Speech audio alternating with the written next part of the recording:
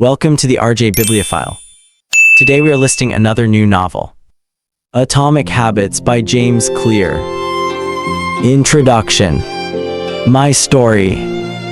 On the final day of my sophomore year of high school, I was hit in the face with a baseball bat. As my classmate took a full swing, the bat slipped out of his hands and came flying toward me before striking me directly between the eyes. I have no memory of the moment of impact. The bat smashed into my face with such force that it crushed my nose into a distorted U-shape. The collision sent the soft tissue of my brain slamming into the inside of my skull. Immediately, a wave of swelling surged throughout my head. In a fraction of a second, I had a broken nose, multiple skull fractures, and 2 shattered eye sockets. When I opened my eyes, I saw people staring at me and running over to help. I looked down and noticed spots of red on my clothes. One of my classmates took the shirt off his back and handed it to me. I used it to plug the stream of blood rushing from my broken nose. Shocked and confused, I was unaware of how seriously I had been injured. My teacher looped his arm around my shoulder and we began the long walk to the nurse's office, across the field, down the hill, and back into school. Random hands touched my sides, holding me upright. We took our time and walked slowly. Nobody realized that every minute mattered. When we arrived at the nurse's office, she asked me a series of questions. "What year is it?" 1998, I answered. It was actually 2002. "Who is the President of the United States?" "Bill Clinton," I said. The correct answer was George W. Bush. "What is your mom's name?" I stalled. 10 seconds passed. "Patty," I said casually, ignoring the fact that it had taken me 10 seconds to remember my own mother's name. That is the last question I remember. My body was unable to handle the rapid swelling in my brain and I lost consciousness before the ambulance arrived. Minutes later, I was carried out of school and taken to the local hospital. Shortly after arriving, my body began shutting down. I struggled with basic functions like swallowing and breathing. I had my first seizure of the day. Then I stopped breathing entirely. As the doctors hurried to supply me with oxygen, they also decided the local hospital was unequipped to handle the situation and ordered a helicopter to fly me to a larger hospital in Cincinnati. I was rolled out of the emergency room doors and toward the helipad across the street. The stretcher rattled on a bumpy sidewalk as one nurse pushed me along while another pumped each breath into me by hand. My mother, who had arrived at the hospital a few moments before, climbed into the helicopter beside me. I remained unconscious and unable to breathe on my own as she held my hand during the flight while my mother rode with me in the helicopter.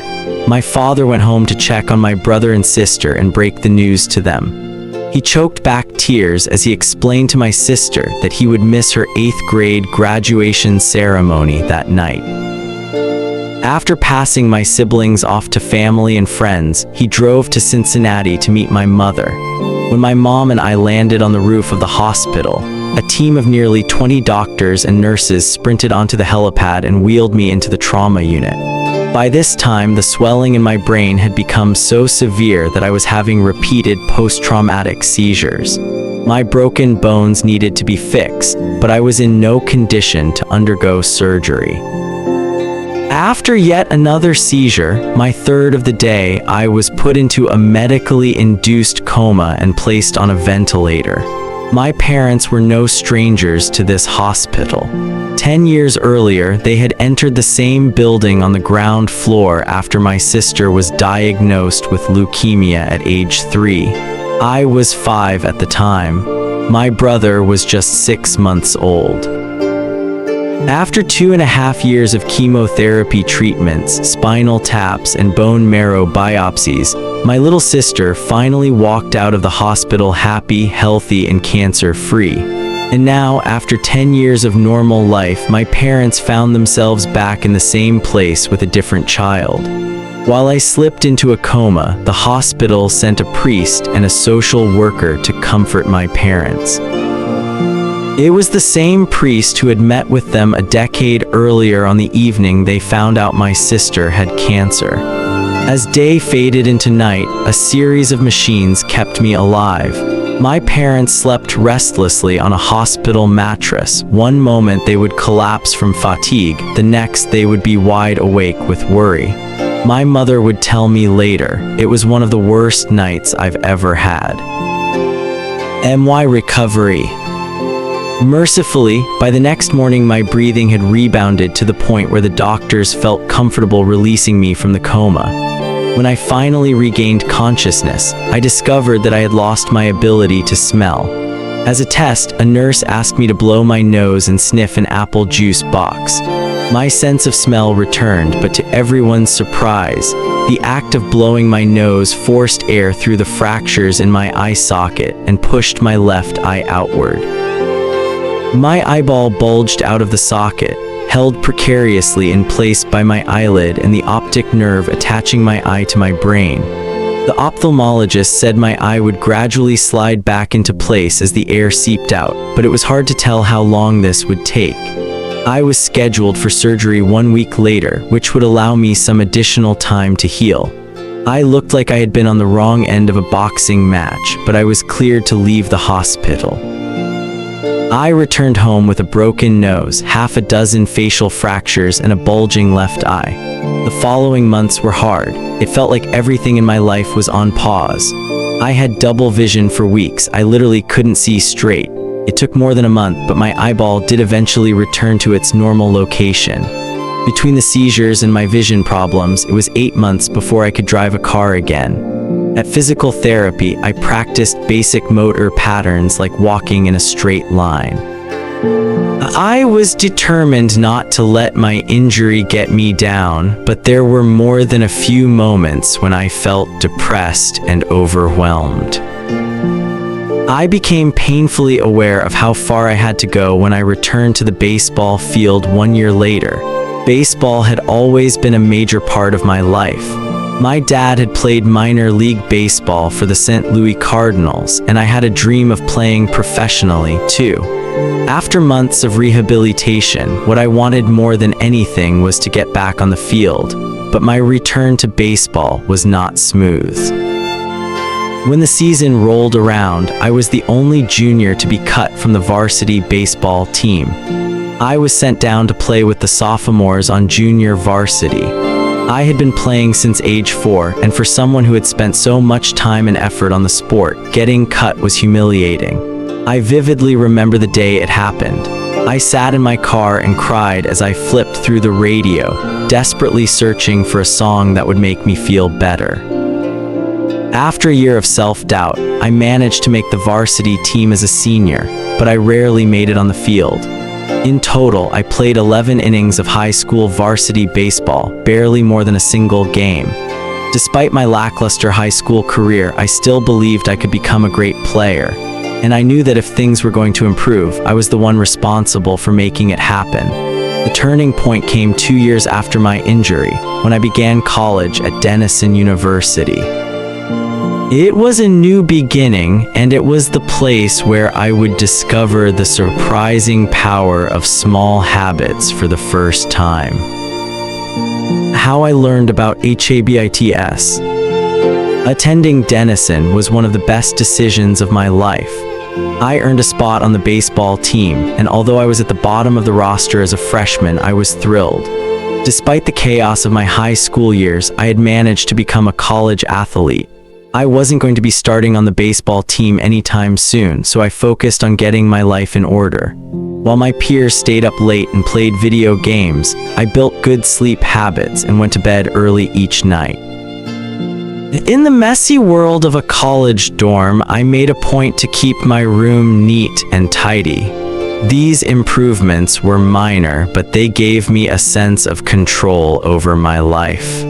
I started to feel content again, and this growing belief in myself rippled into the classroom as I improved my study habits and managed to earn straight A's during my first year. A habit is a routine or behavior that is performed regularly, and in many cases automatically. As each semester passed, I accumulated small but consistent habits that ultimately led to results that were unimaginable to me when I started. For example, for the first time in my life, I made it a habit to lift weights multiple times per week. And in the years that followed, my 6'4" frame bulked up from a featherweight 170 to a lean 200 pounds. When my sophomore season arrived, I earned a starting role on the pitching staff by my junior year. I was voted team captain, and at the end of the season, I was selected for the all-conference team. But it was not until my senior season that my sleep habits, study habits, and strength training habits really began to pay off 6 years after I had been hit in the face with a baseball bat, flown to the hospital, and placed into a coma. I was selected as the top male athlete at Denison University and named to the ESPN Academic All-America team, an honor given to just 33 players across the country. By the time I graduated, I was listed in the school record books in 8 different categories. That same year, I was awarded the highest academic honor, the President's Medal. I hope you'll forgive me if this sounds boastful. To be honest, there was nothing legendary or historic about my athletic career. I never ended up playing professionally. However, looking back on those years, I believe I accomplished something just as rare. I fulfilled my potential. And I believe the concepts in this book can help you fulfill your potential as well. We all face challenges in life. This injury was one of mine, and the experience taught me a critical lesson. Changes that seem small and unimportant at first will compound into remarkable results if you're willing to stick with them for years. We all deal with setbacks, but in the long run, the quality of our lives often depends on the quality of our habits. With the same habits, you'll end up with the same results. But with better habits, anything is possible. Maybe there are people who can achieve incredible success overnight. I don't know any of them, and I'm certainly not one of them.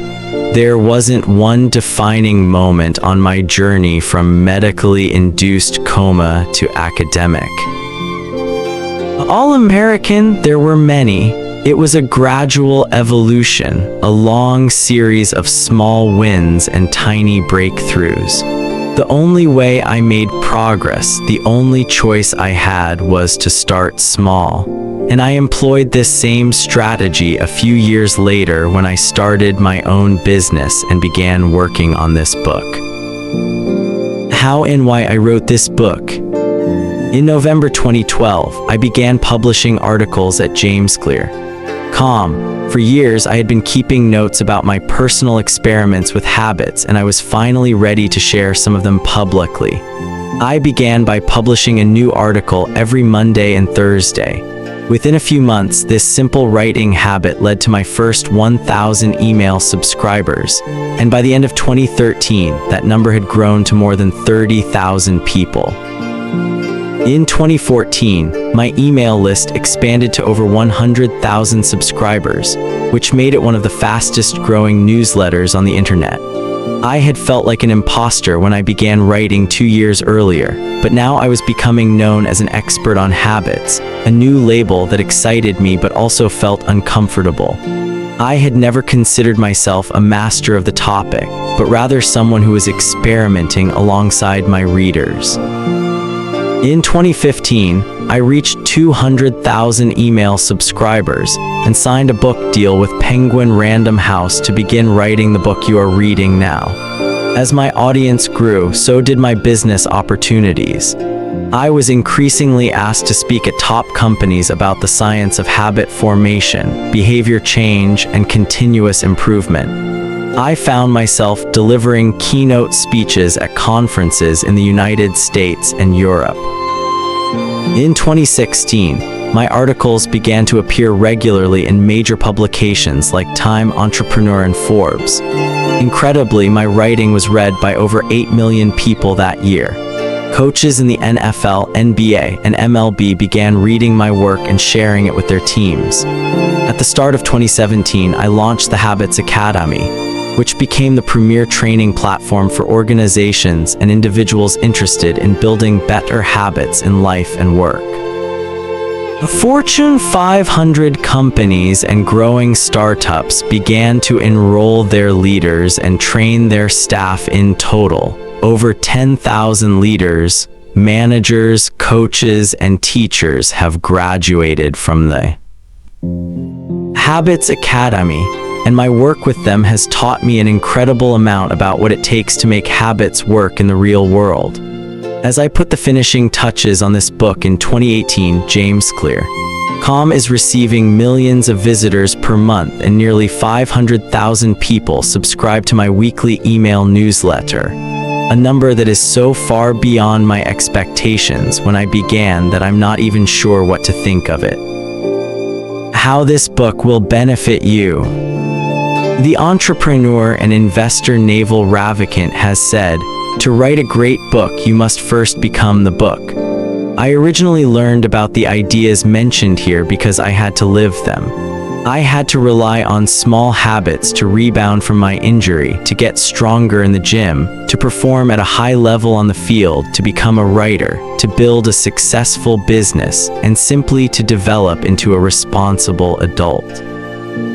Small habits helped me fulfill my potential, and since you picked up this book, I'm guessing you'd like to fulfill yours as well. In the pages that follow, I will share a step-by-step plan for building better habits, not for days or weeks, but for a lifetime. While science supports everything I've written, this book is not an academic research paper, it's an operating manual. You'll find wisdom and practical advice front and center, as I explain the science of how to create and change your habits in a way that is easy to understand and apply. The fields I draw on, biology, neuroscience, philosophy, psychology, and more, have been around for many years. What I offer you is a synthesis of the best ideas smart people figured out a long time ago, as well as the most compelling discoveries scientists have made recently. My contribution, I hope, is to find the ideas that matter most and connect them in a way that is highly actionable. Anything wise in these pages you should credit to the many experts who preceded me. Anything foolish, assume it is my error. The backbone of this book is my 4-step model of habits: cue, craving, response, and reward, and the 4 laws of behavior change that evolve out of these steps. Readers with a psychology background may recognize some of these terms from operant conditioning, which was first proposed as stimulus, response, reward by B.F. Skinner in the 1930s and has been popularized more recently as cue, routine, reward in E-Power of Habit by Charles Duhigg. Behavioral scientists like Skinner realized that if you offered the right reward or punishment, you could get people to act in a certain way. But while Skinner's model did an excellent job of explaining how external stimuli influenced our habits, it lacked a good explanation for how our thoughts, feelings, and beliefs impact our behavior. Internal states, our moods and emotions, matter too. In recent decades, scientists have begun to determine the connection between our thoughts, feelings, and behavior. This research will also be covered in these pages. In total, the framework I offer is an integrated model of the cognitive and behavioral sciences. I believe it is one of the first models of human behavior to accurately account for both the influence of external stimuli and internal emotions on our habits. While some of the language may be familiar, I am confident that the details and the applications of the 4 laws of behavior change will offer a new way to think about your habits. Human behavior is always changing, situation to situation, moment to moment, second to second. But this book is about what doesn't change. It's about the fundamentals of human behavior, the lasting principles you can rely on year after year, the ideas you can build a business around, build a family around, build a life around. There is no one right way to create better habits, but this book describes the best way I know, an approach that will be effective regardless of where you start or what you're trying to change. The strategies I cover will be relevant to anyone looking for a step-by-step system for improvement, whether your goals center on health, money, productivity, relationships, or all of the above. As long as human behavior is involved, this book will be your guide. The fundamentals. Why tiny changes make a big difference. 1. The surprising power of atomic habits. The fate of British cycling changed one day in 2003. The organization, which was the governing body for professional cycling in Great Britain, had recently hired Dave Brailsford as its new performance director. At the time, professional cyclists in Great Britain had endured nearly 100 years of mediocrity. Since 1908, British riders had won just a single gold medal at the Olympic Games, and they had fared even worse in cycling's biggest race, the Tour de France. In 110 years, no British cyclist had ever won the event. In fact, the performance of British riders had been so underwhelming that one of the top bike manufacturers in Europe refused to sell bikes to the team because they were afraid that it would hurt sales if other professionals saw the Brits using their gear. Brailsford had been hired to put British cycling on a new trajectory. What made him different from previous coaches was his relentless commitment to a strategy that he referred to as the aggregation of marginal gains, which was the philosophy of searching for a tiny margin of improvement in everything you do. Brailsford said, "The whole principle came from the idea that if you broke down everything you could think of that goes into riding a bike, and then improve it by 1%, you will get a significant increase when you put them all together." Brailsford and his coaches began by making small adjustments you might expect from a professional cycling team. They redesigned the bike seats to make them more comfortable and rubbed alcohol on the tires for a better grip. They asked riders to wear electrically heated overshorts to maintain ideal muscle temperature, while riding and used biofeedback sensors to monitor how each athlete responded to a particular workout. The team tested various fabrics in a wind tunnel and had their outdoor riders switch to indoor racing suits, which proved to be lighter and more aerodynamic. But they didn't stop there. Brailsford and his team continued to find 1% improvements in overlooked and unexpected areas. They tested different types of massage gels to see which one led to the fastest muscle recovery. They hired a surgeon to teach each rider the best way to wash their hands to reduce the chances of catching a cold. They determined the type of pillow and mattress that led to the best night's sleep for each rider. They even painted the inside of the team truck white, which helped them spot little bits of dust that would normally slip by unnoticed but could degrade the performance of the finely tuned bikes. As these and hundreds of other small improvements accumulated, the results came faster than anyone could have imagined. Just 5 years after Brailsford took over, the British cycling team dominated the road and track cycling events at the 2008 Olympic Games in Beijing, where they won an astounding 60% of the gold medals available. 4 years later, when the Olympic Games came to London, the Brits raised the bar as they set 9 Olympic records and 7 world records. That same year, Bradley Wiggins became the first British cyclist to win the Tour de France. The next year, his teammate Chris Froome won the race, and he would go on to win again in 2015, 2016, and 2017, giving the British team 5 Tour de France victories in 6 years. During the 10-year span from 2007 to 2017, British cyclists won 178 world championships and 66 Olympic or Paralympic gold medals, and captured 5 Tour de France victories in what is widely regarded as the most successful run in cycling history. How does this happen? How does a team of previously ordinary athletes transform into world champions with tiny changes that, at first glance, would seem to make a modest difference at best? Why do small improvements accumulate into such remarkable results, and how can you replicate this approach in your own life? Why small habits make a big difference? It is so easy to overestimate the importance of one defining moment and underestimate the value of making small improvements on a daily basis. Too often, we convince ourselves that massive success requires massive action. Whether it is losing weight, building a business, writing a book, winning a championship, or achieving any other goal, we put pressure on ourselves to make some earth-shattering improvement that everyone will talk about.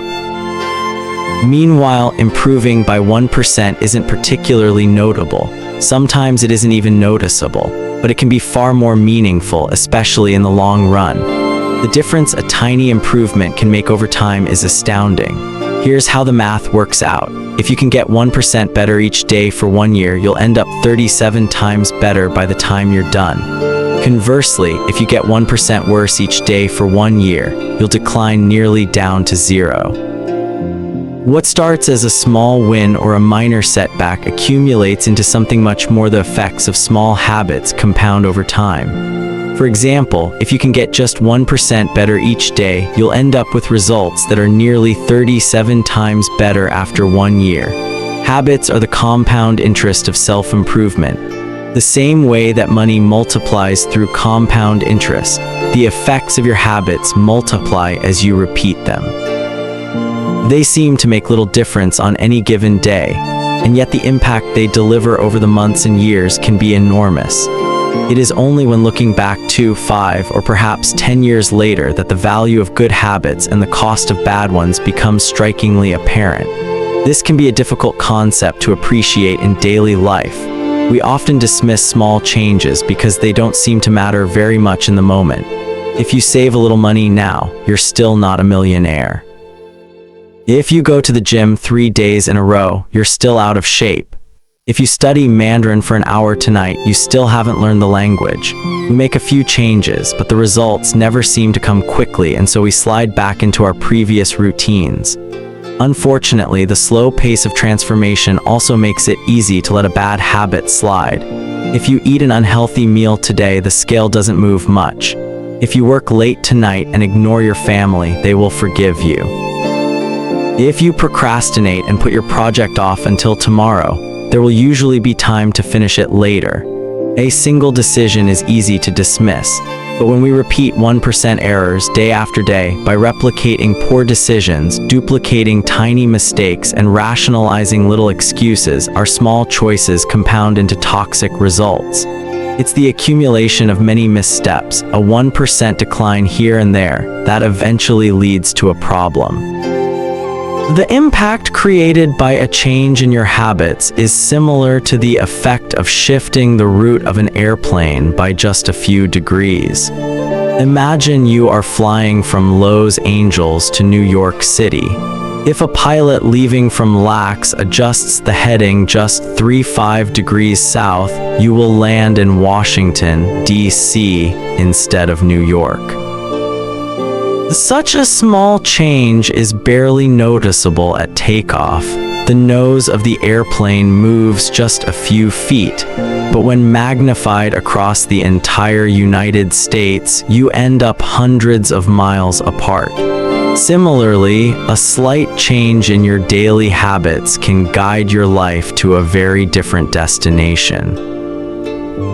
Making a choice that is 1% better or 1% worse seems insignificant in the moment, but over the span of moments that make up a lifetime, these choices determine the difference between who you are and who you could be. Success is the product of daily habits, not once-in-a-lifetime transformations. That said, it doesn't matter how successful or unsuccessful you are right now. What matters is whether your habits are putting you on the path towards success. You should be far more concerned with your current trajectory than with your current results. If you're a millionaire but you spend more than you earn each month, then you're on a bad trajectory. If your spending habits don't change, it's not going to end well. Conversely, if you're broke but you save a little bit every month, then you're on the path toward financial freedom, even if you're moving slower than you'd like. Your outcomes are a lagging measure of your habits. Your net worth is a lagging measure of your financial habits. Your weight is a lagging measure of your eating habits. Your knowledge is a lagging measure of your learning habits. Your clutter is a lagging measure of your cleaning habits. You get what you repeat. If you want to predict where you'll end up in life, all you have to do is follow the curve of tiny gains or tiny losses and see how your daily choices will compound 10 or 20 years down the line. Are you spending less than you earn each month? Are you making it into the gym each week? Are you reading books and learning something new each day? Tiny battles like these are the ones that will deny your future self.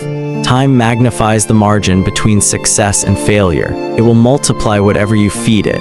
Good habits make time your ally. Bad habits make time your enemy. Habits are a double-edged sword. Bad habits can cut you down just as easily as good habits can build you up, which is why understanding the details is crucial. You need to know how habits work and how to design them to your liking, so you can avoid the dangerous half of the blade. Your habits can compound for you or against you. Positive compounding. Productivity compounds. Accomplishing one extra task is a small feat on any given day, but it counts for a lot over an entire career. The effect of automating an old task or mastering a new skill can be even greater. The more tasks you can handle without thinking, the more your brain is free to focus on other areas. Knowledge compound. Learning one new idea won't make you a genius, but a commitment to lifelong learning can be transformative. Furthermore, each book you read not only teaches you something new, but also opens up different ways of thinking about old ideas.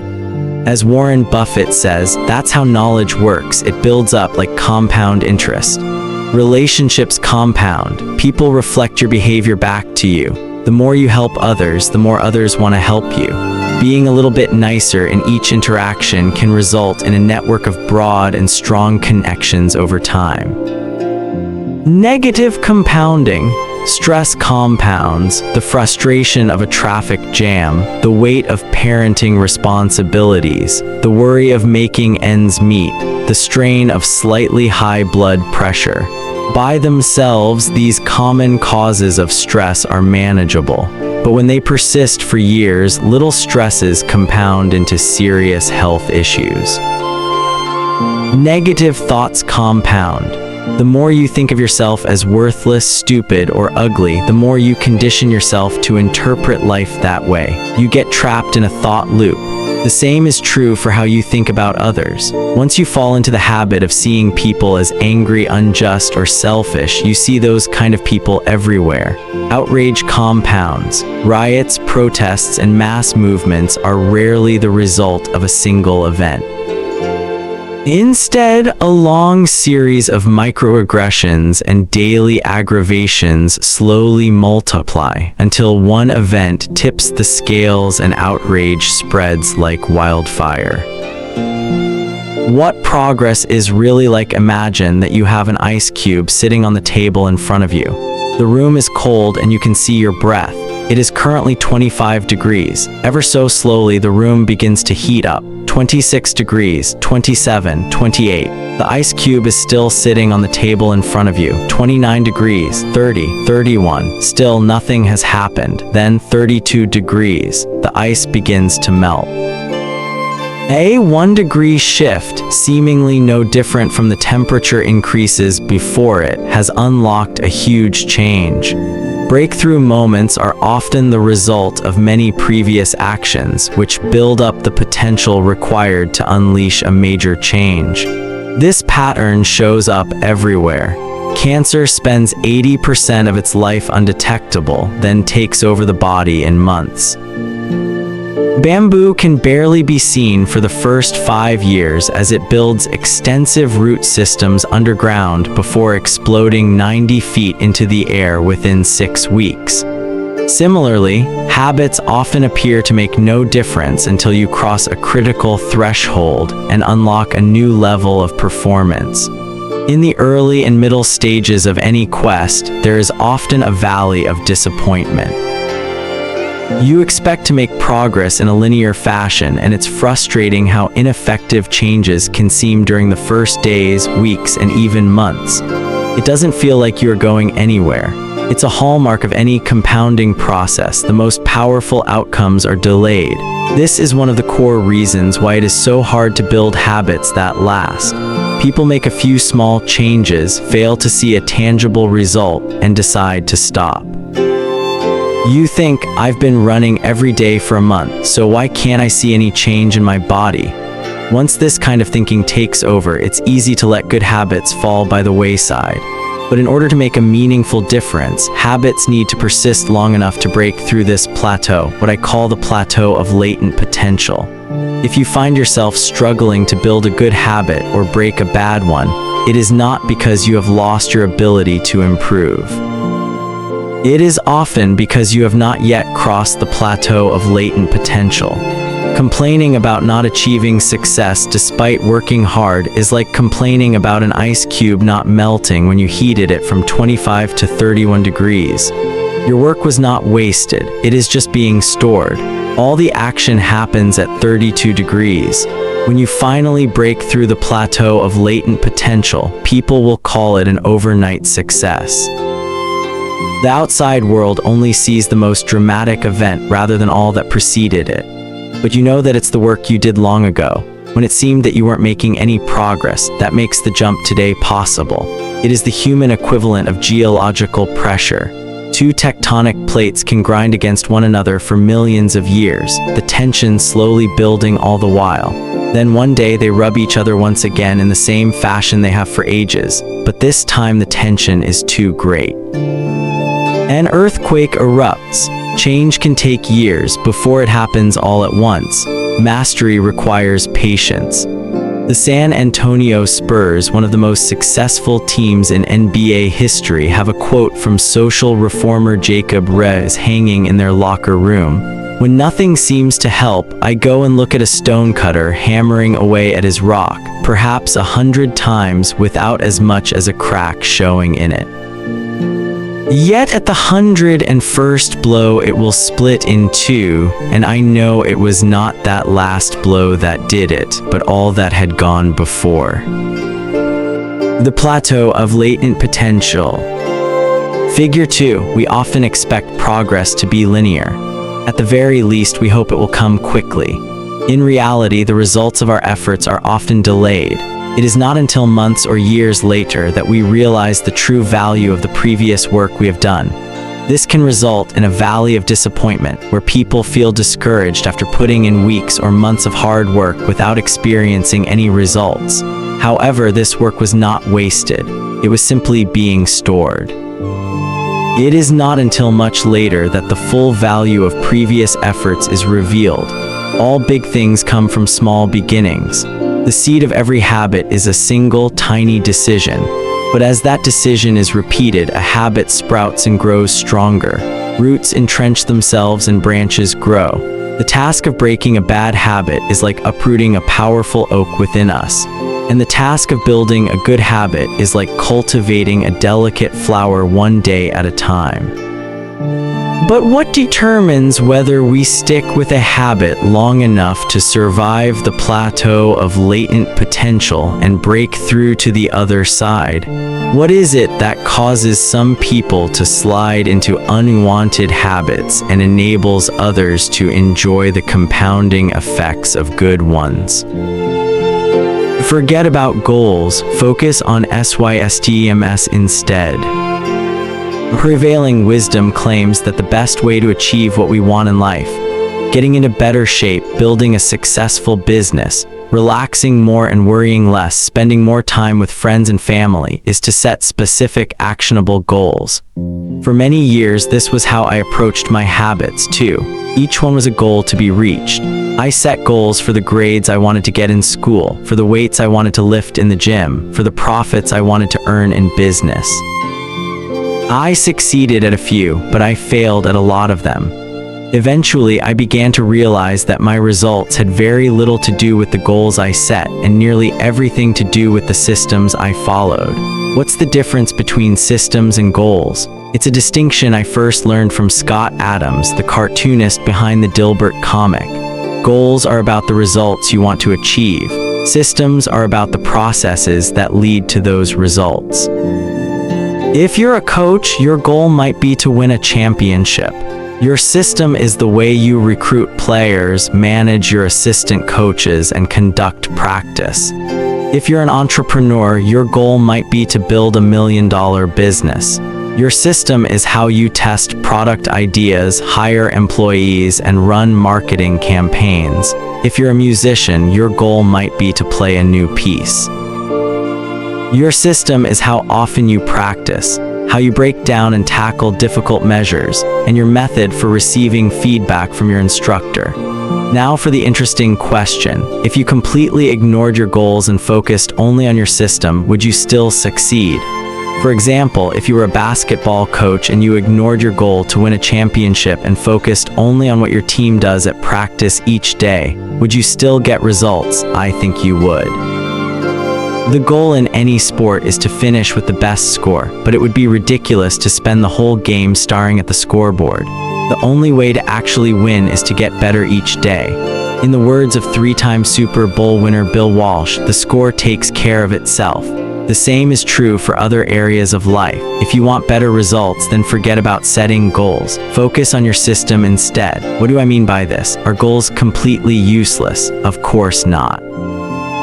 Goals are good for setting a direction, but systems are best for making progress. A handful of problems arise when you spend too much time thinking about your goals and not enough time designing your systems. Problem 1. Winners and losers have the same goals. Goal setting suffers from a serious case of survivorship bias. We concentrate on the people who end up winning, the survivors, and mistakenly assume that ambitious goals led to their success while overlooking all of the people who had the same objective but didn't succeed. Every Olympian wants to win a gold medal.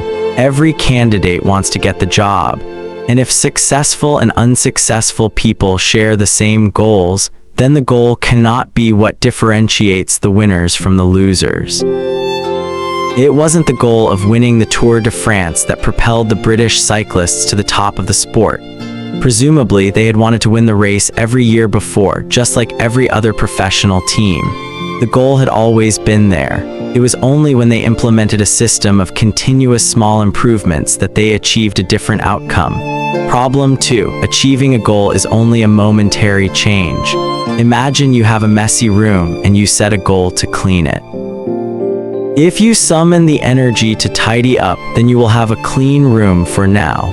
But if you maintain the same sloppy, pack-rat habits that led to a messy room in the first place, soon you'll be looking at a new pile of clutter and hopping for another burst of motivation. You're left chasing the same outcome because you never changed the system behind it. You treated a symptom without addressing the cause. Achieving a goal only changes your life for the moment. That's the counterintuitive thing about improvement. We think we need to change our results, but the results are not the problem. What we really need to change are the systems that cause those results. When you solve problems at the results level, you only solve them temporarily. In order to improve for good, you need to solve problems at the systems level. Fix the inputs and the outputs will X themselves. Problem 3. Goals restrict your happiness. The implicit assumption behind any goal is this: once I reach my goal, then I'll be happy. The problem with a goals first mentality is that you're continually putting happiness off until the next milestone. I've slipped into this trap so many times I've lost count. For years, happiness was always something for my future self to enjoy. I promised myself that once I gained 20 pounds of muscle, or after my business was featured in the New York Times, then I could finally relax. Furthermore, goals create an either-or conflict. Either you achieve your goal and are successful, or you fail and you are a disappointment. You mentally box yourself into a narrow version of happiness. This is misguided. It is unlikely that your actual path through life will match the exact journey you had in mind when you set out. It makes no sense to restrict your satisfaction to one scenario when there are many paths to success. A systems-first mentality provides the antidote. When you fall in love with the process rather than the product, you don't have to wait to give yourself permission to be happy. You can be satisfied anytime your system is running, and a system can be successful in many different forms, not just the one you first envision. Problem 4. Goals are at odds with long-term progress. Finally, a goal-oriented mindset can create a yo-yo effect. Many runners work hard for months, but as soon as they cross the finish line, they stop training. The race is no longer there to motivate them. When all of your hard work is focused on a particular goal, what is left to push you forward after you achieve it? This is why many people find themselves reverting to their old habits after accomplishing a goal. The purpose of setting goals is to win the game. The purpose of building systems is to continue playing the game. True long-term thinking is goal-less thinking. It's not about any single accomplishment. It is about the cycle of endless refinement and continuous improvement. Ultimately, it is your commitment to the process that will determine your progress. A system of atomic habits. If you're having trouble changing your habits, the problem isn't you. The problem is your system. Bad habits repeat themselves again and again, not because you don't want to change, but because you have the wrong system for change. You do not rise to the level of your goal. You fall to the level of your systems. Focusing on the overall system rather than a single goal is one of the core themes of this book. It is also one of the deeper meanings behind the word atomic.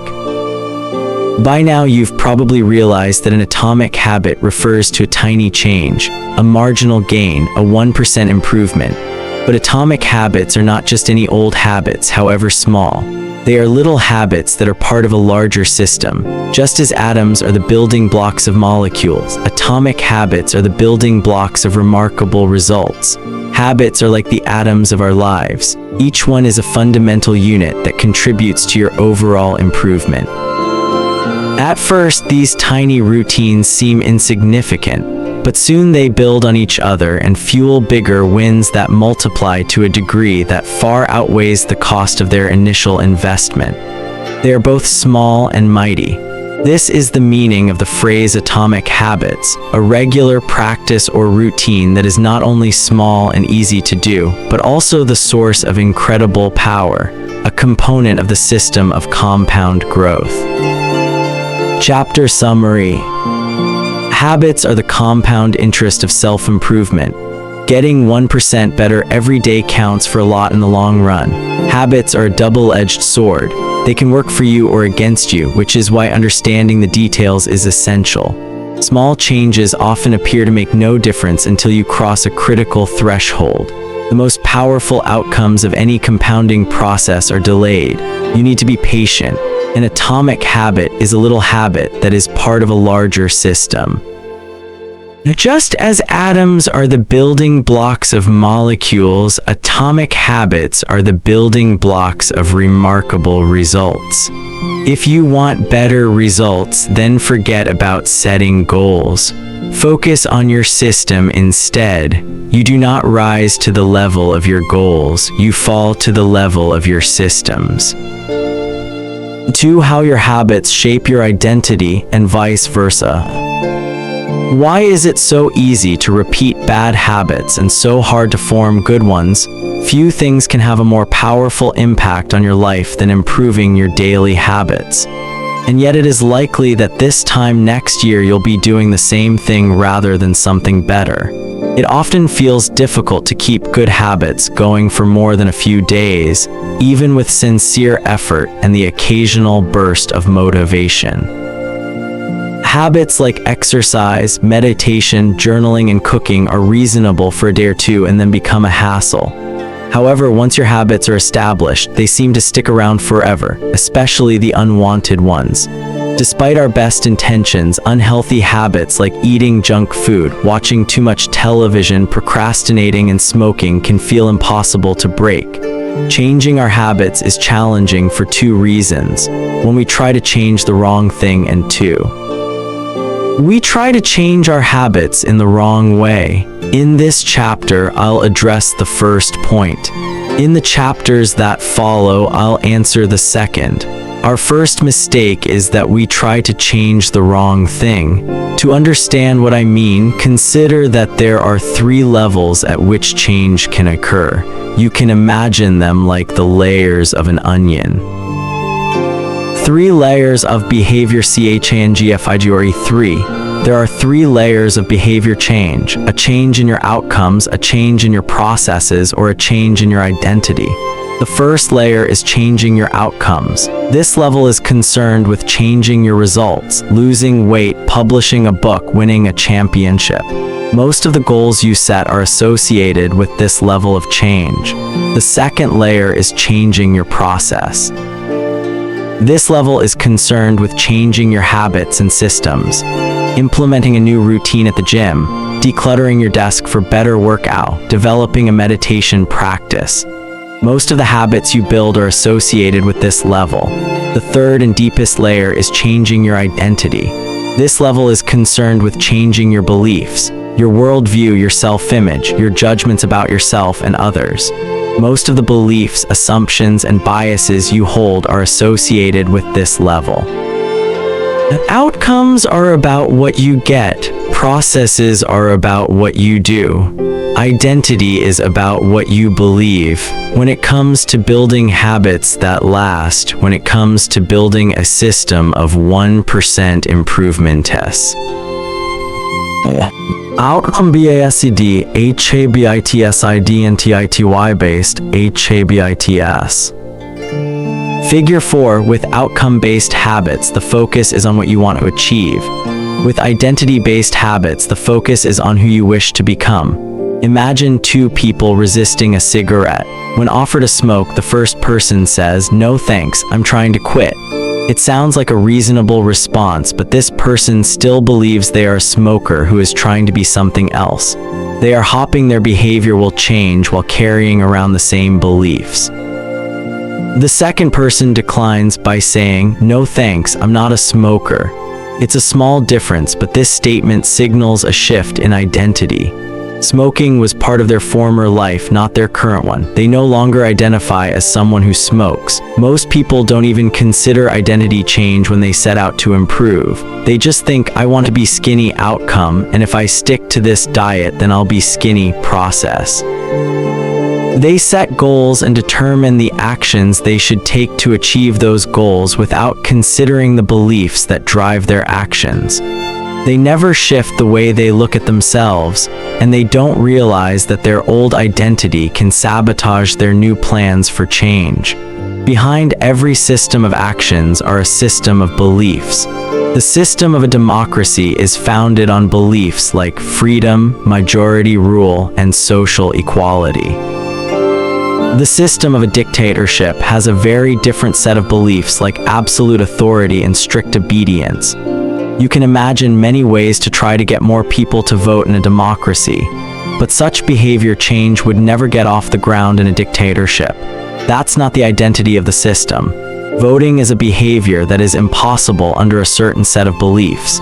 A similar pattern exists whether we are discussing individuals, organizations, or societies. There are a set of beliefs and assumptions that shape the system and identity behind the habits. Behavior that is incongruent with the self will not last. You may want more money, but if your identity is someone who consumes rather than creates, then you'll continue to be pulled towards spending rather than earning. You may want better health, but if you continue to prioritize comfort over accomplishment, you'll be drawn to relaxing rather than training. It's hard to change your habits if you never change the underlying beliefs that led to your past behavior. You have a new goal and a new plan, but you haven't changed who you are. The story of Brian Clark, an entrepreneur from Boulder, Colorado, provides a good example. "For as long as I can remember, I've chewed my fingernails," Clark told me. It started as a nervous habit when I was young and then morphed into an undesirable grooming ritual. One day, I resolved to stop chewing my nails until they grew out a bit. Through mindful willpower alone, I managed to do it. Then Clark did something surprising. I asked my wife to schedule my first ever manicure, he said. My thought was that if I started paying to maintain my nails, I wouldn't chew them. And it worked, but not for the monetary reason. What happened was the manicure made my fingers look really nice for the first time. The manicurist even said that, other than the chewing, I had really healthy, attractive nails. Suddenly, I was proud of my fingernails, and even though that's something I had never aspired to, it made all the difference. I've never chewed my nails since, not even a single close call, and it's because I now take pride in properly caring for them. The ultimate form of intrinsic motivation is when a habit becomes part of your identity. It's one thing to say I'm the type of person who wants this. It's something very different to say I'm the type of person who is this. The more pride you have in a particular aspect of your identity, the more motivated you will be to maintain the habits associated with it. If you're proud of how your hair looks, you'll develop all sorts of habits to care for and maintain it. If you're proud of the size of your biceps, you'll make sure you never skip an upper body workout. If you're proud of the scarves you knit, you'll be more likely to spend hours knitting each week. Once your pride gets involved, you'll fight tooth and nail to maintain your habits. True behavior change is identity change. You might start a habit because of motivation, but the only reason you'll stick with one is that it becomes part of your identity. Anyone can convince themselves to visit the gym or eat healthy once or twice, but if you don't shift the belief behind the behavior, then it is hard to stick with long-term changes. Improvements are only temporary until they become part of who you are. The goal is not to read a book, the goal is to become a reader. The goal is not to run a marathon, the goal is to become a runner. The goal is not to learn an instrument, the goal is to become a musician. Your behaviors are usually a reflection of your identity. What you do is an indication of the type of person you believe that you are, either consciously or non-consciously. Research has shown that once a person believes in a particular aspect of their identity, they are more likely to act in alignment with that belief. For example, people who identified as being a voter were more likely to vote than those who simply claimed voting was an action they wanted to perform. Similarly, the person who incorporates exercise into their identity doesn't have to convince themselves to train. Doing the right thing is easy. After all, when your behavior and your identity are fully aligned, you are no longer pursuing behavior change. You are simply acting like the type of person you already believe yourself to be. Like all aspects of habit formation, this too is a double-edged sword. When working for you, identity change can be a powerful force for self-improvement. When working against you, though, identity change can be a curse. Once you have adopted an identity, it can be easy to let your allegiance to it impact your ability to change. Many people walk through life in a cognitive slumber, blindly following the norms attached to their identity. I'm terrible with directions. I'm not a morning person. I'm bad at remembering people's names. I'm always late. I'm not good with technology. I'm horrible at math, and 1,000 other variations. When you have repeated a story to yourself for years, it is easy to slide into these mental grooves and accept them as a fact. In time, you begin to resist certain actions because that's not who I am. There is internal pressure to maintain your self-image and behave in a way that is consistent with your beliefs. You find whatever way you can to avoid contradicting yourself. The more deeply a thought or action is tied to your identity, the more difficult it is to change it. It can feel comfortable to believe what your culture believes, group identity, or to do what upholds your self-image, personal identity, even if it's wrong. The biggest barrier to positive change at any level, individual, team, society, is identity conflict. Good habits can make rational sense, but if they conflict with your identity, you will fail to put them into action. On any given day, you may struggle with your habits because you're too busy or too tired or too overwhelmed or hundreds of other reasons. Over the long run, however, the real reason you fail to stick with habits is that your self-image gets in the way. This is why you can't get too attached to one version of your identity. Progress requires unlearning. Becoming the best version of yourself requires you to continuously edit your beliefs and to upgrade and expand your identity.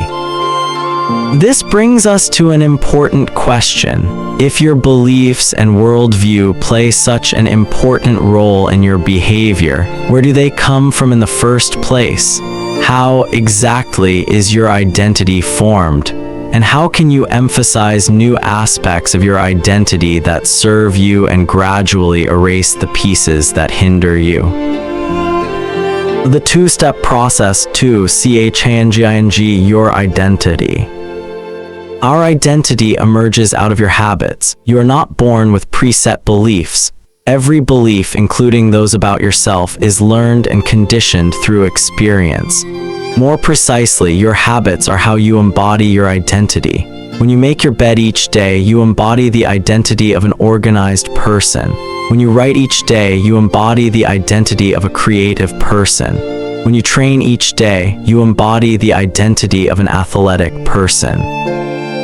The more you repeat a behavior, the more you reinforce the identity associated with that behavior. In fact, the word identity was originally derived from the Latin words essentitas, which means being, and identitum, which means repeatedly. Your identity is literally your repeated beingness. Whatever your identity is right now, you only believe it because you have proof of it. If you go to church every Sunday for 20 years, you have evidence that you are religious. If you study biology for 1 hour every night, you have evidence that you are studious. If you go to the gym even when it's snowing, you have evidence that you are committed to fitness. The more evidence you have for a belief, the more strongly you will believe it. For most of my early life, I didn't consider myself a writer. If you were to ask any of my high school teachers or college professors, they would tell you I was an average writer at best, certainly not a standout. When I began my writing career, I published a new article every Monday and Thursday for the first few years. As the evidence grew, so did my identity as a writer. I didn't start out as a writer. I became one through my habits. Of course, your habits are not the only actions that influence your identity, but by virtue of their frequency, they are usually the most important ones. Each experience in life modifies your self-image, but it's unlikely you would consider yourself a soccer player because you kicked a ball once or an artist because you scribbled a picture. As you repeat these actions, however, the evidence accumulates and your self-image begins to change. The effect of one-off experiences tends to fade away while the effect of habits gets reinforced with time, which means your habits contribute most of the evidence that shapes your identity. In this way, the process of building habits is actually the process of becoming yourself. This is a gradual evolution. We do not change by snapping our fingers and deciding to be someone entirely new. We change bit by bit, day by day, habit by habit. We are continually undergoing micro-evolutions of the self. Each habit is like a suggestion. Hey, maybe this is who I am. If you finish a book, then perhaps you are the type of person who likes reading. If you go to the gym, then perhaps you are the type of person who likes exercise. If you practice playing the guitar, perhaps you are the type of person who likes music. Every action you take is a vote for the type of person you wish to become. No single instance will transform your beliefs, but as the votes build up, so does the evidence of your new identity. This is one reason why meaningful change does not require radical change. Small habits can make a meaningful difference by providing evidence of a new identity. And if a change is meaningful, it actually is big. That's the paradox of making small improvements. Putting this all together, you can see that habits are the path to changing your identity. The most practical way to change who you are is to change what you do. Each time you write a page, you are a writer. Each time you practice the violin, you are a musician. Each time you start a workout, you are an athlete. Each time you encourage your employees, you are a leader. Each habit not only gets results, but also teaches you something far more important: to trust yourself. You start to believe you can actually accomplish these things.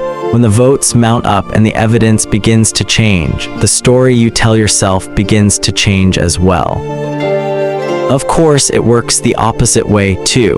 Every time you choose to perform a bad habit, it's a vote for that identity. The good news is that you don't need to be perfect. In any election, there are going to be votes for both sides. You don't need a unanimous vote to win an election, you just need a majority. It doesn't matter if you cast a few votes for a bad behavior or an unproductive habit. Your goal is simply to win the majority of the time. New identities require new evidence.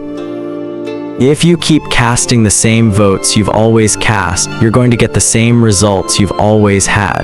If nothing changes, nothing is going to change. It is a simple two-step process. Decide the type of person you want to be. Prove it to yourself with small wins. First, decide who you want to be. This holds at any level: as an individual, as a team, as a community, as a nation. What do you want to stand for? What are your principles and values? Who do you wish to become? These are big questions, and many people aren't sure where to begin, but they do know what kind of results they want: to get six-pack abs, or to feel less anxious, or to double their salary. That's fine. Start there and work backward from the results you want to the type of person who could get those results. Ask yourself, who is the type of person that could get the outcome I want? Who is the type of person that could lose 40 pounds? Who is the type of person that could learn a new language? Who is the type of person that could run a successful startup? For example, who is the type of person who could write a book? It's probably someone who is consistent and reliable. Now your focus shifts from writing a book outcome-based to being the type of person who is consistent and reliable, identity-based. This process can lead to beliefs like, I'm the kind of teacher who stands up for her students. I'm the kind of doctor who gives each patient the time and empathy they need. I'm the kind of manager who advocates for her employees. Once you have a handle on the type of person you want to be, you can begin taking small steps to reinforce your desired identity. I have a friend who lost over 100 pounds by asking herself, what would a healthy person do? All day long, she would use this question as a guide. Would a healthy person walk or take a cab? Would a healthy person order a burrito or a salad? She figured if she acted like a healthy person long enough, eventually she would become that person. She was right. The concept of identity-based habits is our first introduction to another key theme in this book: feedback loops. Your habits shape your identity, and your identity shapes your habits. It's a two-way street.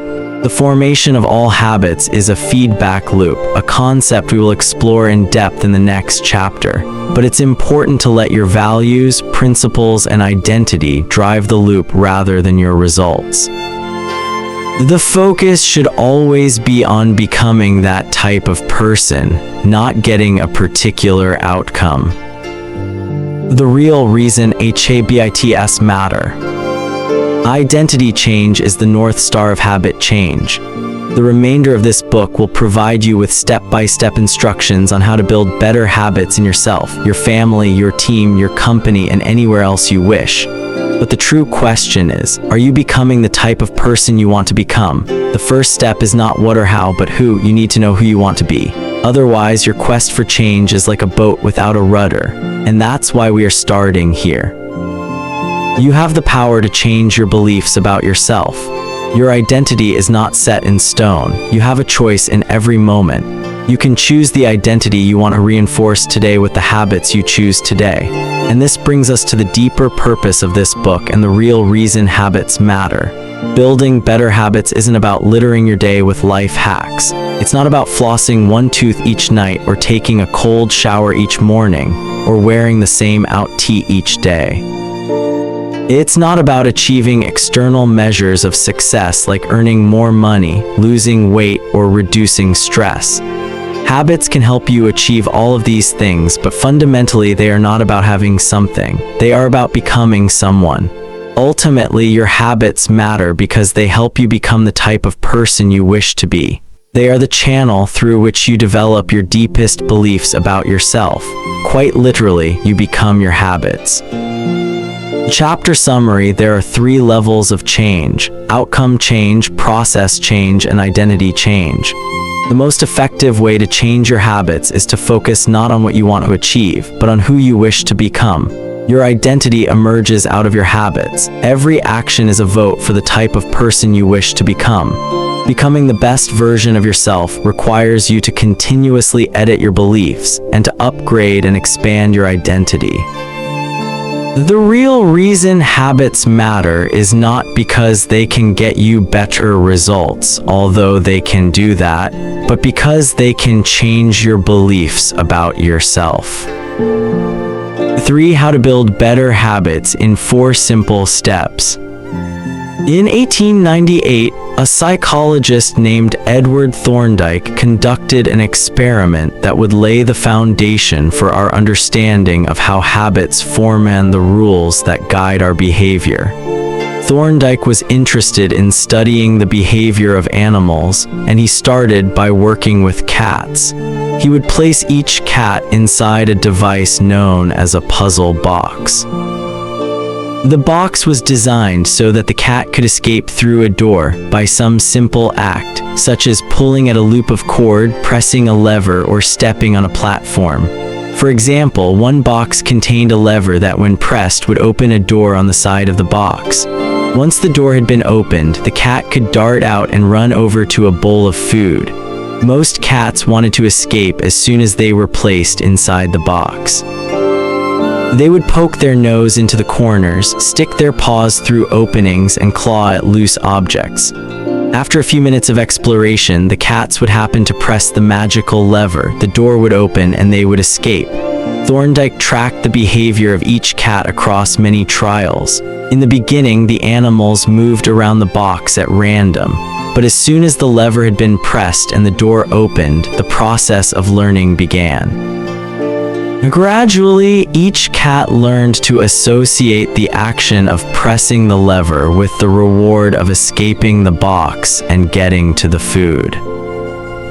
After 20 to 30 trials, this behavior became so automatic and habitual that the cat could escape within a few seconds. For example, Thorndike noted, Cat 12 took the following times to perform the act: 160 seconds, 30 seconds, 90 seconds, 60, 15, 28, 20, 30, 22, 11, 15, 20, 12, 10, 1410, 8, 8, 5, 10, 8, 6, 6, 7. During the first 3 trials, the cat escaped in an average of 15 minutes. During the last 3 trials, it escaped in an average of 3 seconds. With practice, each cat made fewer errors and their actions became quicker and more automatic. Rather than repeat the same mistakes, the cat began to cut straight to the solution. From his studies, Thorndike described the learning process by stating, behaviors followed by satisfying consequences tend to be repeated, and those that produce unpleasant consequences are less likely to be repeated. His work provides the perfect starting point for discussing how habits form in our own lives. It also provides answers to some fundamental questions like, what are habits? And why does the brain bother building them at all? Why your brain builds habits. A habit is a behavior that has been repeated enough times to become automatic. The process of habit formation begins with trial and error. Whenever you encounter a new situation in life, your brain has to make a decision. How do I respond to this? The first time you come across a problem, you're not sure how to solve it. Like Thorndike's cat, you're just trying things out to see what works.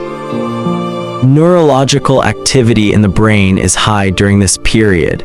You are carefully analyzing the situation and making conscious decisions about how to act. You're taking in tons of new information and trying to make sense of it all. The brain is busy learning the most effective course of action. Occasionally, like a cat pressing on a lever, you stumble across a solution. You're feeling anxious, and you discover that going for a run calms you down. You're mentally exhausted from a long day of work, and you learn that playing video games relaxes you. You're exploring,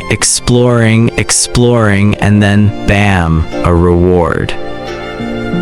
After you stumble upon an unexpected reward, you alter your strategy for next time. Your brain immediately begins to catalog the events that preceded the reward. Wait a minute, that felt good.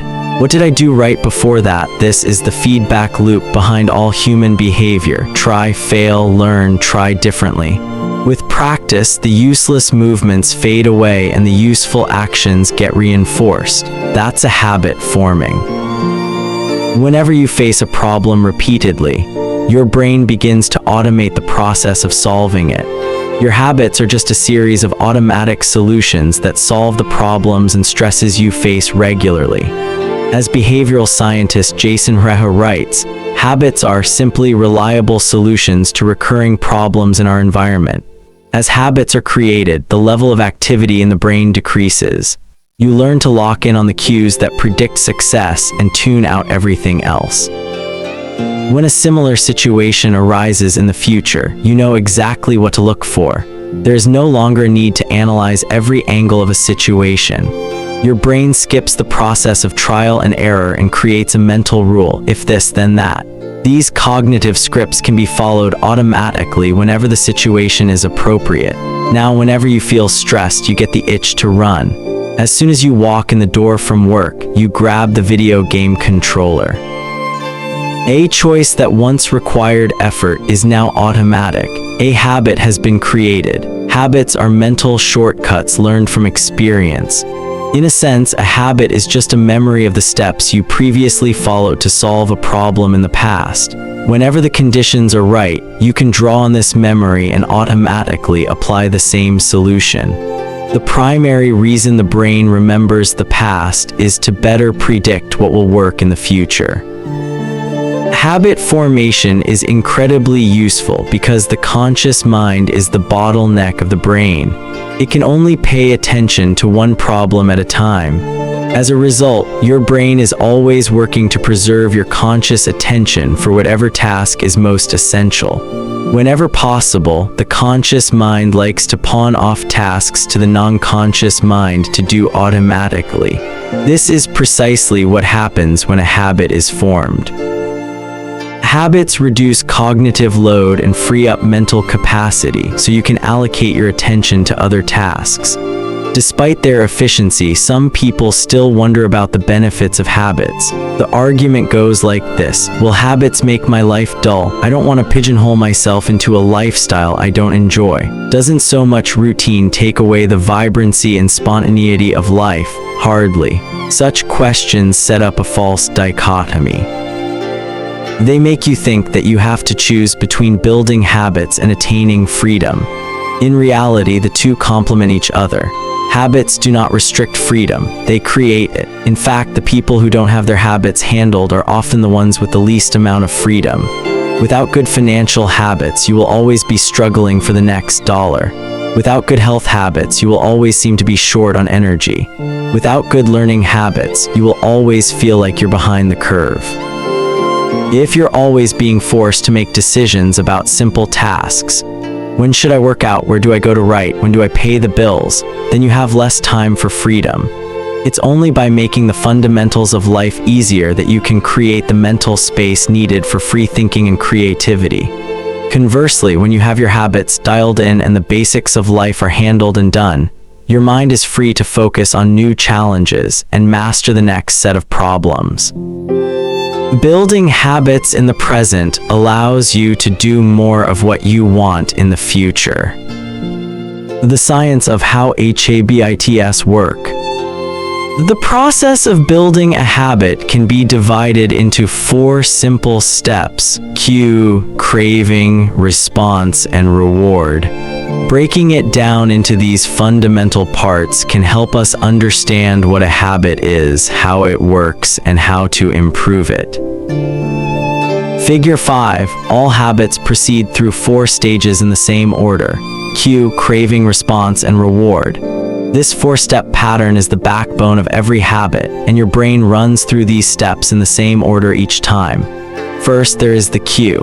The cue triggers your brain to initiate a behavior. It is a bit of information that predicts a reward. Our prehistoric ancestors were paying attention to cues that signaled the location of primary rewards like food, water, and sex. Today, we spend most of our time learning cues that predict secondary rewards like money and fame, power and status, praise and approval, love and friendship, or a sense of personal satisfaction. Of course, these pursuits also indirectly improve our odds of survival and reproduction, which is the deeper motive behind everything we do. Your mind is continuously analyzing your internal and external environment for hints of where rewards are located. Because the cue is the first indication that we're close to a reward, it naturally leads to a craving. Cravings are the second step, and they are the motivational force behind every habit. Without some level of motivation or desire, without craving a change, we have no reason to act. What you crave is not the habit itself, but the change in state it delivers. You do not crave smoking a cigarette, you crave the feeling of relief it provides. You are not motivated by brushing your teeth, but rather by the feeling of a clean mouth. You do not want to turn on the television, you want to be entertained. Every craving is linked to a desire to change your internal state. This is an important point that we will discuss in detail later. Cravings differ from person to person. In theory, any piece of information could trigger a craving, but in practice, people are not motivated by the same cues. For a gambler, the sound of slot machines can be a potent trigger that sparks an intense wave of desire. For someone who rarely gambles, the jingles and chimes of the casino are just background noise. Cues are meaningless until they are interpreted. The thoughts, feelings, and emotions of the observer are what transform a cue into a craving. The third step is the response. The response is the actual habit you perform, which can take the form of a thought or an action. Whether a response occurs depends on how motivated you are and how much friction is associated with the behavior. If a particular action requires more physical or mental effort than you are willing to expend, then you won't do it. Your response also depends on your ability. It sounds simple, but a habit can occur only if you're capable of doing it. If you want to dunk a basketball but can't jump high enough to reach the hoop, well, you're out of luck. Finally, the response delivers a reward. Rewards are the end goal of every habit. The cue is about noticing the reward. The craving is about wanting the reward. The response is about obtaining the reward. We chase rewards because they serve two purposes. One, they satisfy us, and two, they teach us. The first purpose of rewards is to satisfy your craving. Yes, rewards provide benefits on their own. Food and water deliver the energy you need to survive. Getting a promotion brings more money and respect. Getting in shape improves your health and your dating prospects, but the more immediate benefit is that rewards satisfy your craving to eat or to gain status or to win approval. At least for a moment, rewards deliver contentment and relief from craving. Second, rewards teach us which actions are worth remembering in the future. Your brain is a reward detector. As you go about your life, your sensory nervous system is continuously monitoring which actions satisfy your desires and deliver pleasure. Feelings of pleasure and disappointment are part of the feedback mechanism that helps your brain distinguish useful actions from useless ones. Rewards close the feedback loop and complete the habit cycle. If a behavior is insufficient in any of the 4 stages, it will not become a habit. Eliminate the cue and your habit will never start. Reduce the craving and you won't experience enough motivation to act. Make the behavior difficult and you won't be able to do it. And if the reward fails to satisfy your desire, then you'll have no reason to do it again in the future. Without the first 3 steps, a behavior will not occur. Without all 4, a behavior will not be repeated. The habit loop, figure 6. The 4 stages of habit are best described as a feedback loop. They form an endless cycle that is running every moment you are alive. This habit loop is continually scanning the environment, predicting what will happen next, trying out different responses, and learning from the results. In summary, the cue triggers a craving, which motivates a response, which provides a reward, which satisfies the craving, and ultimately becomes associated with the cue. Now, together, these 4 steps form a neurological feedback loop. Cue, craving, response, reward. Cue, craving, response, reward that ultimately allows you to create automatic habits. This cycle is known as the habit loop. This 4-step process is not something that happens occasionally, but rather it is an endless feedback loop that is running and active during every moment you are alive, even now. The brain is continually scanning the environment, predicting what will happen next, trying out different responses, and learning from the results. The entire process is completed in a split second, and we use it again and again without realizing everything that has been packed into the previous moment. We can split these 4 steps into 2 phases, the problem phase and the solution phase. The problem phase includes the cue and the craving, and it is when you realize that something needs to change. The solution phase includes the response and the reward, and it is when you take action and achieve the change you desire. Problem phase. 1. Cue, craving, solution phase. 3. Response, reward. All behavior is driven by the desire to solve a problem. Sometimes the problem is that you notice something good and you want to obtain it. Sometimes the problem is that you are experiencing pain and you want to relieve it. Either way, the purpose of every habit is to solve the problems you face. In the table on the following page, you can see a few examples of what this looks like in real life. Imagine walking into a dark room and flipping on the light switch. You have performed this simple habit so many times that it occurs without thinking. You proceed through all 4 stages in the fraction of a second. The urge to act strikes you without thinking. Problem phase. 1. Cue, your phone buzzes with a new text message. 2. Craving, you want to learn the contents of the message. Solution phase. 3. Response, you grab your phone and read the text. Reward, you satisfy your craving to read the message. Grabbing your phone becomes associated with your phone buzzing. Problem phase. 1. Cue, you are answering emails. Craving, you begin to feel stressed and overwhelmed by work. You want to feel in control. Solution phase. 3. Response, you bite your nails. Reward, you satisfy your craving to reduce stress. Biting your nails becomes associated with answering email. Problem phase.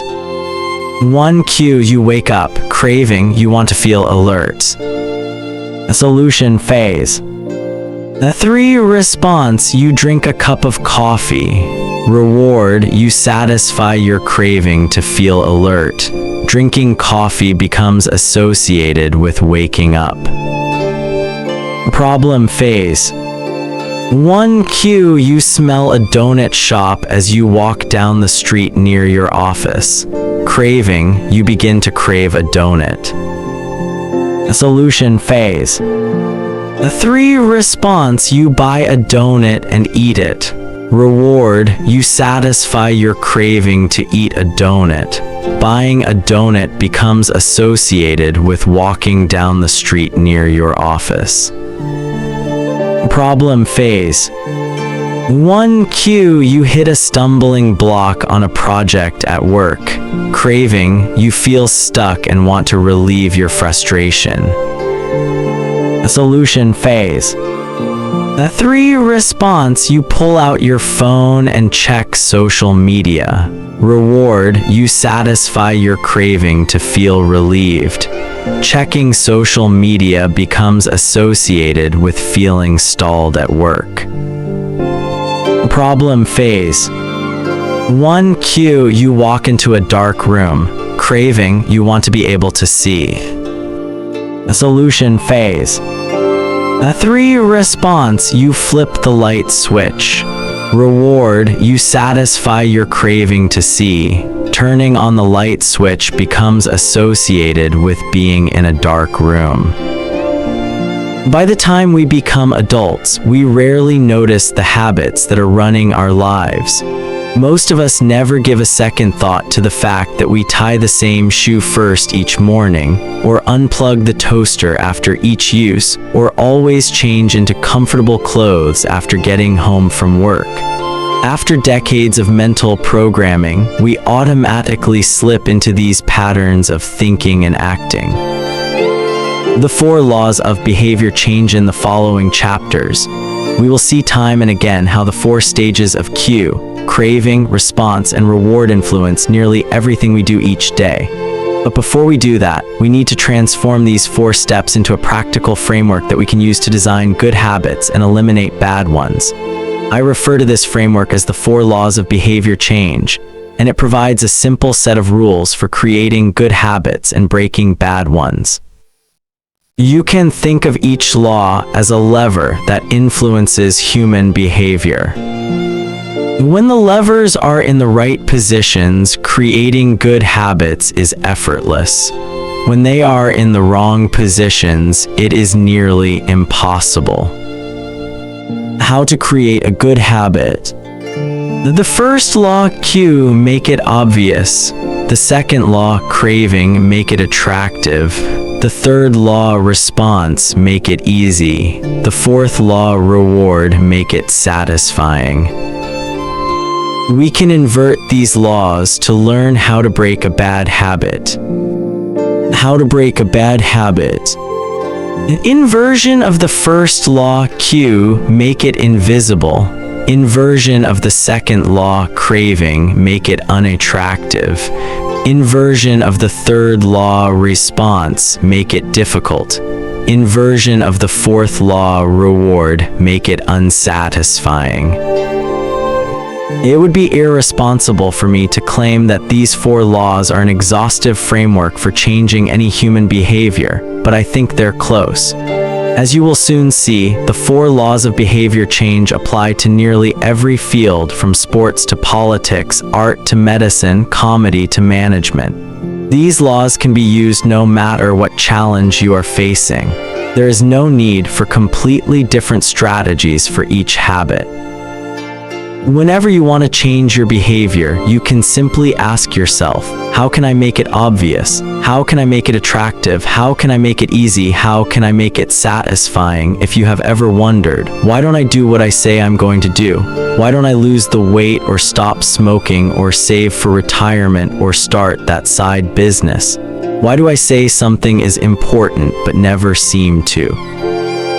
Make time for it. The answers to those questions can be found somewhere in these 4 laws. The key to creating good habits and breaking bad ones is to understand these fundamental laws and how to alter them to your specifications. Every goal is doomed to fail if it goes against the grain of human nature. Your habits are shaped by the systems in your life. In the chapters that follow, we will discuss these laws one by one and show how you can use them to create a system in which good habits emerge naturally and bad habits wither away. Chapter summary: a habit is a behavior that has been repeated enough times to become automatic. The ultimate purpose of habits is to solve the problems of life with as little energy and effort as possible. Any habit can be broken down into a feedback loop that involves 4 steps: cue, craving, response, and reward. The 4 laws of behavior change are a simple set of rules we can use to build better habits. They are: 1. Make it obvious. 2. Make it attractive. 3. Make it easy. And 4. Make it satisfying. The 1st law. Make it obvious. For the man who did look right. The psychologist Gary Klein once told me a story about a woman who attended a family gathering. She had spent years working as a paramedic, and upon arriving at the event, took one look at her father-in-law and got very concerned. "I don't like the way you look," she said. Her father-in-law, who was feeling perfectly fine, jokingly replied, "Well, I don't like your looks either." "No," she insisted. "You need to go to the hospital now." A few hours later, the man was undergoing life-saving surgery after an examination had revealed that he had a blockage to a major artery and was at immediate risk of a heart attack. Without his daughter-in-law's intuition, he could have died. What did the paramedic see? How did she predict his impending heart attack when major arteries are obstructed? The body focuses on sending blood to critical organs and away from peripheral locations near the surface of the skin. The result is a change in the pattern of distribution of blood in the face. After many years of working with people with heart failure, the woman had unknowingly developed the ability to recognize this pattern on sight. She couldn't explain what it was that she noticed in her father-in-law's face, but she knew something was wrong. Similar stories exist in other fields. For example, military analysts can identify which blip on a radar screen is an enemy missile, and which one is a plane from their own fleet, even though they are traveling at the same speed, flying at the same altitude, and look identical on radar in nearly every respect. During the Gulf War, Lieutenant Commander Michael Riley saved an entire battleship when he ordered a missile shot down, despite the fact that it looked exactly like the battleship's own planes on radar. He made the right call, but even his superior officers couldn't explain how he did it. Museum curators have been known to discern the difference between an authentic piece of art and an expertly produced counterfeit, even though they can't tell you precisely which details tip them off. Experienced radiologists can look at a brain scan and predict the area where a stroke will develop before any obvious signs are visible to the untrained eye. I've even heard of hairdressers noticing whether a client is pregnant based only on the feel of her hair. The human brain is a prediction machine. It is continuously taking in your surroundings and analyzing the information it comes across. Whenever you experience something repeatedly, like a paramedic seeing the face of a heart attack patient or a military analyst seeing a missile on a radar screen, your brain begins noticing what is important, sorting through the details and highlighting the relevant cues, and cataloging that information for future use. With enough practice, you can pick up on the cues that predict certain outcomes without consciously thinking about it. Automatically, your brain encodes the lessons learned through experience. We can't always explain what it is we are learning, but learning is happening all along the way, and your ability to notice the relevant cues in a given situation is the foundation for every habit you have. We underestimate how much our brains and bodies can do without thinking. You do not tell your hair to grow, your heart to pump, your lungs to breathe, or your stomach to digest. And yet your body handles all this and more on autopilot. You are much more than your conscious self. Consider hunger. How do you know when you're hungry? You don't necessarily have to see a cookie on the counter to realize that it is time to eat. Appetite and hunger are governed non-consciously. Your body has a variety of feedback loops that gradually alert you when it is time to eat again, and that track what is going on around you and within you. Cravings can arise thanks to hormones and chemicals circulating through your body. Suddenly, you're hungry even though you're not quite sure what tipped you off. This is one of the most surprising insights about our habits. You don't need to be aware of the cue for a habit to begin. You can notice an opportunity and take action without dedicating conscious attention to it. This is what makes habits useful. It's also what makes them dangerous.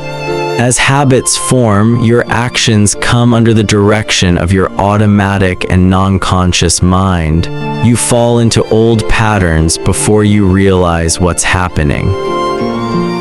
Unless someone points it out, you may not notice that you cover your mouth with your hand whenever you laugh, that you apologize before asking a question, or that you have a habit of finishing other people's sentences. And the more you repeat these patterns, the less likely you become to question what you're doing and why you're doing it.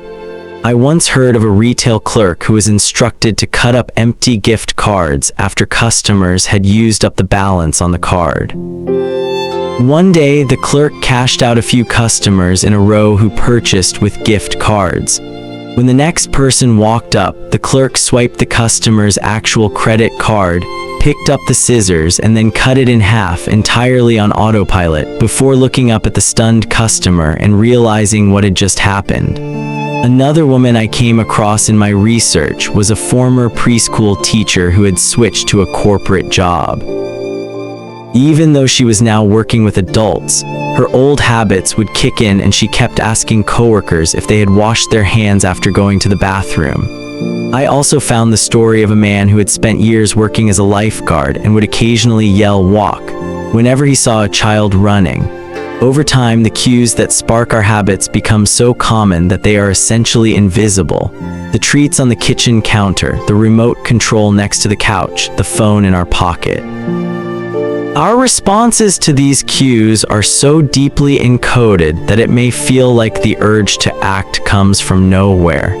For this reason, we must begin the process of behavior change with awareness.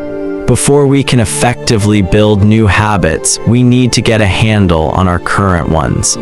This can be more challenging than it sounds because once a habit is firmly rooted in your life, it is mostly non-conscious and automatic. If a habit remains mindless, you can't expect to improve it. As the psychologist Carl Jung said, until you make the unconscious conscious, it will direct your life and you will call it fate. The HABITS scorecard. The Japanese railway system is regarded as one of the best in the world. If you ever find yourself riding a train in Tokyo, you'll notice that the conductors have a peculiar habit. As each operator runs the train, they proceed through a ritual of pointing at different objects and calling out commands. When the train approaches a signal, the operator will point at it and say, "Signal is green." As the train pulls into and out of each station, the operator will point at the speedometer and call out the exact speed. When it's time to leave, the operator will point at the timetable and state the time. Out on the platform, other employees are performing similar actions. Before each train departs, staff members will point along the edge of the platform and declare, "All clear." Every detail is identified, pointed at, and named aloud. This process, known as pointing and calling, is a safety system designed to reduce mistakes. It seems silly, but it works incredibly well. Pointing and calling reduces errors by up to 85% and cuts accidents by 30%. The MTA subway system in New York City adopted a modified version that is point only. And within 2 years of implementation, incidents of incorrectly berthed subways fell 57%. Pointing and calling is so effective because it raises the level of awareness from a non-conscious habit to a more conscious level. Because the train operators must use their eyes, hands, mouth, and ears, they are more likely to notice problems before something goes wrong. My wife does something similar. Whenever we are preparing to walk out the door for a trip, she verbally calls out the most essential items in her packing list. I've got my keys, I've got my wallet, I've got my glasses, I've got my husband. The more automatic a behavior becomes, the less likely we are to consciously think about it. And when we've done something 1,000 times before, we begin to overlook things. We assume that the next time will be just like the last. We're so used to doing what we've always done that we don't stop to question whether it's the right thing to do at all. Many of our failures in performance are largely attributable to a lack of self-awareness. One of our greatest challenges in changing habits is maintaining awareness of what we are actually doing. This helps explain why the consequences of bad habits can sneak up on us. We need a point-and-call system for our personal lives. That's the origin of the habit scorecard, which is a simple exercise you can use to become more aware of your behavior. To create your own, make a list of your daily habits. Here's a sample of where your list might start. Wake up, turn off alarm, check my phone, go to the bathroom, weigh myself, take a shower, brush my teeth, floss my teeth, put on deodorant, hang up towel to dry, get dressed, make a cup of tea, and so on. Once you have a full list, look at each behavior and ask yourself, is this a good habit, a bad habit, or a neutral habit? If it is a good habit, write plus next to it. If it is a bad habit, write. If it is a neutral habit, write equals. For example, the list above might look like this. Wake up, turn off alarm, check my phone, go to the bathroom, weigh myself, take a shower, brush my teeth, floss my teeth, put on deodorant, hang up towel to dry equals, get dressed, make a cup of tea. The marks you give to a particular habit will depend on your situation and your goals. For someone who is trying to lose weight, eating a bagel with peanut butter every morning might be a bad habit. For someone who is trying to bulk up and add muscle, the same behavior might be a good habit. It all depends on what you're working toward. Scoring your habits can be a bit more complex for another reason as well. The labels good habit and bad habit are slightly inaccurate. There are no good habits or bad habits. There are only effective habits. That is, effective at solving problems. All habits serve you in some way, even the bad ones, which is why you repeat them. For this exercise, categorize your habits by how they will benefit you in the long run. Generally speaking, good habits will have net positive outcomes. Bad habits have net negative outcomes.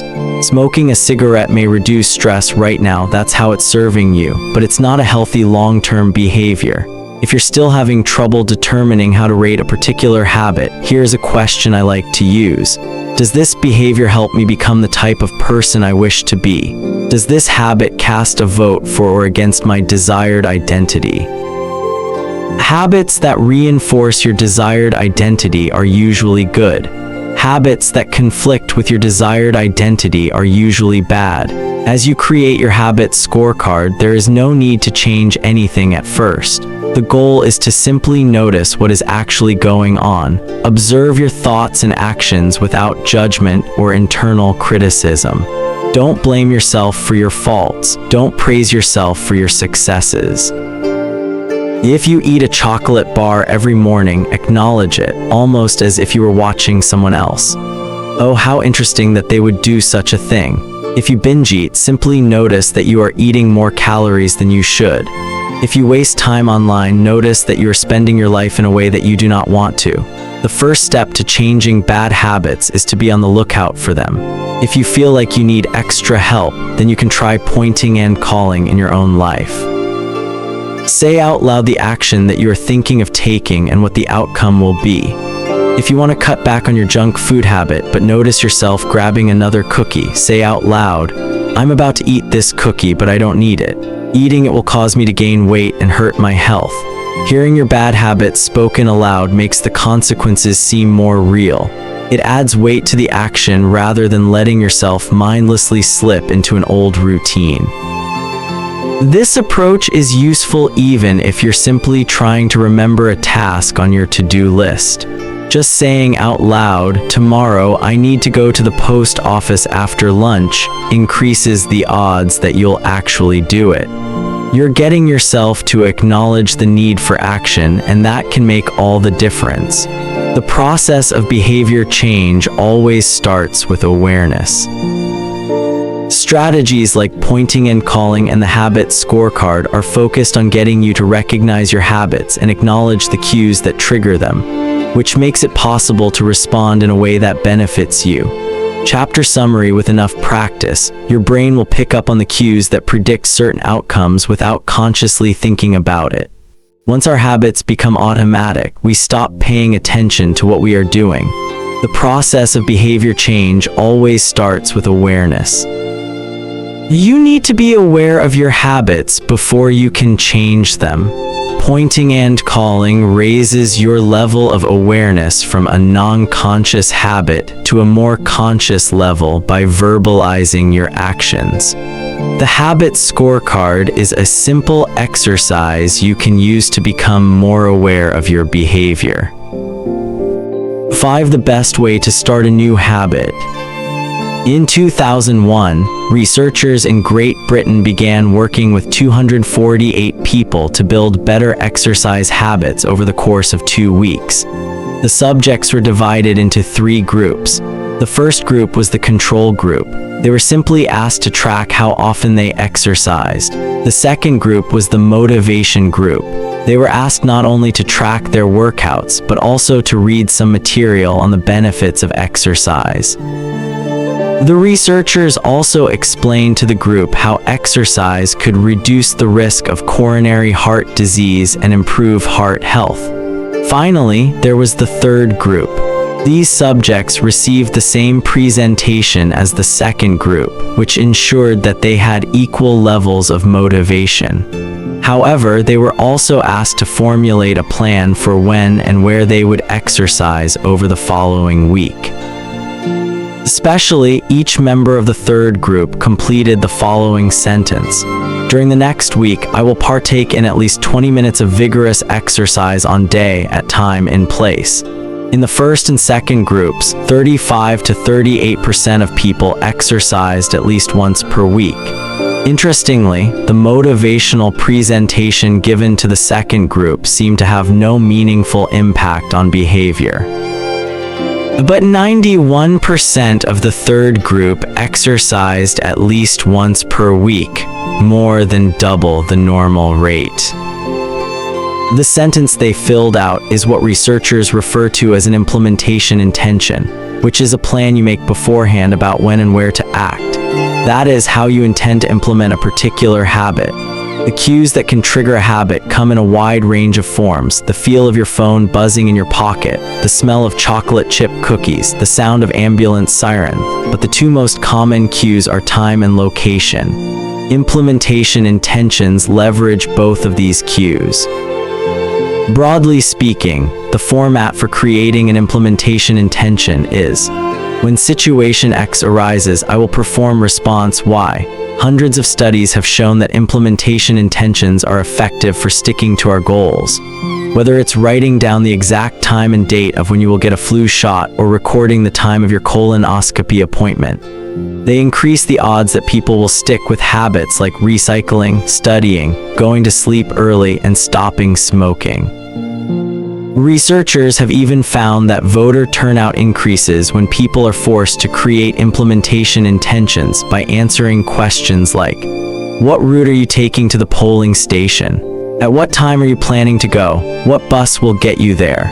Other successful government programs have prompted citizens to make a clear plan to send taxes in on time or provided directions on when and where to pay late traffic bills. The punchline is clear. People who make a specific plan for when and where they will perform a new habit are more likely to follow through. Too many people try to change their habits without these basic details figured out. We tell ourselves, I'm going to eat healthier or I'm going to write more, but we never say when and where these habits are going to happen.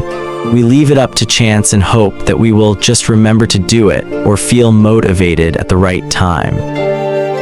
An implementation intention sweeps away foggy notions like, I want to work out more, or I want to be more productive, or I should vote, and transforms them into a concrete plan of action.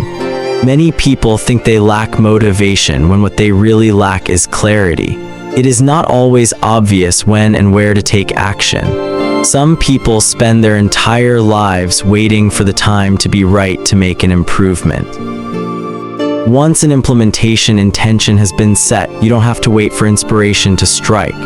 Do I write a chapter today or not? Do I meditate this morning or at lunch? When the moment of action occurs, there is no need to make a decision. Simply follow your predetermined plan. The simple way to apply this strategy to your habits is to fill out this sentence: I will behavior at time and location. Meditation: I will meditate for 1 minute at 7 a.m. in my kitchen. Studying: I will study Spanish for 20 minutes at 6 p.m. in my bedroom. Exercise. I will exercise for 1 hour at 5 p.m. in my local gym. Marriage. I will make my partner a cup of tea at 8 a.m. in the kitchen. If you aren't sure when to start your habit, try the first day of the week, month, or year. People are more likely to take action at those times because hope is usually higher. If we have hope, we have a reason to take action. A fresh start feels motivating. There is another benefit to implementation intentions.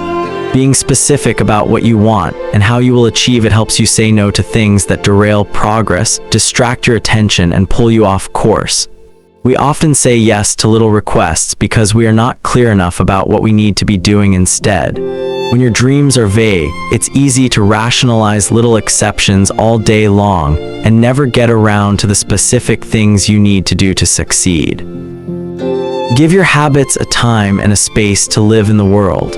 The goal is to make the time and location so obvious that, with enough repetition, you get an urge to do the right thing at the right time, even if you can't say why. As the writer Jason Zweig noted, obviously you're never going to just work out without conscious thought. But like a dog salivating at a bell, maybe you start to get antsy around the time of day you normally work out. There are many ways to use implementation intentions in your life and work. My favorite approach is one I learned from Stanford professor B.J. Fogg, and it is a strategy I refer to as habit stacking. Habit stacking, a simple plan to overhaul your habits. The French philosopher Denis Diderot lived nearly his entire life in poverty, but that all changed one day in 1765. Diderot's daughter was about to be married and he could not afford to pay for the wedding. Despite his lack of wealth, Diderot was well known for his role as the co-founder and writer of Encyclopedia, one of the most comprehensive encyclopedias of the time. When Catherine the Great, the Empress of Russia, heard of Diderot's financial troubles, her heart went out to him. She was a book lover and greatly enjoyed his encyclopedia. She offered to buy Diderot's personal library for £1,000, more than $150,000 today. Suddenly, Diderot had money to spare. With his new wealth, he not only paid for the wedding but also acquired a scarlet robe for himself. Diderot's scarlet robe was beautiful, so beautiful in fact that he immediately noticed how out of place it seemed when surrounded by his more common possessions. He wrote that there was no more coordination, no more unity, no more beauty between his elegant robe and the rest of his stuff. Diderot soon felt the urge to upgrade his possessions. He replaced his rug with one from Damascus. He decorated his home with expensive sculptures. He bought a mirror to place above the mantel and a better kitchen table. He tossed aside his old straw chair for a leather one. Like falling dominoes, one purchase led to the next. Diderot's behavior is not uncommon. In fact, the tendency for one purchase to lead to another one has a name: the Diderot effect. The Diderot effect states that obtaining a new possession often creates a spiral of consumption that leads to additional purchases. You can spot this pattern everywhere. You buy a dress and have to get new shoes and earrings to match. You buy a couch and suddenly question the layout of your entire living room. You buy a toy for your child and soon find yourself purchasing all of the accessories that go with it. It's a chain reaction of purchases. Many human behaviors follow this cycle. You often decide what to do next based on what you have just finished doing. Going to the bathroom leads to washing and drying your hands, which reminds you that you need to put the dirty towels in the laundry. So you add laundry detergent to the shopping list, and so on. No behavior happens in isolation. Each action becomes a cue that triggers the next behavior. Why is this important? When it comes to building new habits, you can use the connectedness of behavior to your advantage. One of the best ways to build a new habit is to identify a current habit you already do each day and then stack your new behavior on top. This is called habit stacking. Habit stacking is a special form of an implementation intention. Rather than pairing your new habit with a particular time and location, you pair it with a current habit. This method, which was created by BJ Fogg as part of his Tiny Habits program, can be used to design an obvious cue for nearly any habit. The habit stacking formula is, after current habit, I will new habit. For example, meditation. After I pour my cup of coffee each morning, I will meditate for 1 minute. Exercise. After I take off my work shoes, I will immediately change into my workout clothes. Gratitude. After I sit down to dinner, I will say one thing I'm grateful for that happened today. Marriage. After I get into bed at night, I will give my partner a kiss. Safety. After I put on my running shoes, I will text a friend or family member where I am running and how long it will take. A habit, STACKINGFIGORE 7. Habit stacking increases the likelihood that you'll stick with a habit by stacking your new behavior on top of an old one. This process can be repeated to chain numerous habits together, each one acting as the cue for the next. Your morning routine habit stack might look like this. After I pour my morning cup of coffee, I will meditate for 60 seconds. After I meditate for 60 seconds, I will write my to-do list for the day. After I write my to-do list for the day, I will immediately begin my first task, or consider this habit stack in the evening. After I finish eating dinner, I will put my plate directly into the dishwasher. After I put my dishes away, I will immediately wipe down the counter. After I wipe down the counter, I will set out my coffee mug for tomorrow morning. You can also insert new behaviors into the middle of your current routines. For example, you may already have a morning routine that looks like this. Wake up, make my bed, take a shower. Let's say you want to develop the habit of reading more each night. You can expand your habit stack and try something like, wake up, make my bed, place a book on my pillow, take a shower. Now when you climb into bed each night, a book will be sitting there waiting for you to enjoy. Overall, habit stacking allows you to create a set of simple rules that guide your future behavior. It's like you always have a game plan for which action should come next. Once you get comfortable with this approach, you can develop general habit stacks to guide you whenever the situation is appropriate. Exercise. When I see a set of stairs, I will take them instead of using the elevator. Social skills. When I walk into a party, I will introduce myself to someone I don't know yet. Finances. When I want to buy something over $100, I will wait 24 hours before purchasing. Healthy eating. When I serve myself a meal, I will always put veggies on my plate first. Minimalism. When I buy a new item, I will give something away. One in, one out. Mood. When the phone rings, I will take one deep breath and smile before answering. Forgetfulness. When I leave a public place, I will check the table and chairs to make sure I don't leave anything behind. No matter how you use this strategy, the secret to creating a successful habit stack is selecting the right cue to kick things off, unlike an implementation intention, which specifically states the time and location for a given behavior. Habit stacking implicitly has the time and location built into it. When and where you choose to insert a habit into your daily routine can make a big difference. If you're trying to add meditation into your morning routine, but mornings are chaotic and your kids keep running into the room, then that may be the wrong place and time. Consider when you're most likely to be successful. Don't ask yourself to do a habit when you're likely to be occupied with something else. Your cue should also have the same frequency as your desired habit. If you want to do a habit every day, but you stack it on top of a habit that only happens on Mondays, that's not a good choice.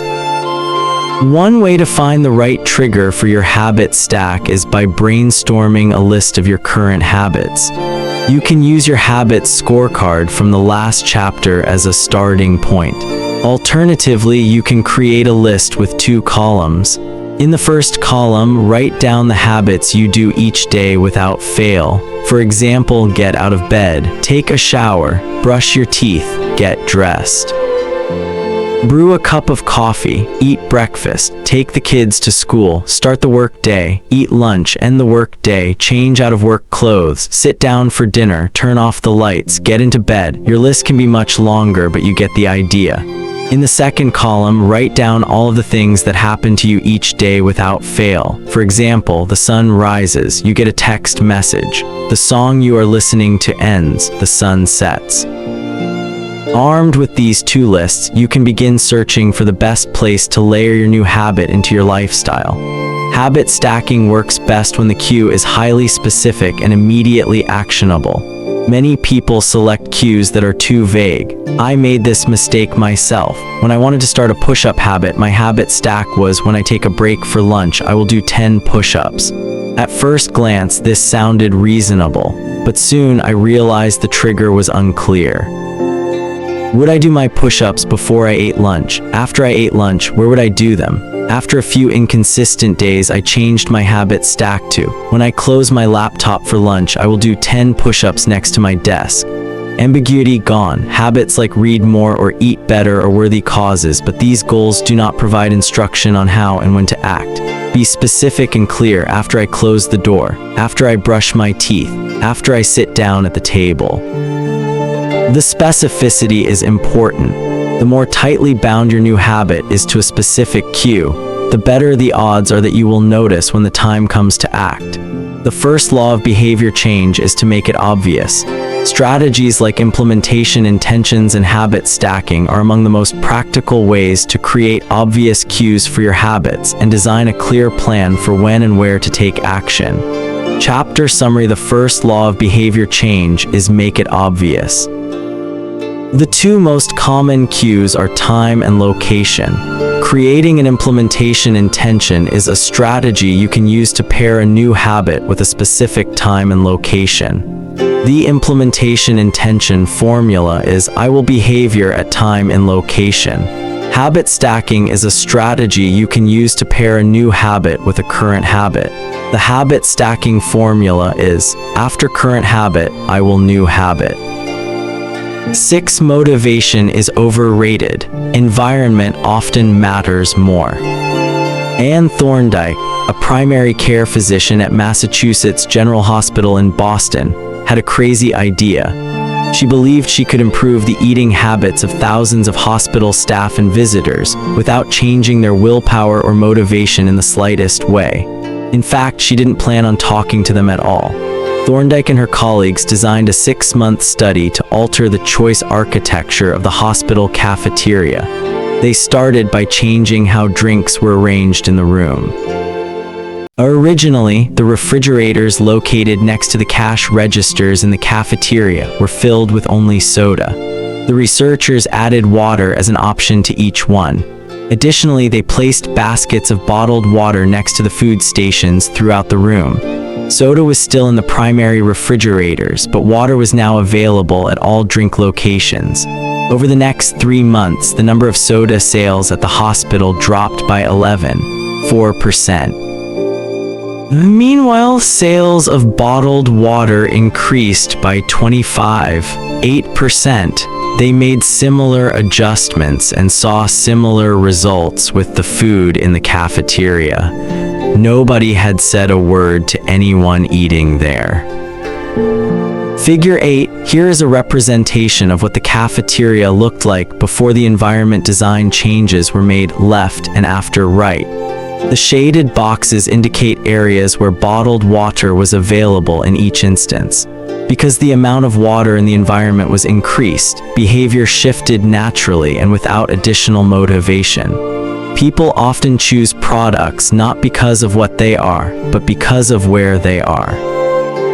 If I walk into the kitchen and see a plate of cookies on the counter, I'll pick up half a dozen and start eating, even if I hadn't been thinking about them beforehand and didn't necessarily feel hungry.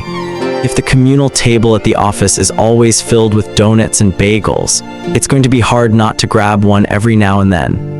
Your habits change depending on the room you are in and the cues in front of you. Environment is the invisible hand that shapes human behavior. Despite our unique personalities, certain behaviors tend to arise again and again under certain environmental conditions. In church, people tend to talk in whispers. On a dark street, people act wary and guarded. In this way, the most common form of change is not internal but external. We are changed by the world around us. Every habit is context dependent. In 1936, psychologist Kurt Lewin wrote a simple equation that makes a powerful statement. Behavior is a function of the person in their environment, or B equals FPE. It didn't take long for Lewin's equation to be tested in business. In 1952, the economist Hawkins Stern described a phenomenon he called suggestion impulse buying, which is triggered when a shopper sees a product for the first time and visualizes a need for it. In other words, customers will occasionally buy products not because they want them, but because of how they are presented to them. For example, items at eye level tend to be purchased more than those down near the floor. For this reason, you'll find expensive brand names featured in easy-to-reach locations on store shelves because they drive the most profit, while cheaper alternatives are tucked away in harder-to-reach spots. The same goes for end caps, which are the units at the end of aisles. End caps are money-making machines for retailers because they are obvious locations that encounter a lot of foot traffic. For example, 45% of Coca-Cola sales come specially from end-of-the-aisle racks. The more obviously available a product or service is, the more likely you are to try it. People drink Bud Light because it is in every bar and visit Starbucks because it is on every corner. We like to think that we are in control. If we choose water over soda, we assume it is because we wanted to do so. The truth, however, is that many of the actions we take each day are shaped not by purposeful drive and choice, but by the most obvious option. Every living being has its own methods for sensing and understanding the world. Eagles have remarkable long-distance vision. Snakes can smell by tasting the air with their highly sensitive tongues. Sharks can detect small amounts of electricity and vibrations in the water caused by nearby fish. Even bacteria have chemoreceptors, tiny sensory cells that allow them to detect toxic chemicals in their environment. In humans, perception is directed by the sensory nervous system. We perceive the world through sight, sound, smell, touch, and taste. But we also have other ways of sensing stimuli. Some are conscious, but many are non-conscious. For instance, you can notice when the temperature drops before a storm, or when the pain in your gut rises during a stomachache, or when you fall off balance while walking on rocky ground. Receptors in your body pick up on a wide range of internal stimuli, such as the amount of salt in your blood or the need to drink when thirsty. The most powerful of all human sensory abilities, however, is vision.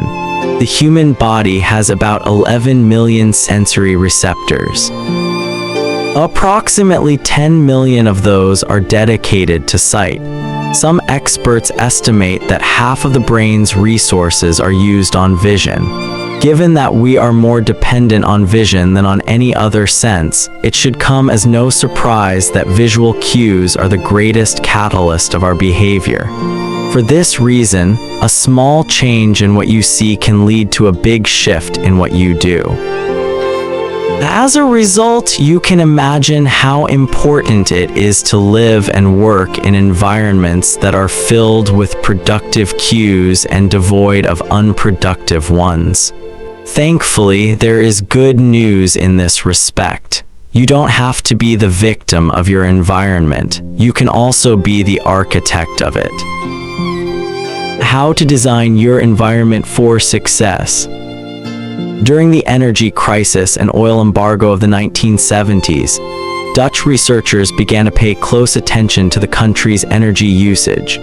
In one suburb near Amsterdam, they found that some homeowners used 30% less energy than their neighbors, despite the homes being of similar size and getting electricity for the same price.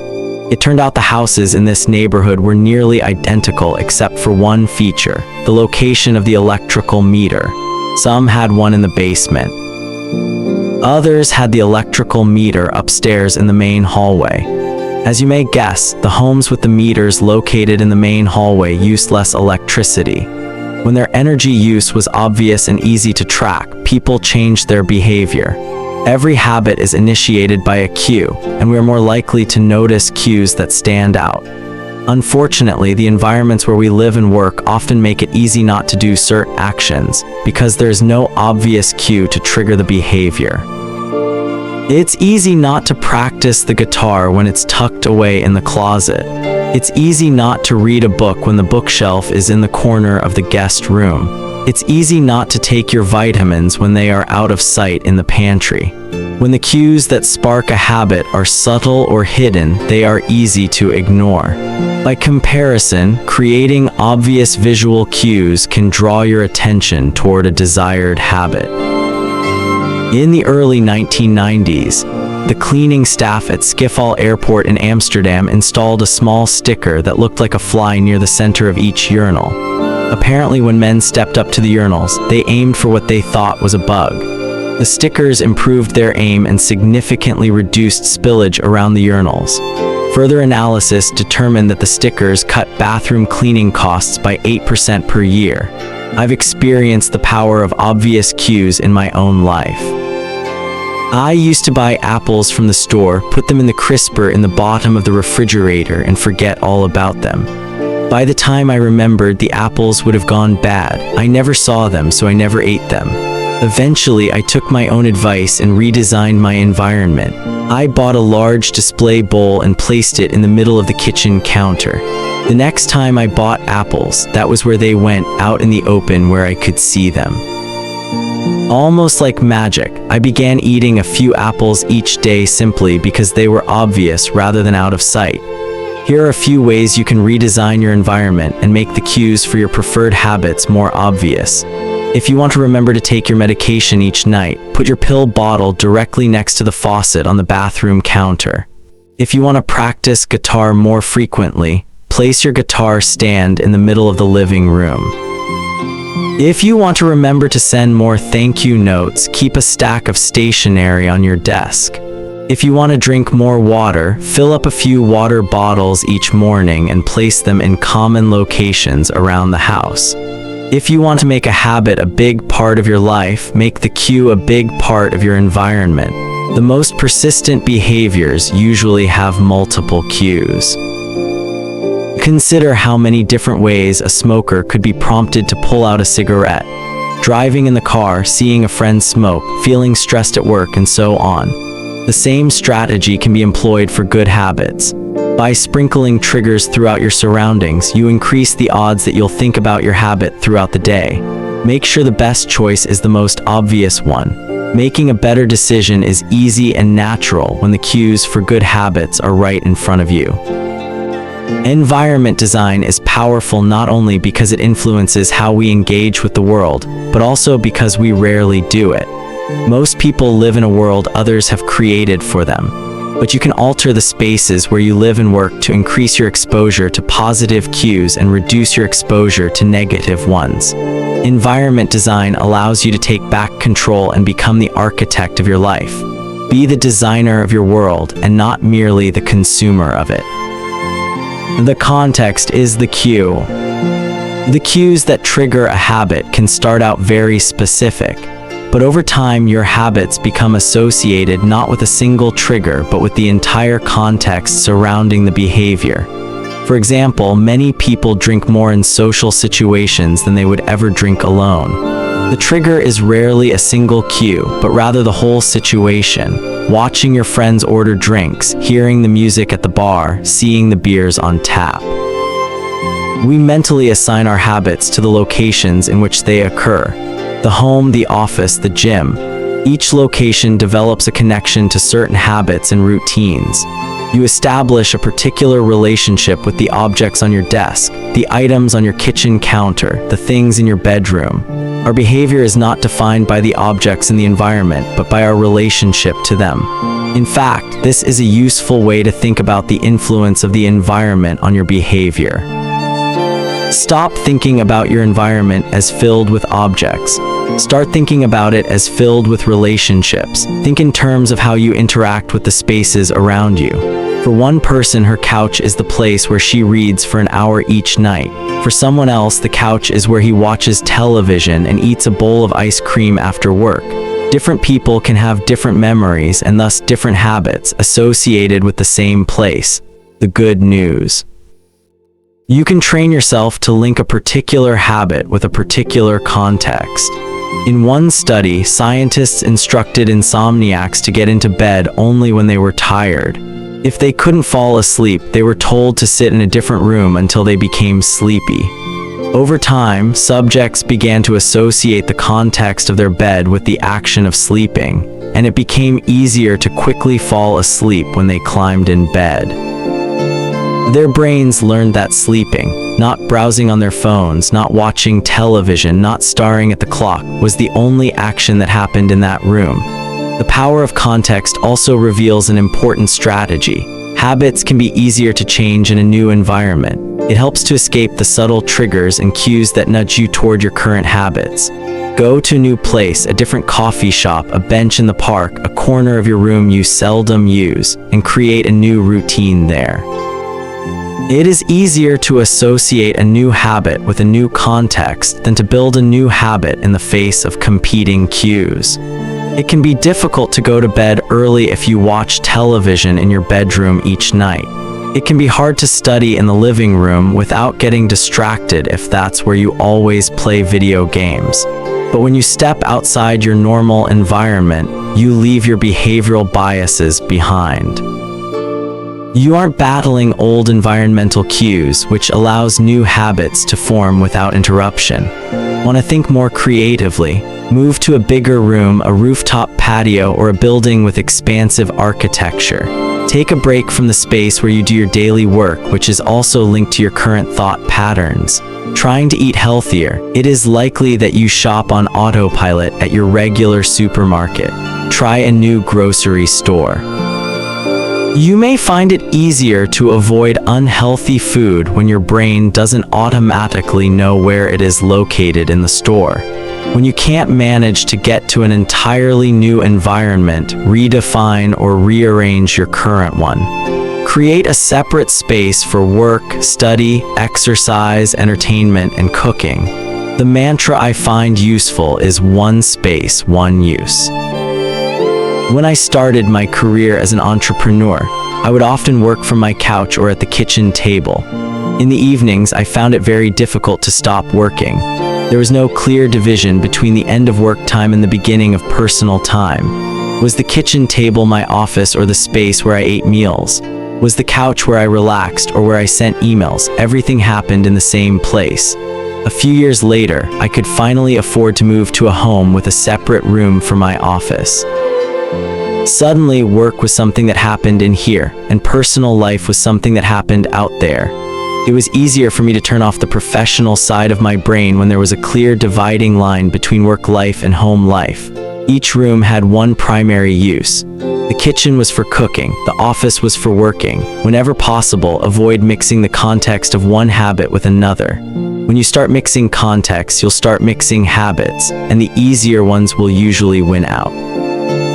This is one reason why the versatility of modern technology is both a strength and a weakness. You can use your phone for all sorts of tasks, which makes it a powerful device.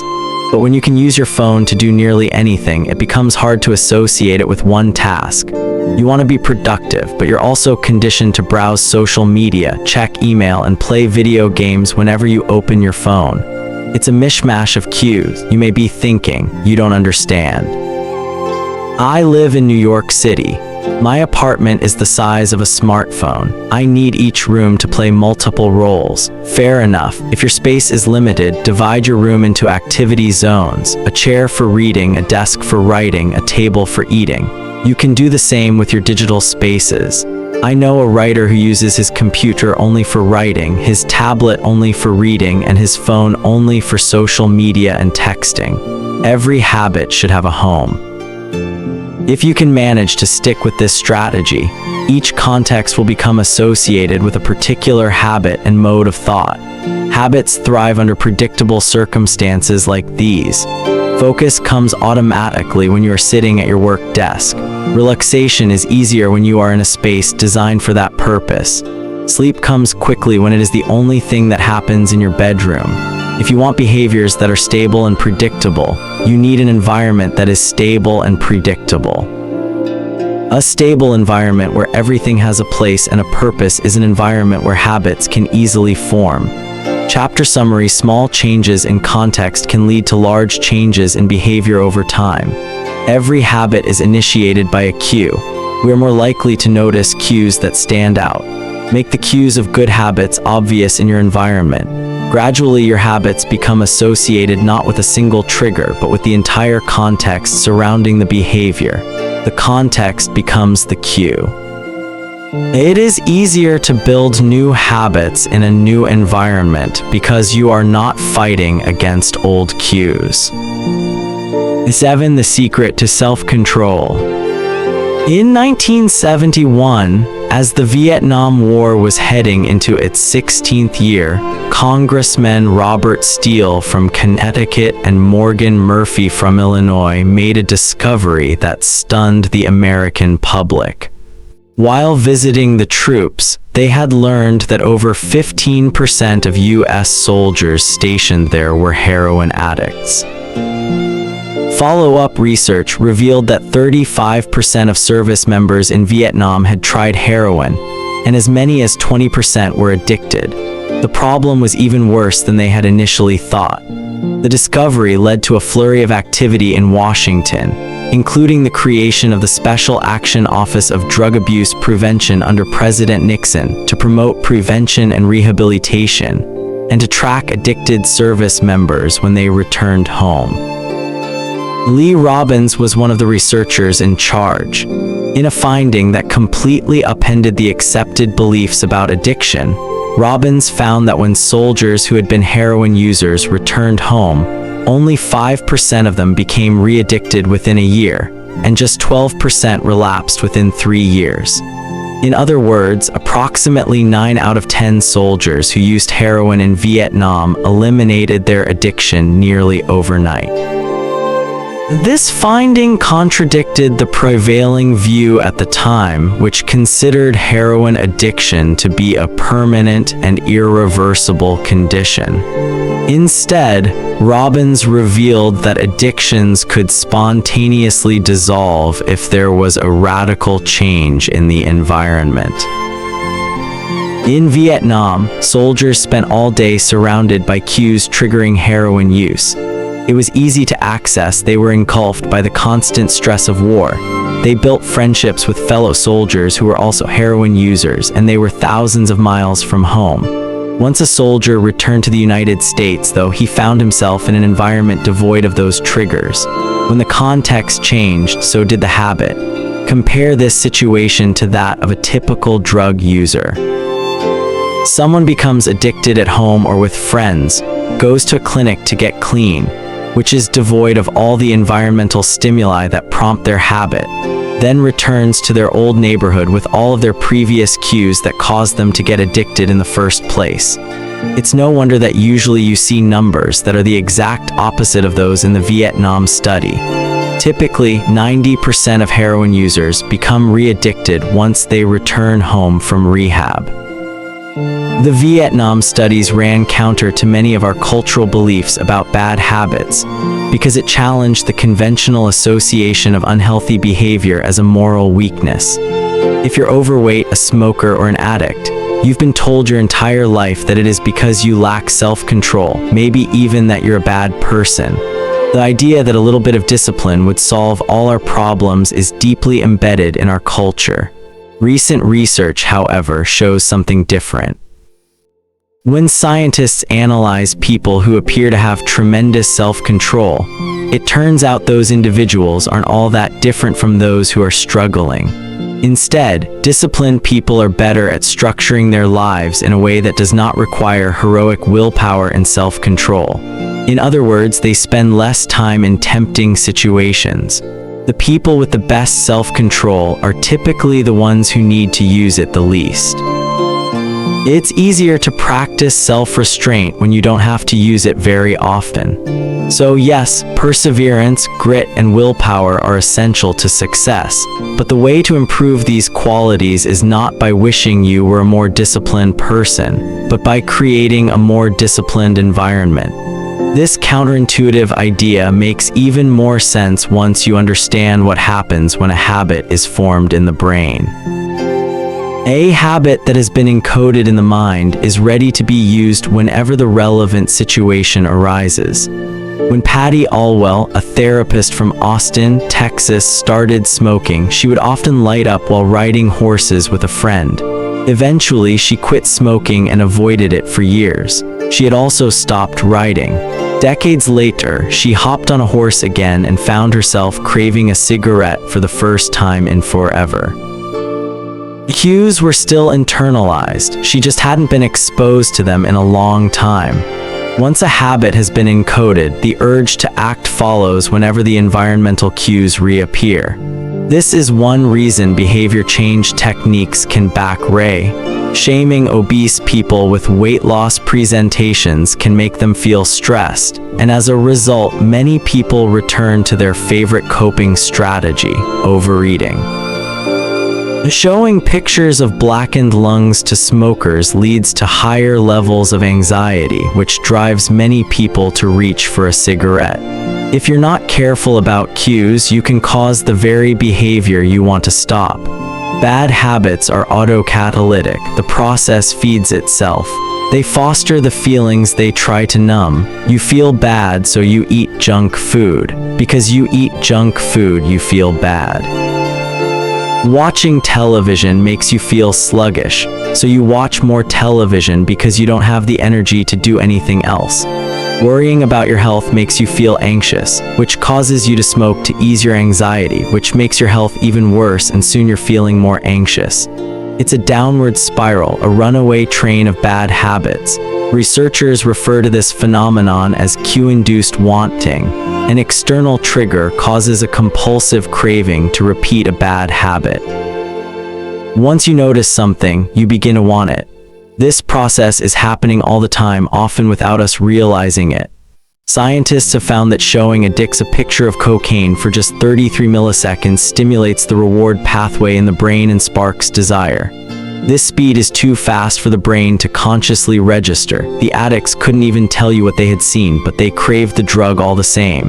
Here's the punch line: you can break a habit, but you're unlikely to forget it. Once the mental grooves of habit have been carved into your brain, they are nearly impossible to remove entirely, even if they go unused for quite a while. And that means that simply resisting temptation is an ineffective strategy. It is hard to maintain a Zen attitude in a life filled with interruptions. It takes too much energy. In the short run, you can choose to overpower temptation. In the long run, we become a product of the environment that we live in. To put it bluntly, I have never seen someone consistently stick to positive habits in a negative environment. A more reliable approach is to cut bad habits off at the source. One of the most practical ways to eliminate a bad habit is to reduce exposure to the cue that causes it. If you can't seem to get any work done, leave your phone in another room for a few hours. If you're continually feeling like you're not enough, stop following social media accounts that trigger jealousy and envy. If you're wasting too much time watching television, move the TV out of the bedroom. If you're spending too much money on electronics, quit reading reviews of the latest tech gear. If you're playing too many video games, unplug the console and put it in a closet after each use. This practice is an inversion of the first law of behavior change. Rather than make it obvious, you can make it invisible. I'm often surprised by how effective simple changes like these can be. Remove a single cue and the entire habit often fades away. Self-control is a short-term strategy, not a long-term one. You may be able to resist temptation once or twice, but it's unlikely you can muster the willpower to override your desires every time. Instead of summoning a new dose of willpower whenever you want to do the right thing, your energy would be better spent optimizing your environment. This is the secret to self-control. Make the cues of your good habits obvious and the cues of your bad habits invisible. A chapter summary: the inversion of the first law of behavior change is make it invisible. Once a habit is formed, it is unlikely to be forgotten. People with high self-control tend to spend less time in tempting situations. It's easier to avoid temptation than resist it. One of the most practical ways to eliminate a bad habit is to reduce exposure to the cue that causes it. Self-control is a short-term strategy, not a long-term one. How to create a good habit. The first law, make it obvious. Fill out the habits scorecard. Write down your current habits to become aware of them. Use implementation intentions. I will behavior at time in location. Use habit stacking. After current habit, I will new habit. Design your environment. Make the cues of good habits obvious and visible. The second law, make it attractive. The third law, make it easy. The fourth law, make it satisfying. How to break a bad habit. Inversion of the first law, make it invisible. Reduce exposure. Remove the cues of your bad habits from your environment. Inversion of the second law, make it unattractive. Inversion of the third law, make it difficult. Inversion of the fourth law, make it unsatisfying. The 2 and D law, make it attractive. 8. How to make a habit irresistible. In the 1940s, a Dutch scientist named Nico Tinbergen performed a series of experiments that transformed our understanding of what motivates us. Tinbergen, who eventually won a Nobel Prize for his work, was investigating herring gulls, the gray and white birds often seen flying along the seashores of North America. Adult herring gulls have a small red dot on their beak, and Tinbergen noticed that newly hatched chicks would peck this spot whenever they wanted food. To begin one experiment, he created a collection of fake cardboard beaks, just a head without a body.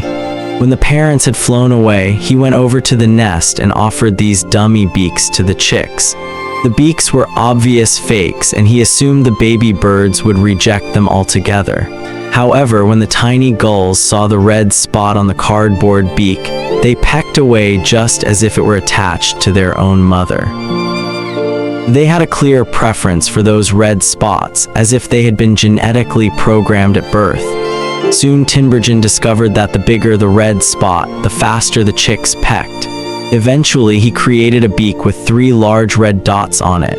When he placed it over the nest, the baby birds went crazy with delight. They pecked at the little red patches as if it was the greatest beak they had ever seen.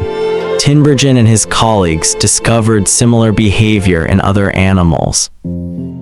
For example, the greylag goose is a ground-nesting bird. Occasionally, as the mother moves around on the nest, one of the eggs will roll out and settle on the grass nearby. Whenever this happens, the goose will waddle over to the egg and use its beak and neck to pull it back into the nest. Tinbergen discovered that the goose will pull any nearby round object, such as a billiard ball or a light bulb, back into the nest. The bigger the object, the greater their response. One goose even made a tremendous effort to roll a volleyball back and sit on top. Like the baby gulls automatically pecking at red dots, the greylag goose was following an instinctive rule. When I see a round object nearby, I must roll it back into the nest. The bigger the round object, the harder I should try to get it. It's like the brain of each animal is preloaded with certain rules for behavior, and when it comes across an exaggerated version of that rule, it lights up like a Christmas tree. Scientists refer to these exaggerated cues as supernormal stimuli. A supernormal stimulus is a heightened version of reality, like a beak with 3 red dots or an egg the size of a volleyball, and it elicits a stronger response than usual. Humans are also prone to fall for exaggerated versions of reality. Junk food, for example, drives our reward systems into a frenzy. After spending hundreds of thousands of years hunting and foraging for food in the wild, the human brain has evolved to place a high value on salt, sugar, and fat.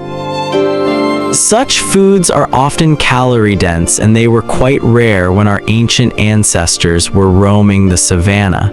When you do know where your next meal is coming from, eating as much as possible is an excellent strategy for survival. Today, however, we live in a calorie-rich environment. Food is abundant, but your brain continues to crave it like it is scarce. Placing a high value on salt, sugar, and fat is no longer advantageous to our health.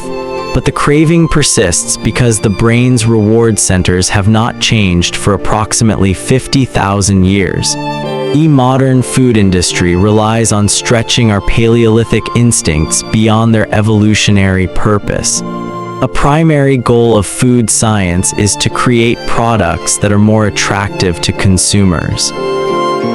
Nearly every food in a bag, box, or jar has been enhanced in some way, if only with additional flavoring. Companies spend millions of dollars to discover the most satisfying level of crunch in a potato chip or the perfect amount of fizz in a soda.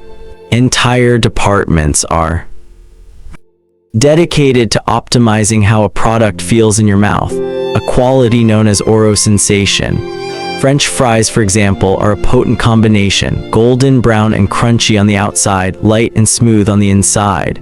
Other processed foods enhance dynamic contrast, which refers to items with a combination of sensations, like crunchy and creamy. Imagine the gooiness of melted cheese on top of a crispy pizza crust, or the crunch of an Oreo cookie combined with its smooth center. With natural, unprocessed foods, you tend to experience the same sensations over and over. How's that 17th bite of kale taste? After a few minutes, your brain loses interest and you begin to feel full. But foods that are high in dynamic contrast keep the experience novel and interesting, encouraging you to eat more. Ultimately, such strategies enable food scientists to find the bliss point for each product, the precise combination of salt, sugar, and fat that excites your brain and keeps you coming back for more. The result, of course, is that you overeat because hyperpalatable foods are more attractive to the human brain. As Stephan Guyenet, a neuroscientist who specializes in eating behavior and obesity, says, "We've gotten too good at pushing our own buttons." The modern food industry and the overeating habits it has spawned is just one example of the second law of behavior change: make it attractive. The more attractive an opportunity is, the more likely it is to become habit-forming. Look around. Society is filled with highly engineered versions of reality that are more attractive than the world our ancestors evolved in. Stores feature mannequins with exaggerated hips and breasts to sell clothes. Social media delivers more likes and praise in a few minutes than we could ever get in the office or at home. Online porn splices together stimulating scenes at a rate that would be impossible to replicate in real life. Advertisements are created with a combination of ideal lighting, professional makeup, and photoshopped edits. Even the model doesn't look like the person in the final image.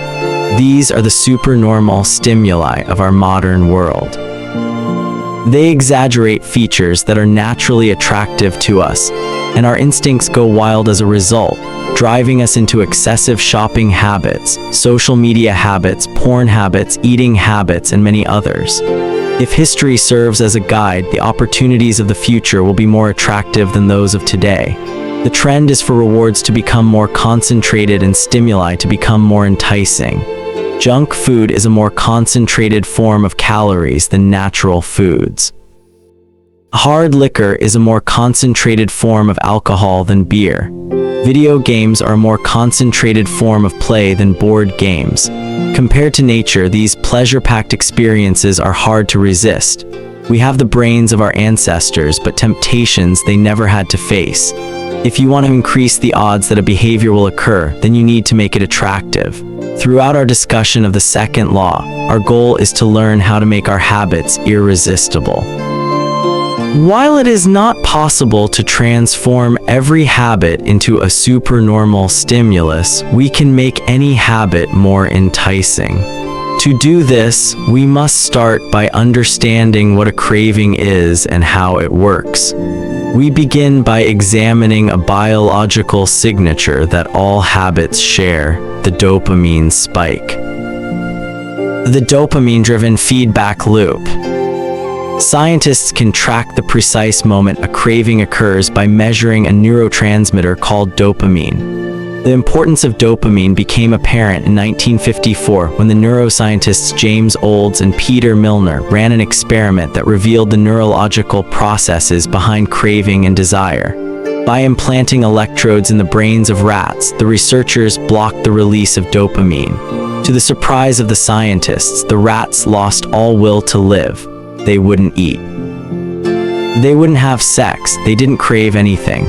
Within a few days, the animals died of thirst. In follow-up studies, other scientists also inhibited the dopamine-releasing parts of the brain, but this time they squirted little droplets of sugar into the mouths of the dopamine-depleted rats.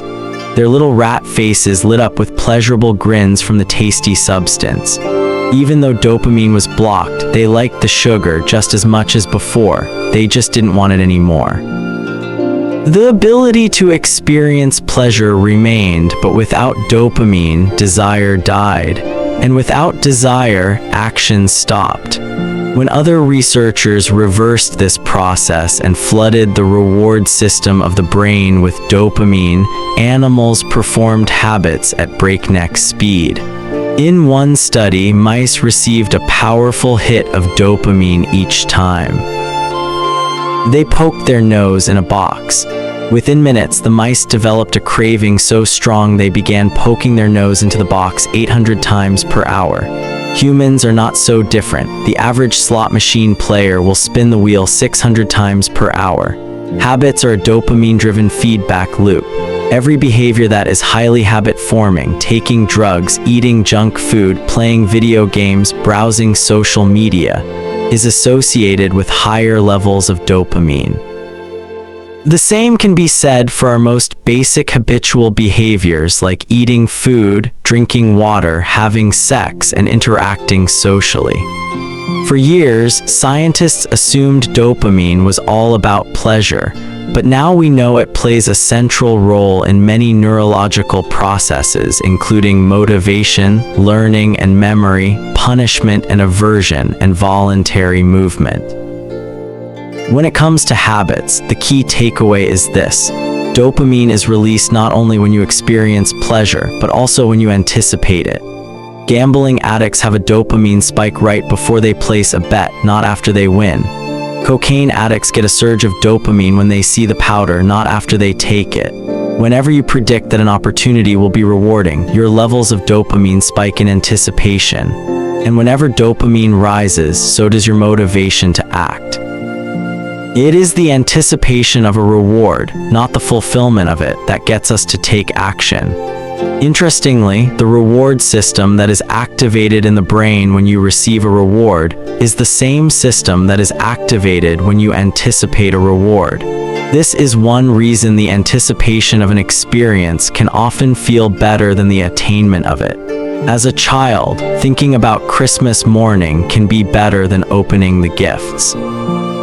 As an adult, daydreaming about an upcoming vacation can be more enjoyable than actually being on vacation.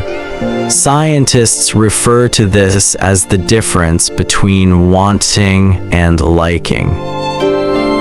The dopamine spike. Figure 9. Before a habit is learned, A. Dopamine is released when the reward is experienced for the first time. The next time around, B. Dopamine rises before taking action, immediately after a cue is recognized. This spike leads to a feeling of desire and a craving to take action whenever the cue is spotted. Once a habit is learned, dopamine will not rise when a reward is experienced because you already expect the reward.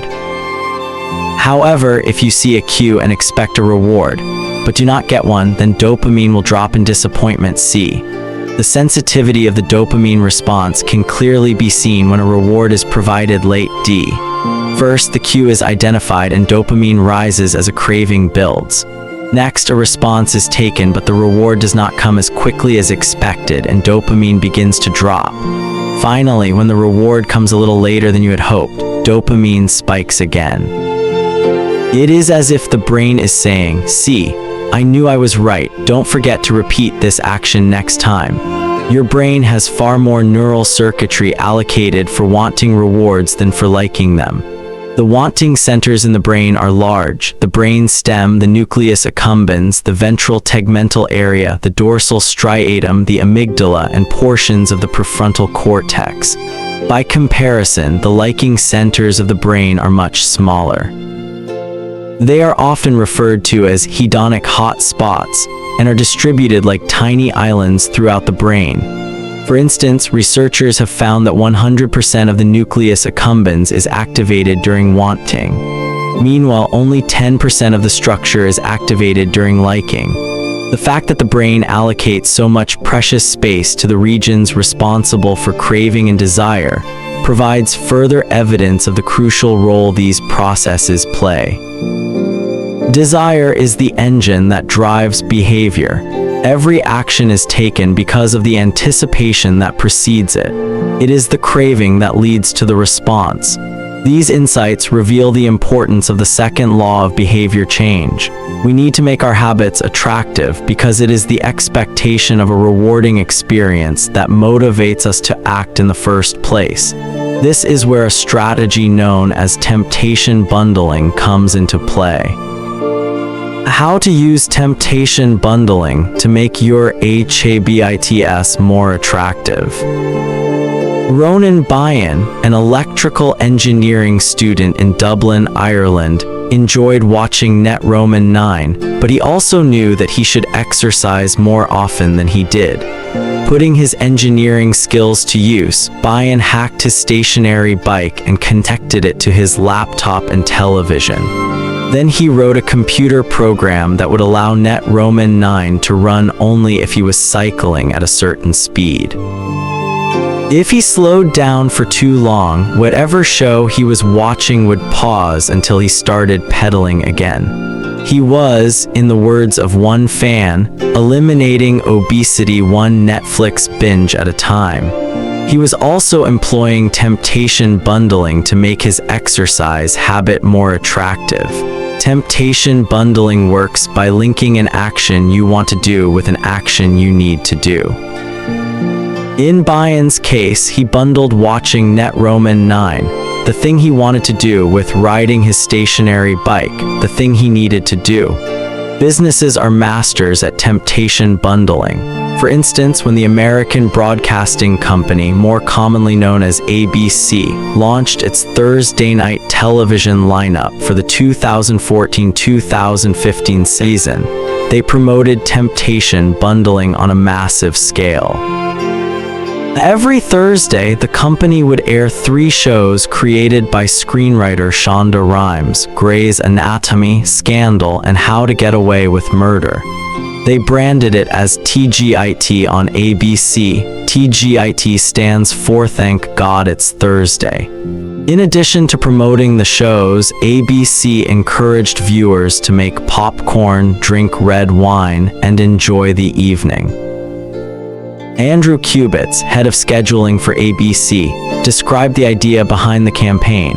"We see Thursday night as a viewership opportunity, with either couples or women by themselves who want to sit down and escape and have fun and drink their red wine and have some popcorn." The brilliance of this strategy is that ABC was associating the thing they needed viewers to do, watch their shows, with activities their viewers already wanted to do: relax, drink wine, and eat popcorn. Over time, people began to connect watching ABC with feeling relaxed and entertained. If you drink red wine and eat popcorn at 8 p.m. every Thursday, then eventually 8 p.m. on Thursday means relaxation and entertainment. The reward gets associated with the cue, and the habit of turning on the television becomes more attractive. You're more likely to find a behavior attractive if you get to do one of your favorite things at the same time. Perhaps you want to hear about the latest celebrity gossip, but you need to get in shape. Using temptation bundling, you could only read the tabloids and watch reality shows at the gym. Maybe you want to get a pedicure, but you need to clean out your email inbox. Solution: only get a pedicure while processing overdue work emails. Temptation bundling is one way to apply a psychology theory known as Premack's principle. Named after the work of Professor David Premack, the principle states that more probable behaviors will reinforce less probable behaviors. In other words, even if you don't really want to process overdue work emails, you'll become conditioned to do it if it means you get to do something you really want to do along the way. You can even combine temptation bundling with the habit stacking strategy we discussed in Chapter 5 to create a set of rules to guide your behavior. The habit stacking plus temptation bundling formula is: after current habit, I will habit I need. After habit I need, I will habit I want. If you want to read the news but you need to express more gratitude after I get my morning coffee, I will say one thing I'm grateful for that happened yesterday need. After I say one thing I'm grateful for, I will read the news want. If you want to watch sports but you need to make sales calls after I get back from my lunch break, I will call 3 potential clients need. After I call 3 potential clients, I will check ESPN want. If you want to check Facebook but you need to exercise more, after I pull out my phone, I will do 10 burpees need. After I do 10 burpees, I will check Facebook want. The hope is that eventually you'll look forward to calling 3 clients or doing 10 burpees because it means you get to read the latest sports news or check Facebook. Doing the thing you need to do means you get to do the thing you want to do. We began this chapter by discussing supernormal stimuli, which are heightened versions of reality that increase our desire to take action. Temptation bundling is one way to create a heightened version of any habit by connecting it with something you already want. Engineering a truly irresistible habit is a hard task, but this simple strategy can be employed to make nearly any habit more attractive than it would be otherwise. Chapter summary: the second law of behavior change is make it attractive. The more attractive an opportunity is, the more likely it is to become habit-forming. Habits are a dopamine-driven feedback loop. When dopamine rises, so does our motivation to act. It is the anticipation of a reward, not the fulfillment of it, that gets us to take action. The greater the anticipation, the greater the dopamine spike. Temptation bundling is one way to make your habits more attractive. The strategy is to pair an action you want to do with an action you need to do. 9. The role of family and friend S in shaping. In 1965, a Hungarian man named Laszlo Polgar wrote a series of strange letters to a woman named Clara. Laszlo was a firm believer in hard work. In fact, it was all he believed in. He completely rejected the idea of innate talent. He claimed that with deliberate practice and the development of good habits, a child could become a genius in any field. His mantra was, "A genius is not born, but is educated and trained." Laszlo believed in this idea so strongly that he wanted to test it with his own children. And he was writing to Clara because he needed a wife willing to jump on board. Clara was a teacher, and although she may not have been as adamant as Laszlo, she also believed that with proper instruction, anyone could advance their skills. Laszlo decided chess would be a suitable field for the experiment, and he laid out a plan to raise his children to become chess prodigies. The kids would be homeschooled, a rarity in Hungary at the time. The house would be filled with chess books and pictures of famous chess players. The children would play against each other constantly and compete in the best tournaments they could find. The family would keep a meticulous file system of the tournament history of every competitor the children faced. Their lives would be dedicated to chess. Laszlo successfully courted Clara, and within a few years the Polgars were parents to 3 young girls, Susan, Soa, and Judith. Susan, the oldest, began playing chess when she was 4 years old. Within 6 months she was defeating adults, so the middle child did even better. By 14 she was a world champion, and a few years later she became a grandmaster. Judith, the youngest, was the best of all. By age 5, she could beat her father. At 12, she was the youngest player ever listed among the top 100 chess players in the world. At 15 years and 4 months old, she became the youngest grandmaster of all time, younger than Bobby Fischer, the previous record holder. For 27 years, she was the #1 ranked female chess player in the world. The childhood of the Polgar sisters was atypical, to say the least. And yet, if you ask them about it, they claim their lifestyle was attractive, even enjoyable. In interviews, the sisters talk about their childhood as entertaining rather than grueling. They loved playing chess. They couldn't get enough of it. Once Laszlo reportedly found Soa playing chess in the bathroom in the middle of the night. Encouraging her to go back to sleep, he said, "Soa, leave the pieces alone." To which she replied, "Daddy, they won't leave me alone." The Polgar sisters grew up in a culture that prioritized chess above all else, praised them for it, rewarded them for it. In their world, an obsession with chess was normal. And as we are about to see, whatever habits are normal in your culture are among the most attractive behaviors you'll find. The seductive pull of social norms. Humans are herd animals. We want to fit in, to bond with others, and to earn the respect and approval of our peers. Such inclinations are essential to our survival. For most of our evolutionary history, our ancestors lived in tribes. Becoming separated from the tribe, or worse, being cast out, was a death sentence. The lone wolf dies, but the pack survives. Meanwhile, those who collaborated and bonded with others enjoyed increased safety, mating opportunities, and access to resources. As Charles Darwin noted, in the long history of humankind, those who learned to collaborate and improvise most effectively have prevailed.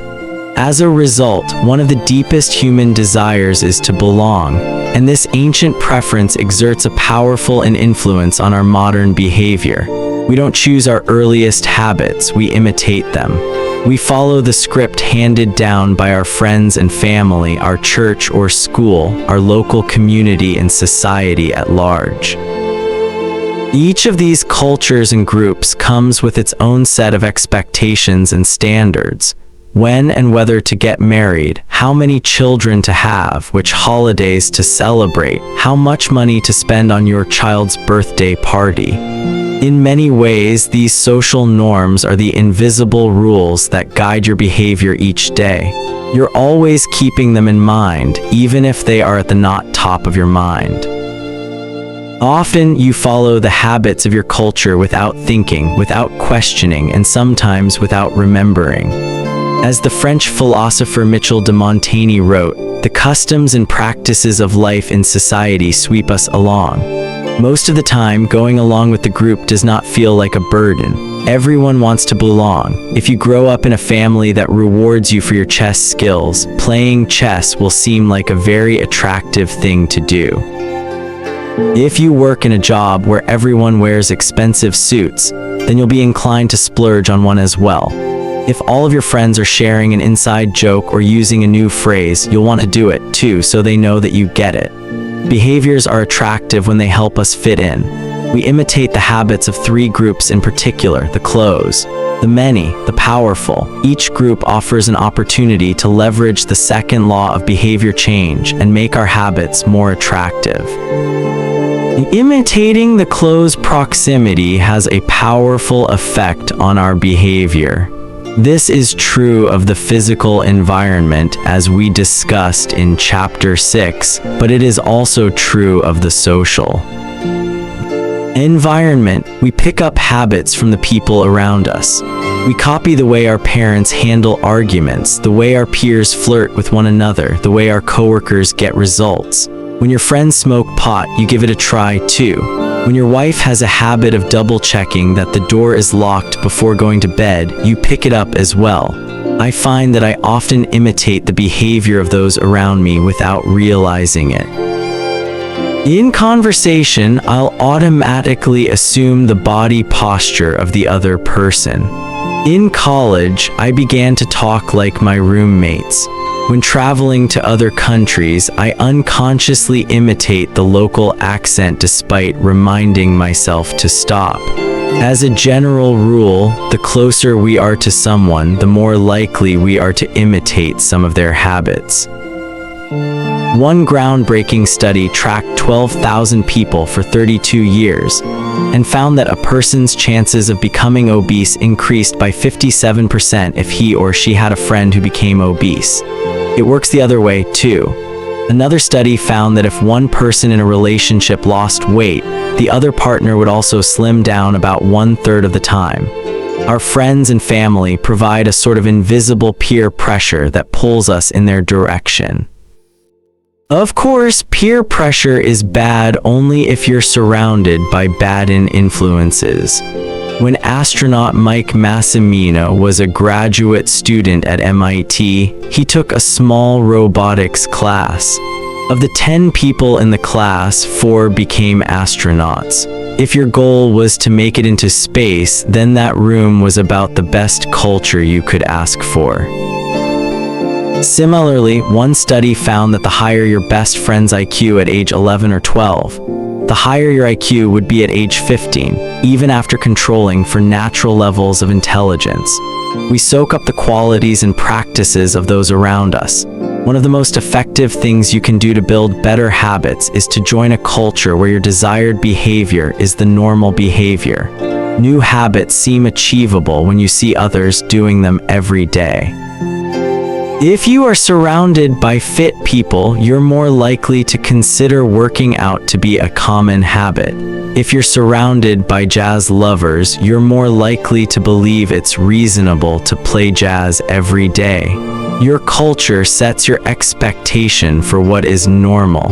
Surround yourself with people who have the habits you want to have yourself. You'll rise together. To make your habits even more attractive, you can take this strategy one step further. Join a culture where 1, your desired behavior is the normal behavior, and 2, you already have something in common with the group. Steve Kam, an entrepreneur in New York City, runs a company called Nerd Fitness, which helps nerds, misfits, and mutants lose weight, get strong, and get healthy. His clients include video game lovers, movie fanatics, and average Joes who want to get in shape. Many people feel out of place the first time they go to the gym or try to change their diet. But if you are already similar to the other members of the group in some way, say your mutual love of Star Wars, change becomes more appealing because it feels like something people like you already do. Nothing sustains motivation better than belonging to the tribe. It transforms a personal quest into a shared one. Previously, you were on your own. Your identity was singular. You are a reader. You are a musician. You are an athlete. When you join a book club or a band or a cycling group, your identity becomes linked to those around you. Growth and change is no longer an individual pursuit. We are readers, we are musicians, we are cyclists. Each shared identity begins to reinforce your personal identity. This is why remaining part of a group after achieving a goal is crucial to maintaining your habits. It's friendship and community that embed a new identity and help behaviors last over the long run. Imitating the many in the 1950s, psychologist Solomon Asch conducted a series of experiments that are now taught to legions of undergrads each year. To begin each experiment, the subject entered the room with a group of strangers. Unbeknownst to them, the other participants were actors planted by the researcher and instructed to deliver scripted answers to certain questions. The group would be shown one card with a line on it, and then a second card with a series of lines. Each person was asked to select the line on the second card that was similar in length to the line on the first card. It was a very simple task.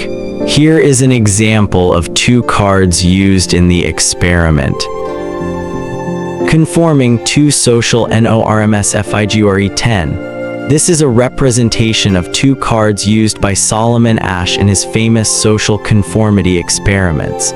The length of the line on the first card, left, is obviously the same as line C, but when a group of actors claimed it was a different length, the research subjects would often change their minds and go with the crowd rather than believe their own eyes.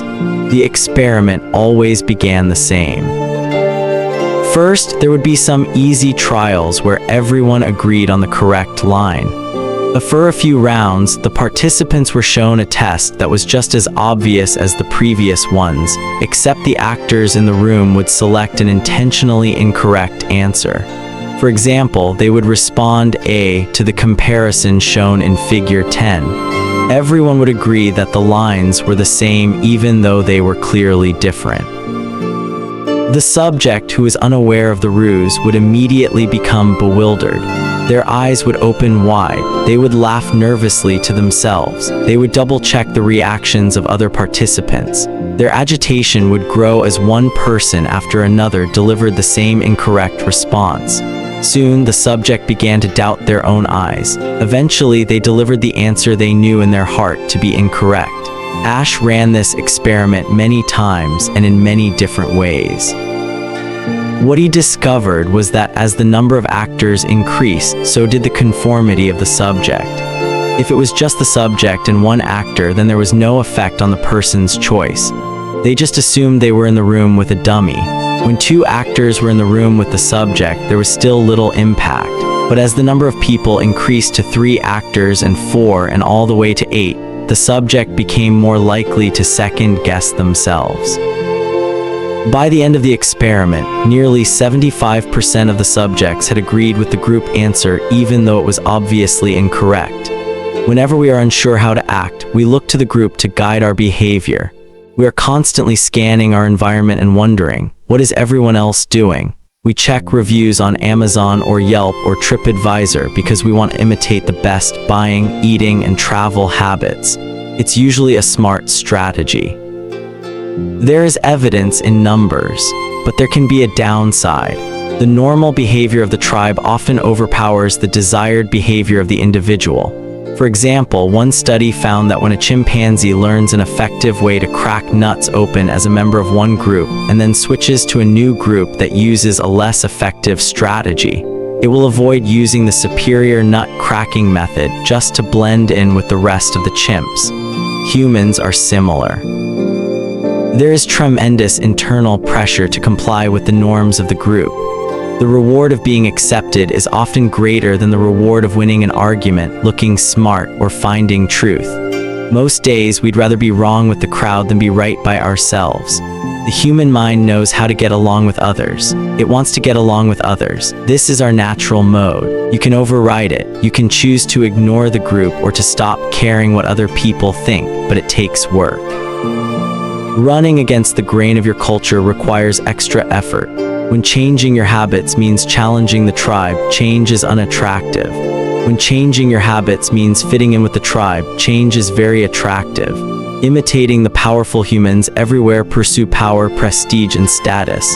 We want pins and medallions on our jackets. We want president or partner in our titles. We want to be acknowledged, recognized, and praised. His tendency can seem vain, but overall, it's a smart move. Historically, a person with greater power and status has access to more resources, worries less about survival, and proves to be a more attractive mate. We are drawn to behaviors that earn us respect, approval, admiration, and status. We want to be the one in the gym who can do muscle-ups, or the musician who can play the hardest chord progressions, or the parent with the most accomplished children, because these things separate us from the crowd. Once we fit in, we start looking for ways to stand out. This is one reason we care so much about the habits of highly effective people. We try to copy the behavior of successful people because we desire success ourselves. Many of our daily habits are imitations of people we admire. You replicate the marketing strategies of the most successful firms in your industry. You make a recipe from your favorite baker. You borrow the storytelling strategies of your favorite writer. You mimic the communication style of your boss. We imitate people we envy. High-status people enjoy the approval, respect, and praise of others. And that means if a behavior can get us approval, respect, and praise, we find it attractive. We are also motivated to avoid behaviors that would lower our status. We trim our hedges and mow our lawn because we don't want to be the slob of the neighborhood. When our mother comes to visit, we clean up the house because we don't want to be judged. We are continually wondering, what will others think of me? and altering our behavior based on the answer. The Polgar sisters, the chess prodigies mentioned at the beginning of this chapter, are evidence of the powerful and lasting impact social influences can have on our behavior. The sisters practiced chess for many hours each day and continued this remarkable effort for decades. But these habits and behaviors maintained their attractiveness in part because they were valued by their culture. From the praise of their parents to the achievement of different status markers like becoming a grandmaster, they had many reasons to continue their effort. Chapter summary: the culture we live in determines which behaviors are attractive to us. We tend to adopt habits that are praised and approved of by our culture because we have a strong desire to tee in and belong to the tribe. We tend to imitate the habits of three social groups: the close, family and friends; the many, the tribe; and the powerful, those with status and prestige. One of the most effective things you can do to build better habits is to join a culture where 1. Your desired behavior is the normal behavior, and 2. You already have something in common with the group. The normal behavior of the tribe often overpowers the desired behavior of the individual. Most days we'd rather be wrong with the crowd than be right by ourselves. If a behavior can get us approval, respect, and praise, we find it attractive. 10. How to find and fix the causes of your bad habits. In late 2012, I was sitting in an old apartment just a few blocks from Istanbul's most famous street, Istiklal Caddesi. I was in the middle of a 4-day trip to Turkey, and my guide Mike was relaxing in a worn-out armchair a few feet away. Mike wasn't really a guide. He was just a guy from Maine who had been living in Turkey for 5 years, but he offered to show me around while I was visiting the country, and I took him up on it. On this particular night, I had been invited to dinner with him and a handful of his Turkish friends. There were 7 of us, and I was the only one who hadn't at some point smoked at least 1 pack of cigarettes per day. I asked one of the Turks how he got started. "Friends," he said, "it always starts with your friends. One friend smokes, then you try it." What was truly fascinating was that half of the people in the room had managed to quit smoking.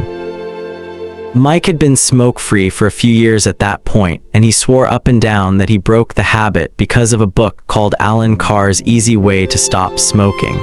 "It frees you from the mental burden of smoking," he said. "It tells you, stop lying to yourself. You know you don't actually want to smoke. You know you don't really enjoy this. It helps you feel like you're not the victim anymore. You start to realize that you don't need to smoke." I had never tried a cigarette, but I took a look at the book afterward out of curiosity. The author employs an interesting strategy to help smokers eliminate their cravings. He systematically reframes each cue associated with smoking and gives it a new meaning.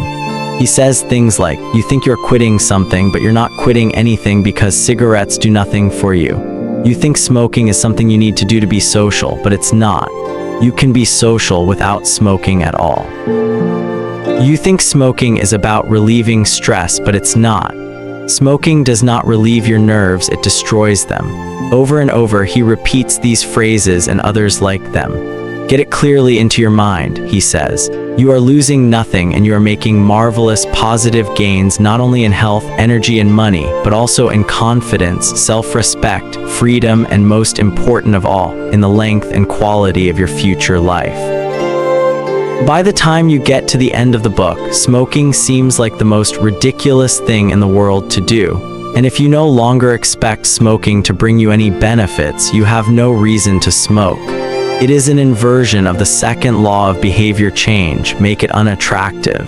Now, I know this idea might sound overly simplistic. Just change your mind and you can quit smoking. But stick with me for a minute. Where cravings come from, every behavior has a surface-level craving and a deeper underlying motive. I often have a craving that goes something like this: I want to eat tacos. If you were to ask me why I want to eat tacos, I wouldn't say, because I need food to survive. But the truth is, somewhere deep down, I'm motivated to eat tacos because I have to eat to survive. The underlying motive is to obtain food and water, even if my specific craving is for a taco. Some of our underlying motives include: conserve energy, obtain food and water, find love and reproduce, connect and bond with others, win social acceptance and approval, reduce uncertainty, achieve status and prestige. Craving is just a specific manifestation of a deeper underlying motive.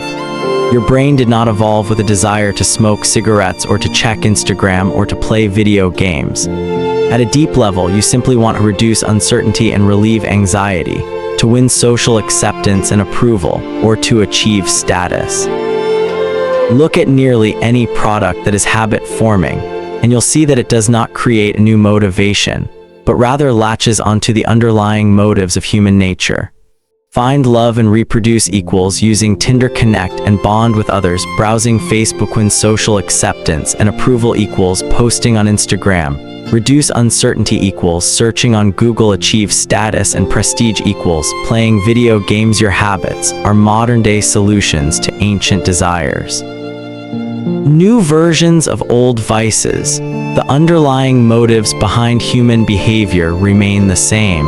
The specific habits we perform differ based on the period of history. Here's the powerful part: there are many different ways to address the same underlying motive. One person might learn to reduce stress by smoking a cigarette. Another person learns to ease their anxiety by going for a run. Your current habits are not necessarily the best way to solve the problems you face. They are just the methods you learned to use. Once you associate a solution with the problem you need to solve, you keep coming back to it. Habits are all about associations. These associations determine whether we predict a habit to be worth repeating or not, as we covered in our discussion of the first law. Your brain is continually absorbing information and noticing cues in the environment. Every time you perceive a cue, your brain runs a simulation and makes a prediction about what to do in the next moment. Cue, you notice that the stove is hot. Prediction, if I touch it I'll get burned, so I should avoid touching it. Cue, you see that the traffic light turned green. Prediction, if I step on the gas, I'll make it safely through the intersection and get closer to my destination, so I should step on the gas. You see a cue, categorize it based on past experience, and determine the appropriate response. This all happens in an instant, but it plays a crucial role in your habits because every action is preceded by a prediction. Life feels reactive, but it is actually predictive. All day long, you are making your best guess of how to act given what you've just seen and what has worked for you in the past. You are endlessly predicting what will happen in the next moment. Our behavior is heavily dependent on these predictions. Put another way, our behavior is heavily dependent on how we interpret the events that happen to us, not necessarily the objective reality of the events themselves. Two people can look at the same cigarette, and one feels the urge to smoke while the other is repulsed by the smell. The same cue can spark a good habit or a bad habit depending on your prediction. The cause of your habits is actually the prediction that precedes them. These predictions lead to feelings, which is how we typically describe a craving, a feeling, a desire, an urge. Feelings and emotions transform the cues we perceive, and the predictions we make into a signal that we can apply. They help explain what we are currently sensing. For instance, whether or not you realize it, you are noticing how warm or cold you feel right now. If the temperature drops by 1 degree, you probably won't do anything. If the temperature drops 10 degrees, however, you'll feel cold and put on another layer of clothing. Feeling cold was the signal that prompted you to act. You have been sensing the cues the entire time, but it is only when you predict that you would be better off in a different state that you take action. A craving is the sense that something is missing. It is the desire to change your internal state. When the temperature falls, there is a gap between what your body is currently sensing and what it wants to be sensing. This gap between your current state and your desired state provides a reason to act. Desire is the difference between where you are now and where you want to be in the future. Even the tiniest action is tinged with the motivation to feel differently than you do in the moment. When you binge eat or light up or browse social media, what you really want is not a potato chip or a cigarette or a bunch of likes. What you really want is to feel different. Our feelings and emotions tell us whether to hold steady in our current state or to make a change. They help us decide the best course of action. Neurologists have discovered that when emotions and feelings are impaired, we actually lose the ability to make decisions. We have no signal of what to pursue and what to avoid. As the neuroscientist Antonio Damasio explains, it is emotion that allows you to mark things as good, bad, or indifferent. To summarize, the specific cravings you feel and habits you perform are really an attempt to address your fundamental underlying motives. Whenever a habit successfully addresses a motive, you develop a craving to do it again. In time, you learn to predict that checking social media will help you feel loved or that watching YouTube will allow you to forget your fears. Habits are attractive when we associate them with positive feelings, and we can use this insight to our advantage rather than to our detriment. How to reprogram your brain to enjoy hard habits. You can make hard habits more attractive if you can learn to associate them with a positive experience. Sometimes all you need is a slight mindset shift. For instance, we often talk about everything we have to do in a given day. You have to wake up early for work. You have to make another sales call for your business. You have to cook dinner for your family. Now imagine changing just one word. You don't have to. You get to. You get to wake up early for work. You get to make another sales call for your business. You get to cook dinner for your family. By simply changing one word, you shift the way you view each event. You transition from seeing these behaviors as burdens and turn them into opportunities. The key point is that both versions of reality are true. You have to do those things, and you also get to do them. We can find evidence for whatever mindset we choose. I once heard a story about a man who uses a wheelchair.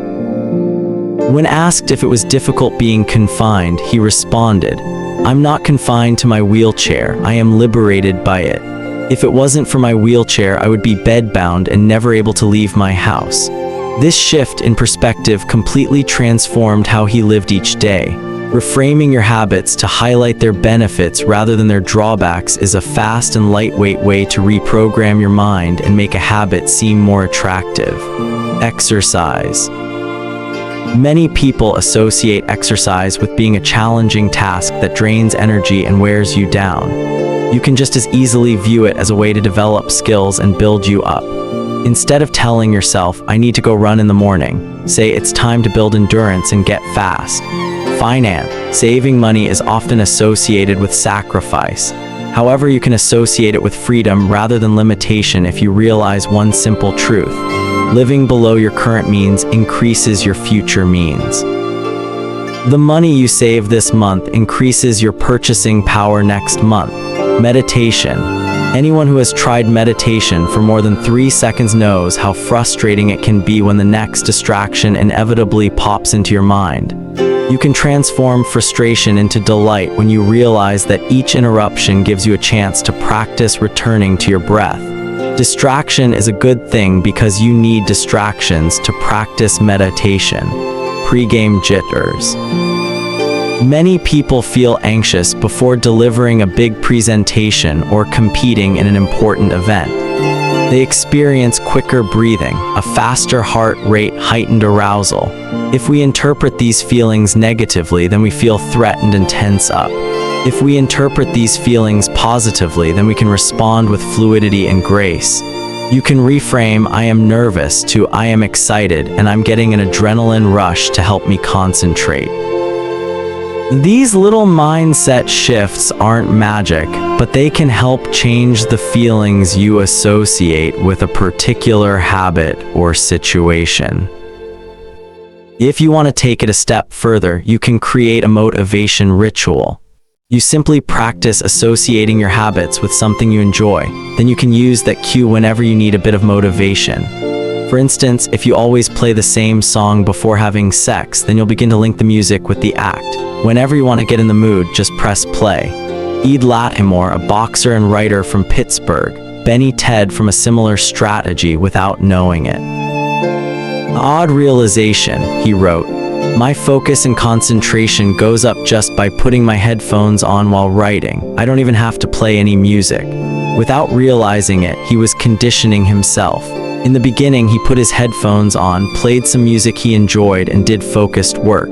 After doing it 5, 10, 20 times, putting his headphones on became a cue that he automatically associated with increased focus. The craving followed naturally.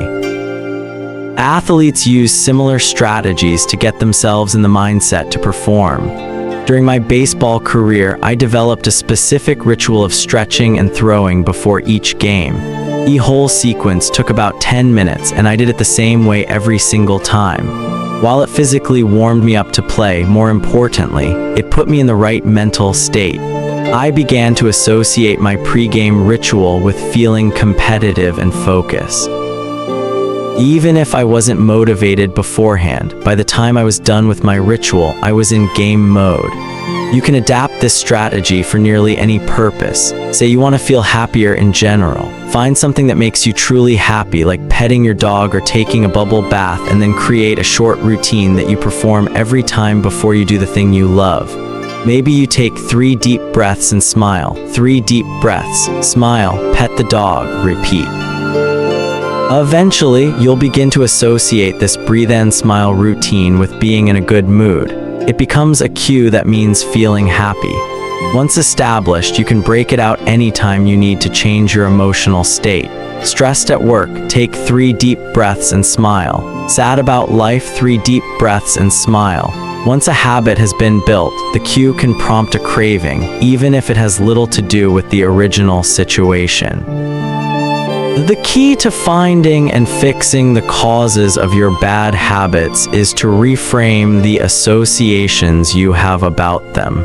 It's not easy, but if you can reprogram your predictions, you can transform a hard habit into an attractive one. Chapter summary: the inversion of the second law of behavior change is make it unattractive. Every behavior has a surface level craving and a deeper underlying motive. Your habits are modern-day solutions to ancient desires. The cause of your habits is actually the prediction that precedes them. The prediction leads to a feeling. Highlight the benefits of avoiding a bad habit to make it seem unattractive. Habits are attractive when we associate them with positive feelings and unattractive when we associate them with negative feelings. Create a motivation ritual by doing something you enjoy immediately before a difficult habit. How to create a good habit. The first law: make it obvious. Fill out the habits scorecard. Write down your current habits to become aware of them. Use implementation intentions. I will behavior at time in location. Use habit stacking. After current habit, I will new habit. Design your environment. Make the cues of good habits obvious and visible. The second law: make it attractive. Use temptation bundling. Pair an action you want to do with an action you need to do. Join a culture where your desired behavior is the normal behavior. Create a motivation ritual. Do something you enjoy immediately before a difficult habit. The third law: make it easy. The fourth law: make it satisfying. How to break a bad habit. Inversion of the first law: make it invisible. Reduce exposure. Remove the cues of your bad habits from your environment. Inversion of the second law: make it unattractive. Reframe your mindset. Highlight the benefits of avoiding your bad habits. Inversion of the third law: make it difficult. Inversion of the fourth law: make it unsatisfying. The 3RD law: make it easy. 11 walk slowly, but never backward. On the first day of class, Jerry Yulsman, a professor at the University of Florida, divided his film photography students into two groups. Everyone on the left side of the classroom, he explained, would be in the quantity group. They would be graded solely on the amount of work they produced. On the final day of class, he would tally the number of photos submitted by each student. 100 photos would rate an A, 90 photos a B, 80 photos a C, and so on. Meanwhile, everyone on the right side of the room would be in the quality group. They would be graded only on the excellence of their work. They would only need to produce one photo during the semester, but to get an A, it had to be a nearly perfect image. At the end of the term, he was surprised to find that all the best photos were produced by the quantity group. During the semester, these students were busy taking photos, experimenting with composition and lighting, testing out various methods in the darkroom, and learning from their mistakes. In the process of creating hundreds of photos, they honed their skills. Meanwhile, the quality group sat around speculating about perfection. In the end, they had little to show for their efforts other than unverified theories and one mediocre photo. It is easy to get bogged down trying to find the optimal plan for change, the fastest way to lose weight, the best program to build muscle, the perfect idea for a side hustle. We are so focused on figuring out the best approach that we never get around to taking action. As Voltaire once wrote, "E best is the enemy of the good." I refer to this as the difference between being in motion and taking action. The two ideas sound similar, but they're not the same. When you're in motion, you're planning and strategizing and learning. Those are all good things, but they don't produce a result. Action, on the other hand, is the type of behavior that will deliver an outcome. If I outline 20 ideas for articles I want to write, that's motion. If I actually sit down and write an article, that's action. If I search for a better diet plan and read a few books on the topic, that's motion. If I actually eat a healthy meal, that's action. Sometimes motion is useful, but it will never produce an outcome by itself. It doesn't matter how many times you go talk to the personal trainer, that motion will never get you in shape. Only the action of working out will get the result you're looking to achieve. If motion doesn't lead to results, why do we do it? Sometimes we do it because we actually need to plan or learn more. But more often than not, we do it because motion allows us to feel like we're making progress without running the risk of failure. Most of us are experts at avoiding criticism. It doesn't feel good to fail or to be judged publicly, so we tend to avoid situations where that might happen. And that's the biggest reason why you slip into motion rather than taking action. You want to delay failure. It's easy to be in motion and convince yourself that you're still making progress. You think, I've got conversations going with 4 potential clients right now. This is good, we're moving in the right direction. Or, I brainstormed some ideas for that book I want to write. This is coming together. Motion makes you feel like you're getting things done, but really you're just preparing to get something done. When preparation becomes a form of procrastination, you need to change something. You don't want to merely be planning, you want to be practicing. If you want to master a habit, the key is to start with repetition, not perfection. You don't need to map out every feature of a new habit, you just need to practice it. This is the first takeaway of the third law, you just need to get your reps in. How long does it actually take to form a new habit? Habit formation is the process by which a behavior becomes progressively more automatic through repetition. The more you repeat an activity, the more the structure of your brain changes to become efficient at that activity. Neuroscientists call this long-term potentiation, which refers to the strengthening of connections between neurons in the brain based on recent patterns of activity. With each repetition, cell-to-cell signaling improves and the neural connections tighten. First described by neuropsychologist Donald Hebb in 1949, this phenomenon is commonly known as Hebb's Law. Neurons that ray together wire together. Repeating a habit leads to clear physical changes in the brain.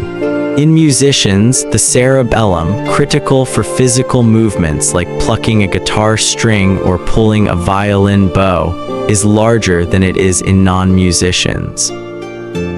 Mathematicians, meanwhile, have increased gray matter in the inferior parietal lobule, which plays a key role in computation and calculation.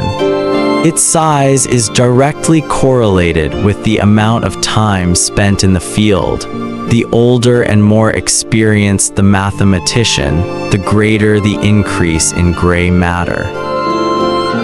When scientists analyzed the brains of taxi drivers in London, they found that the hippocampus, a region of the brain involved in spatial memory, was significantly larger in their subjects than in non-taxi drivers.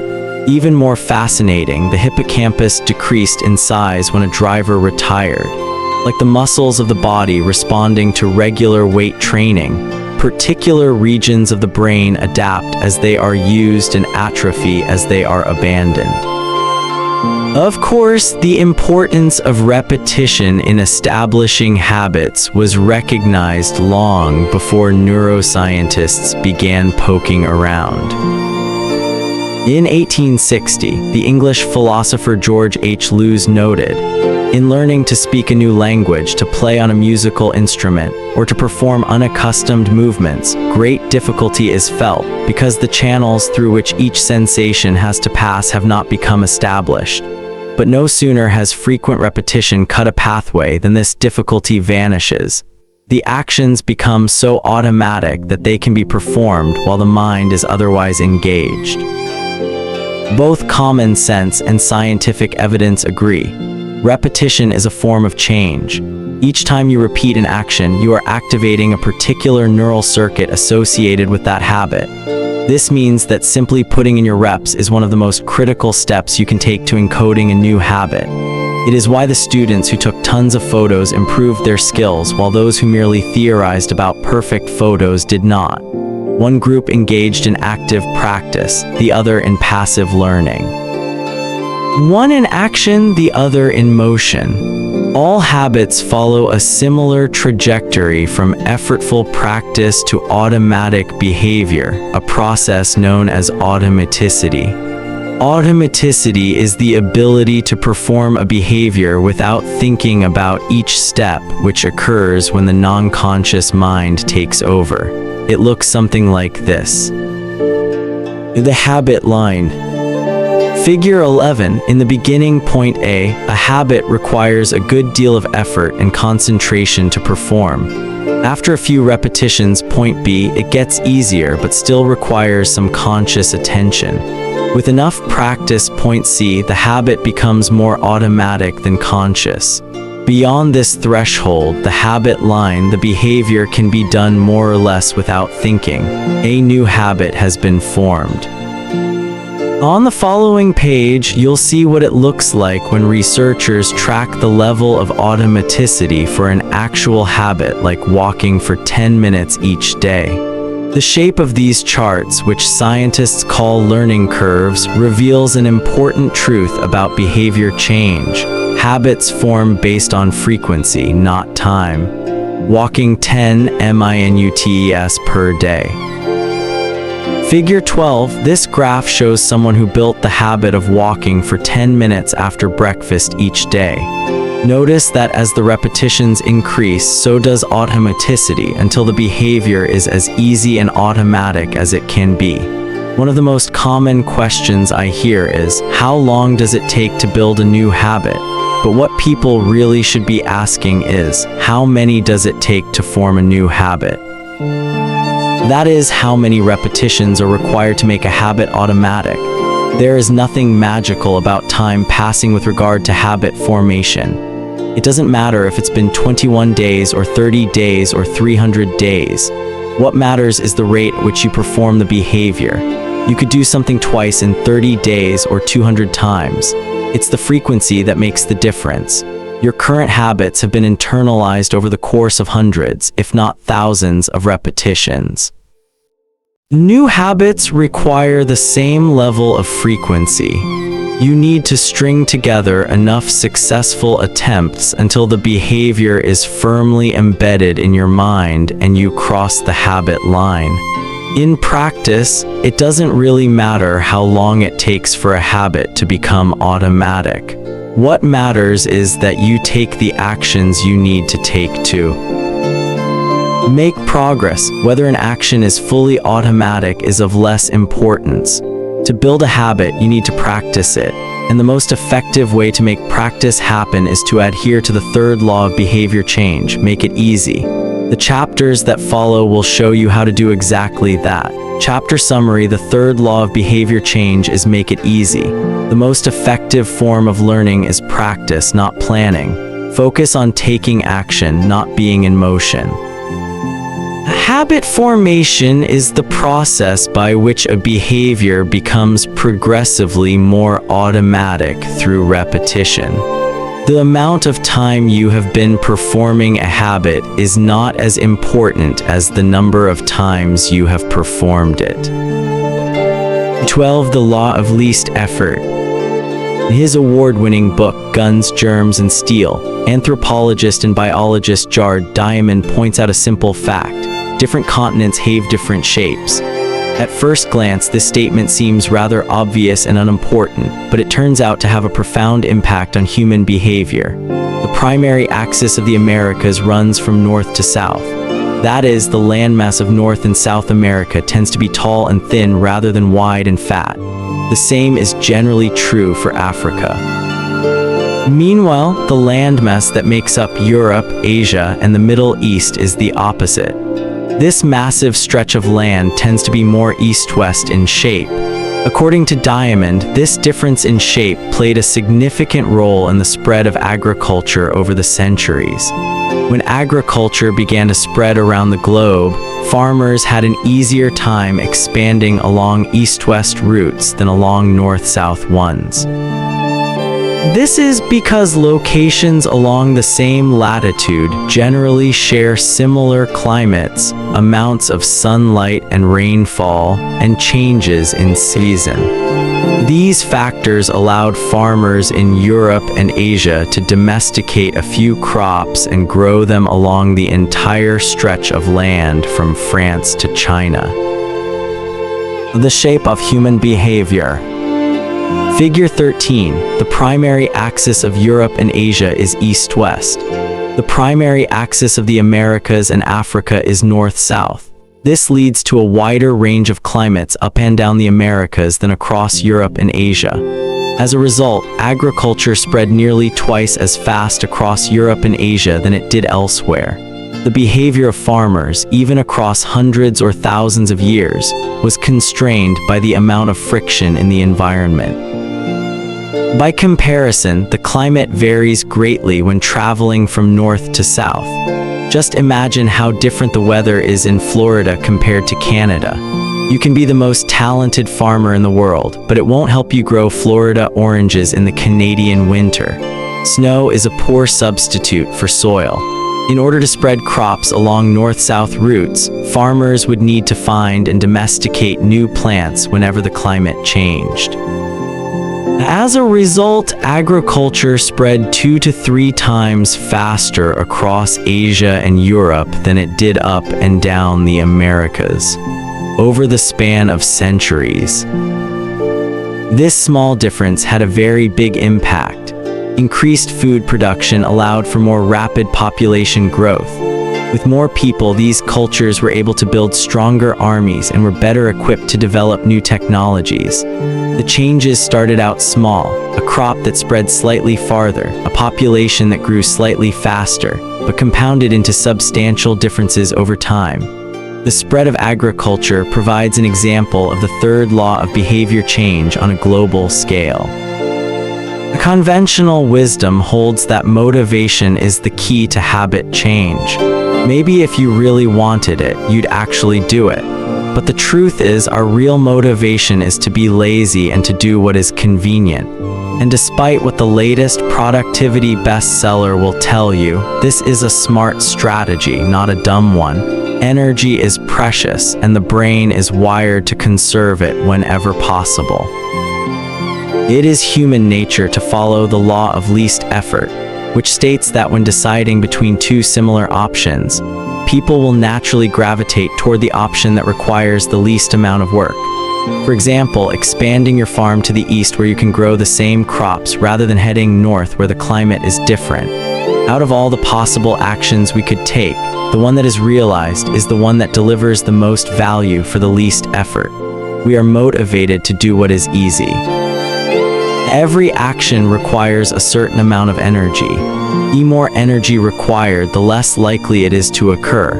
If your goal is to do 100 push-ups per day, that's a lot of energy. In the beginning, when you're motivated and excited, you can muster the strength to get started. But after a few days, such a massive effort feels exhausting. Meanwhile, sticking to the habit of doing 1 push-up per day requires almost no energy to get started.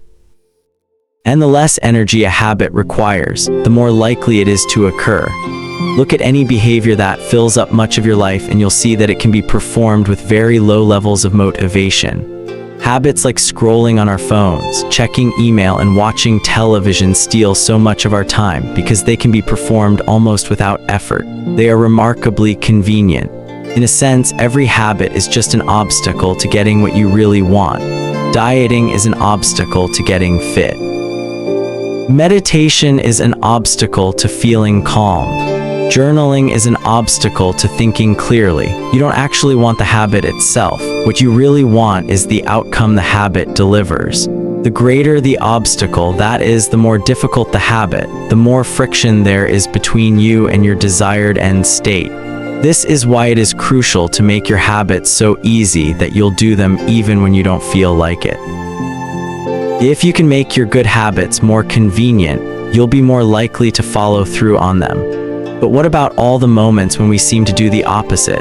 If we're all so lazy, then how do you explain people accomplishing hard things like raising a child or starting a business or climbing Mount Everest? Certainly, you are capable of doing very hard things. The problem is that some days you feel like doing the hard work and some days you feel like giving in. On the tough days, it's crucial to have as many things working in your favor as possible so that you can overcome the challenges life naturally throws your way.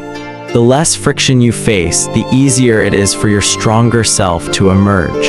The idea behind Make It Easy is not to only do easy things. The idea is to make it as easy as possible in the moment to do things that pay off in the long run. How to achieve more with less effort. Imagine you are holding a garden hose that is bent in the middle. Some water can flow through, but not very much.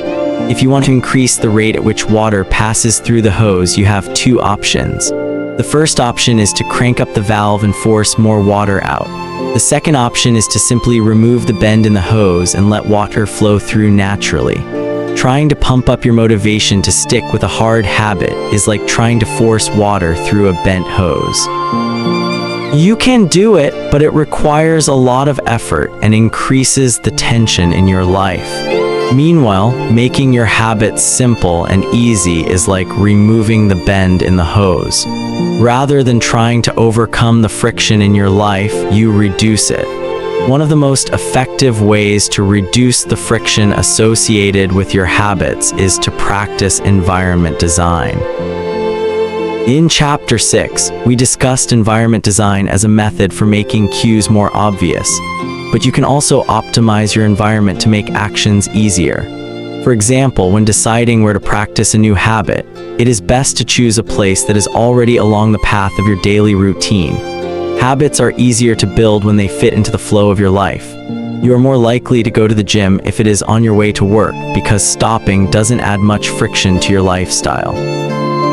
By comparison, if the gym is off the path of your normal commute, even by just a few blocks, now you're going out of your way to get there. Perhaps even more effective is reducing the friction within your home or office. Too often we try to start habits in high-friction environments. We try to follow a strict diet while we are out to dinner with friends. We try to write a book in a chaotic household. We try to concentrate while using a smartphone filled with distractions. It doesn't have to be this way. We can remove the points of friction that hold us back. This is precisely what electronics manufacturers in Japan began to do in the 1970s.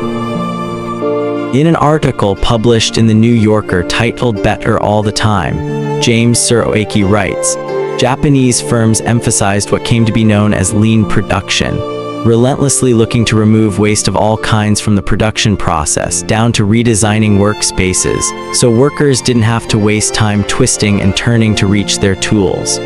The result was that Japanese factories were more efficient, and Japanese products were more reliable than American ones. In 1974, service calls for American-made color televisions were 5 times as common as for Japanese televisions. By 1979, it took American workers 3 times as long to assemble their sets. I like to refer to this strategy as addition by subtraction. The Japanese companies looked for every point of friction in the manufacturing process and eliminated it. As they subtracted wasted effort, they added customers and revenue. Similarly, when we remove the points of friction that sap our time and energy, we can achieve more with less effort. This is one reason tidying up can feel so good. We are simultaneously moving forward and lightening the cognitive load our environment places on us. If you look at the most habit-forming products, you'll notice that one of the things these goods and services do best is remove little bits of friction from your life. Meal delivery services reduce the friction of shopping for groceries. Dating apps reduce the friction of making social introductions. Ride-sharing services reduce the friction of getting across town. Text messaging reduces the friction of sending a letter in the mail. Like a Japanese television manufacturer redesigning their workspace to reduce wasted motion, successful companies design their products to automate, eliminate, or simplify as many steps as possible. They reduce the number of fields on each form.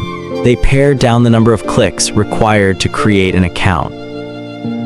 They deliver their products with easy-to-understand directions or ask their customers to make fewer choices. When the first voice-activated speakers were released, products like Google Home, Amazon Echo, and Apple HomePod, I asked a friend what he liked about the product he had purchased. He said it was just easier to say, "Play some country music," than to pull out his phone, open the music app, and pick a playlist. Of course, just a few years earlier, having unlimited access to music in your pocket was a remarkably frictionless behavior compared to driving to the store and buying a CD. Business is a never-ending quest to deliver the same result in an easier fashion. Similar strategies have been used effectively by governments. When the British government wanted to increase tax collection rates, they switched from sending citizens to a web page where the tax form could be downloaded to linking directly to the form. Reducing that one step in the process increased the response rate from 19.2% to 23.4%. For a country like the United Kingdom, those percentage points represent millions in tax revenue. The central idea is to create an environment where doing the right thing is as easy as possible. Much of the battle of building better habits comes down to finding ways to reduce the friction associated with our good habits and increase the friction associated with our bad ones. Prime the environment for future use. Oswald Knuckles is an IT developer from Natchez, Mississippi. He is also someone who understands the power of priming his environment. Knuckles dialed in his cleaning habits by following a strategy he refers to as resetting the room. For instance, when he finishes watching television, he places the remote back on the TV stand, arranges the pillows on the couch, and folds the blanket. When he leaves his car, he throws any trash away. Whenever he takes a shower, he wipes down the toilet while the shower is warming up. As he notes, the perfect time to clean the toilet is right before you wash yourself in the shower anyway. The purpose of resetting each room is not simply to clean up after the last action, but to prepare for the next action. When I walk into a room, everything is in its right place, Knuckles wrote. Because I do this every day in every room, stuff always stays in good shape. People think I work hard, but I'm actually really lazy. I'm just proactively lazy. It gives you so much time back. Whenever you organize a space for its intended purpose, you are priming it to make the next action easy. For instance, my wife keeps a box of greeting cards that are presorted by occasion: birthday, sympathy, wedding, graduation, and more. Whenever necessary, she grabs an appropriate card and sends it off. She is incredibly good at remembering to send cards because she has reduced the friction of doing so. For years, I was the opposite. Someone would have a baby and I would think, I should send a card. But then weeks would pass, and by the time I remembered to pick one up at the store, it was too late.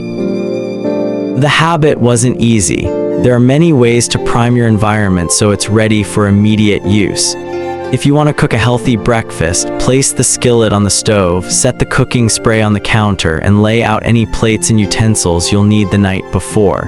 When you wake up, making breakfast will be easy. Want to draw more? Put your pencils, pens, notebooks, and drawing tools on top of your desk within easy reach. Want to exercise? Set out your workout clothes, shoes, gym bag, and water bottle ahead of time. Want to improve your diet? Chop up a ton of fruits and vegetables on weekends and pack them in containers so you have easy access to healthy, ready-to-eat options during the week. These are simple ways to make the good habit the path of least resistance. You can also invert this principle and prime the environment to make bad behaviors difficult. If you find yourself watching too much television, for example, then unplug it after each use. Only plug it back in if you can say out loud the name of the show you want to watch. This setup creates just enough friction to prevent mindless viewing. If that doesn't do it, you can take it a step further.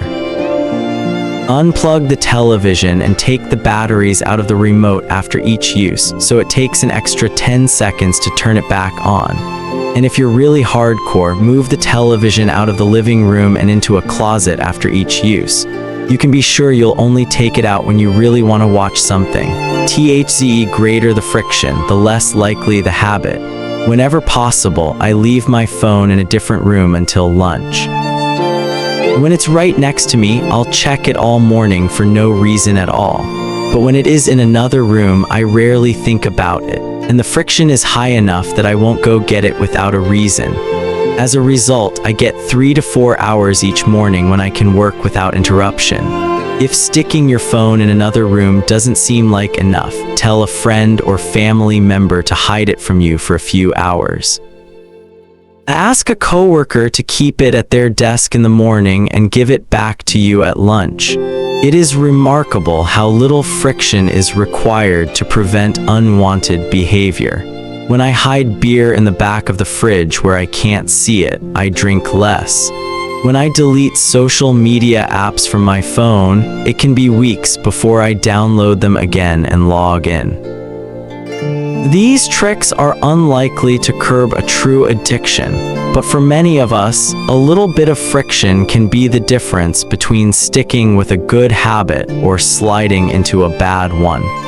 Imagine the cumulative impact of making dozens of these changes and living in an environment designed to make the good behaviors easier and the bad behaviors harder. Whether we are approaching behavior change as an individual, a parent, a coach, or a leader, we should ask ourselves the same question. How can we design a world where it's easy to do what's right? Redesign your life so the actions that matter most are also the actions that are easiest to do. Chapter Summary. Human behavior follows the law of least effort. We will naturally gravitate toward the option that requires the least amount of work. Create an environment where doing the right thing is as easy as possible. Reduce the friction associated with good behaviors. When friction is low, habits are easy. Increase the friction associated with bad behaviors. When friction is high, habits are difficult. Prime your environment to make future actions easier. 13. How to stop procrastinating by using the 2-minute rule. Twyla Tharp is widely regarded as one of the greatest dancers and choreographers of the modern era. In 1992, she was awarded a MacArthur Fellowship, often referred to as the Genius Grant, and she has spent the bulk of her career touring the globe to perform her original works. She also credits much of her success to simple daily habits. "I begin each day of my life with a ritual," she writes. "I wake up at 5:30 a.m., put on my workout clothes, my leg warmers, my sweatshirt, and my hat. I walk outside my Manhattan home, hail a taxi, and tell the driver to take me to the Pumping Iron Gym at 91st Street and 1st Avenue, where I work out for 2 hours. The ritual is not the stretching and weight training I put my body through each morning at the gym. The ritual is the cab. The moment I tell the driver where to go, I have completed the ritual." It's a simple act, but doing it the same way each morning habitualizes it, makes it repeatable, easy to do. It reduces the chance that I would skip it or do it differently. It is one more item in my arsenal of routines and one less thing to think about. Hailing a cab each morning may be a tiny action, but it is a splendid example of the third law of behavior change. Researchers estimate that 40 to 50% of our actions on any given day are done out of habit. This is already a substantial percentage, but the true influence of your habits is even greater than these numbers suggest. Habits are automatic choices that influence the conscious decisions that follow. Yes, a habit can be completed in just a few seconds, but it can also shape the actions that you take for minutes or hours afterward. Habits are like the entrance ramp to a highway. They lead you down a path, and before you know it, you're speeding toward the next behavior. It seems to be easier to continue what you are already doing than to start doing something different. You sit through a bad movie for 2 hours. You keep snacking even when you're already full. You check your phone for just a second, and soon you have spent 20 minutes staring at the screen. In this way, the habits you follow without thinking often determine the choices you make when you are thinking.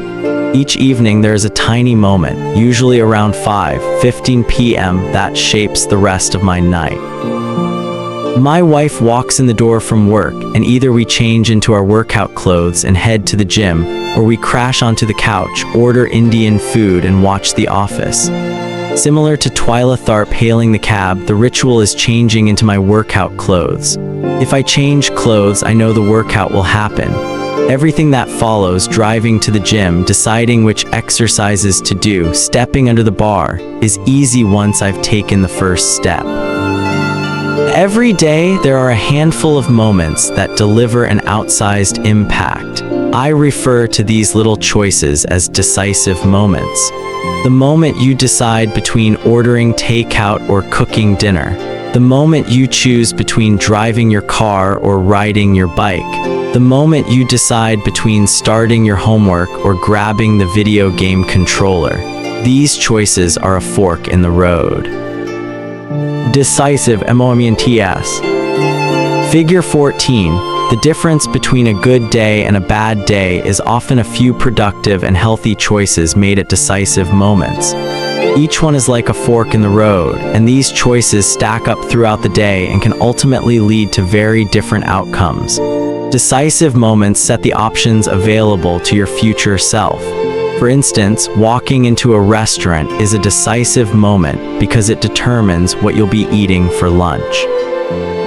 Technically, you are in control of what you order, but in a larger sense, you can only order an item if it is on the menu.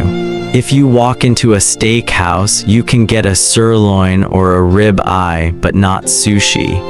Your options are constrained by what's available. They are shaped by the first choice. We are limited by where our habits lead us.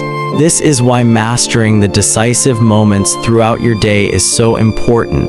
Each day is made up of many moments, but it is really a few habitual choices that determine the path you take.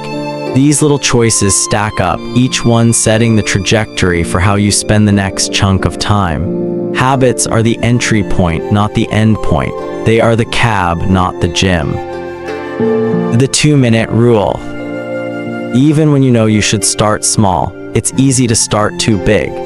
When you dream about making a change, excitement inevitably takes over and you end up trying to do too much too soon. The most effective way I know to counteract this tendency is to use the 2-minute rule, which states, when you start a new habit, it should take less than 2 minutes to do. You'll find that nearly any habit can be scaled down into a 2-minute version. Read before bed each night becomes read 1 page.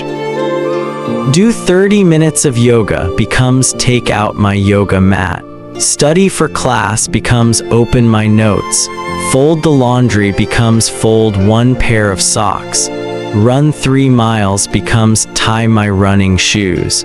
The idea is to make your habits as easy as possible to start. Anyone can meditate for 1 minute, read 1 page, or put 1 item of clothing away. And as we have just discussed, this is a powerful strategy because once you've started doing the right thing, it is much easier to continue doing it. A new habit should not feel like a challenge. The actions that follow can be challenging, but the first 2 minutes should be easy. What you want is a gateway habit that naturally leads you down a more productive path. You can usually figure out the gateway habits that will lead to your desired outcome by mapping out your goals on a scale from very easy to very hard. For instance, running a marathon is very hard. Running a 5,000 is hard. Walking 10,000 steps is moderately difficult. Walking 10 minutes is easy, and putting on your running shoes is very easy.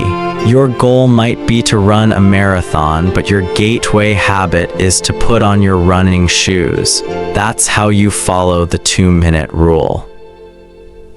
People often think it's weird to get hyped about reading 1 page or meditating for 1 minute or making 1 sales call. But the point is not to do one thing. The point is to master the habit of showing up. The truth is a habit must be established before it can be improved. If you can't learn the basic skill of showing up, then you have little hope of mastering the finer details. Instead of trying to engineer a perfect habit from the start, do the easy thing on a more consistent basis. You have to standardize before you can optimize. As you master the art of showing up, the first 2 minutes simply become a ritual at the beginning of a larger routine. This is not merely a hack to make habits easier, but actually the ideal way to master a difficult skill. The more you ritualize the beginning of a process, the more likely it becomes that you can slip into the state of deep focus that is required to do great things. By doing the same warm-up before every workout, you make it easier to get into a state of peak performance. By following the same creative ritual, you make it easier to get into the hard work of creating. By developing a consistent power-down habit, you make it easier to get to bed at a reasonable time each night. You may not be able to automate the whole process, but you can make the first action mindless. Make it easy to start, and the rest will follow. The 2-minute rule can seem like a trick to some people. You know that the real goal is to do more than just 2 minutes, so it may feel like you're trying to fool yourself. Nobody is actually aspiring to read 1 page or do 1 push-up or open their notes. And if you know it's a mental trick, why would you fall for it? If the 2-minute rule feels forced, try this. Do it for 2 minutes and then stop. Go for a run, but you must stop after 2 minutes. Start meditating, but you must stop after 2 minutes. Study Arabic, but you must stop after 2 minutes. It's not a strategy for starting, it's the whole thing. Your habit can only last 120 seconds. One of my readers used this strategy to lose over 100 pounds. In the beginning, he went to the gym each day, but he told himself he wasn't allowed to stay for more than 5 minutes. He would go to the gym, exercise for 5 minutes, and leave as soon as his time was up. After a few weeks, he looked around and thought, well, I'm always coming here anyway. I might as well start staying a little longer. A few years later, the weight was gone. Journaling provides another example. Nearly everyone can benefit from getting their thoughts out of their head and onto paper, but most people give up after a few days or avoid it entirely because journaling feels like a chore. The secret is to always stay below the point where it feels like work. Greg McKeown, a leadership consultant from the United Kingdom, built a daily journaling habit by specifically writing less than he felt like. He always stopped journaling before it seemed like a hassle. Ernest Hemingway believed in similar advice for any kind of writing. The best way is to always stop when you are going good, he said. Strategies like this work for another reason, too. They reinforce the identity you want to build. If you show up at the gym 5 days in a row, even if it's just for 2 minutes, you are casting votes for your new identity. You're not worried about getting in shape. You're focused on becoming the type of person who doesn't miss workouts. You're taking the smallest action that confirms the type of person you want to be. We rarely think about change this way because everyone is consumed by the end goal. But one push-up is better than not exercising. 1 minute of guitar practice is better than none at all. 1 minute of reading is better than never picking up a book. It's better to do less than you hoped than to do nothing at all. At some point, once you've established the habit and you're showing up each day, you can combine the 2-minute rule with a technique we call habit shaping to scale your habit back up toward your ultimate goal. Start by mastering the first 2 minutes of the smallest version of the behavior. Then advance to an intermediate step and repeat the process, focusing on just the first 2 minutes and mastering that stage before moving on to the next level. Eventually, you'll end up with the habit you had originally hoped to build while still keeping your focus where it should be, on the first 2 minutes of the behavior. EXAMPLES of habit, SHAPING. Becoming an early riser. Phase 1, be home by 10 p.m. every night. Phase 2, have all devices, TV, phone, etc. turned off by 10 p.m. every night. Phase 3, be in bed by 10 p.m. every night reading a book, talking with your partner. Phase 4, lights off by 10 p.m. every night. Phase 5, wake up at 6 a.m. every day. Becoming vegan. Phase 1, start eating vegetables at each meal. Phase 2, stop eating animals with 4 legs, cow, pig, lamb, etc. Phase 3, stop eating animals with 2 legs, chicken, turkey, etc. Phase 4, stop eating animals with no legs, fish, clams, scallops, etc. Phase 5, stop eating all animal products, eggs, milk, cheese. Starting to exercise. Phase 1, change into workout clothes. Phase 2, step out the door, try taking a walk. Phase 3, drive to the gym, exercise for 5 minutes and leave. Phase 4, exercise for 15 minutes at least once per week.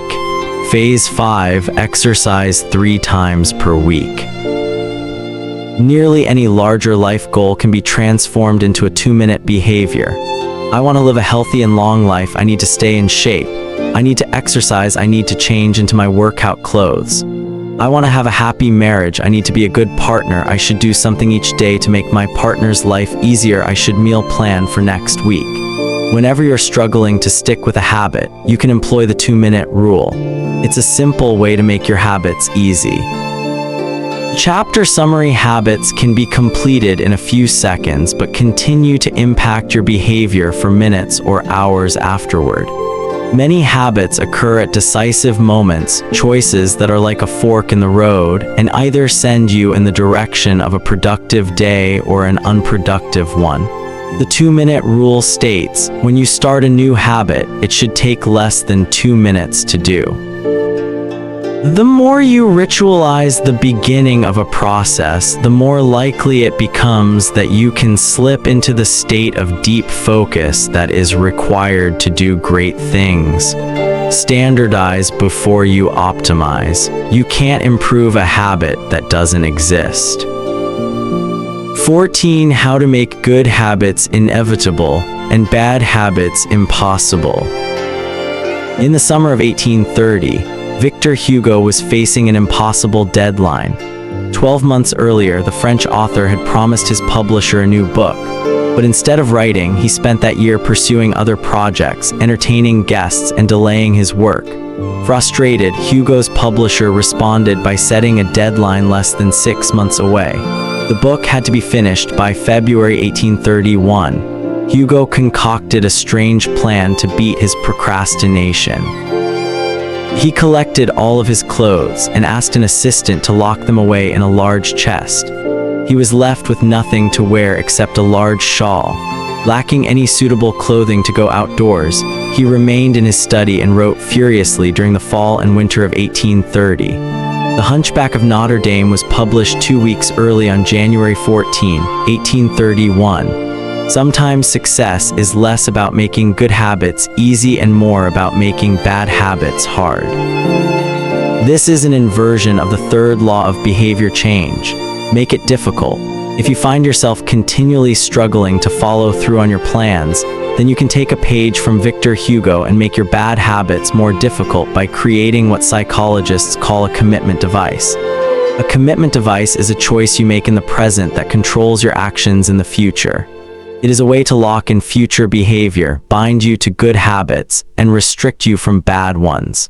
When Victor Hugo shot his clothes away so he could focus on writing, he was creating a commitment device. There are many ways to create a commitment device.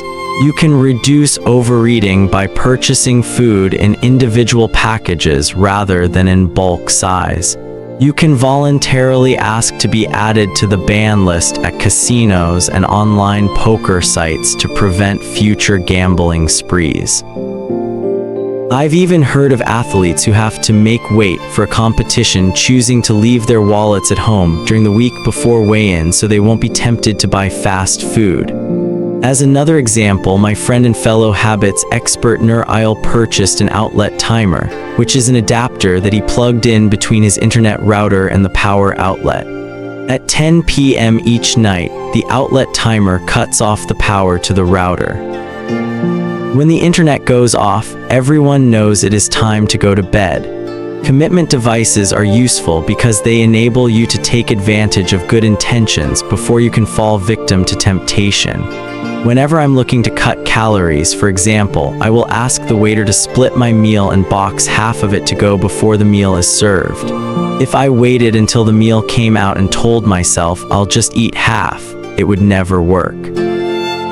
The key is to change the task such that it requires more work to get out of the good habit than to get started on it. If you're feeling motivated to get in shape, schedule a yoga session and pay ahead of time. If you're excited about the business you want to start, email an entrepreneur you respect and set up a consulting call. When the time comes to act, the only way to bail is to cancel the meeting, which requires effort and may cost money. Commitment devices increase the odds that you'll do the right thing in the future by making bad habits difficult in the present. However, we can do even better. We can make good habits inevitable and bad habits impossible. How to automate a habit and never think about it again. John Henry Patterson was born in Dayton, Ohio, in 1844. He spent his childhood doing chores on the family farm and working shifts at his father's sawmill. After attending college at Dartmouth, Patterson returned to Ohio and opened a small supply store for coal miners. It seemed like a good opportunity. The store faced little competition and enjoyed a steady stream of customers, but still struggled to make money. That was when Patterson discovered his employees were stealing from him.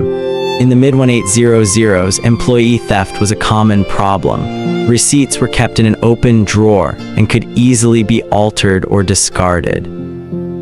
There were no video cameras to review behavior and no software to track transactions. Unless you were willing to hover over your employees every minute of the day or to manage all transactions yourself, it was difficult to prevent theft. As Patterson mulled over his predicament, he came across an advertisement for a new invention called Ritty's Incorruptible Cashier.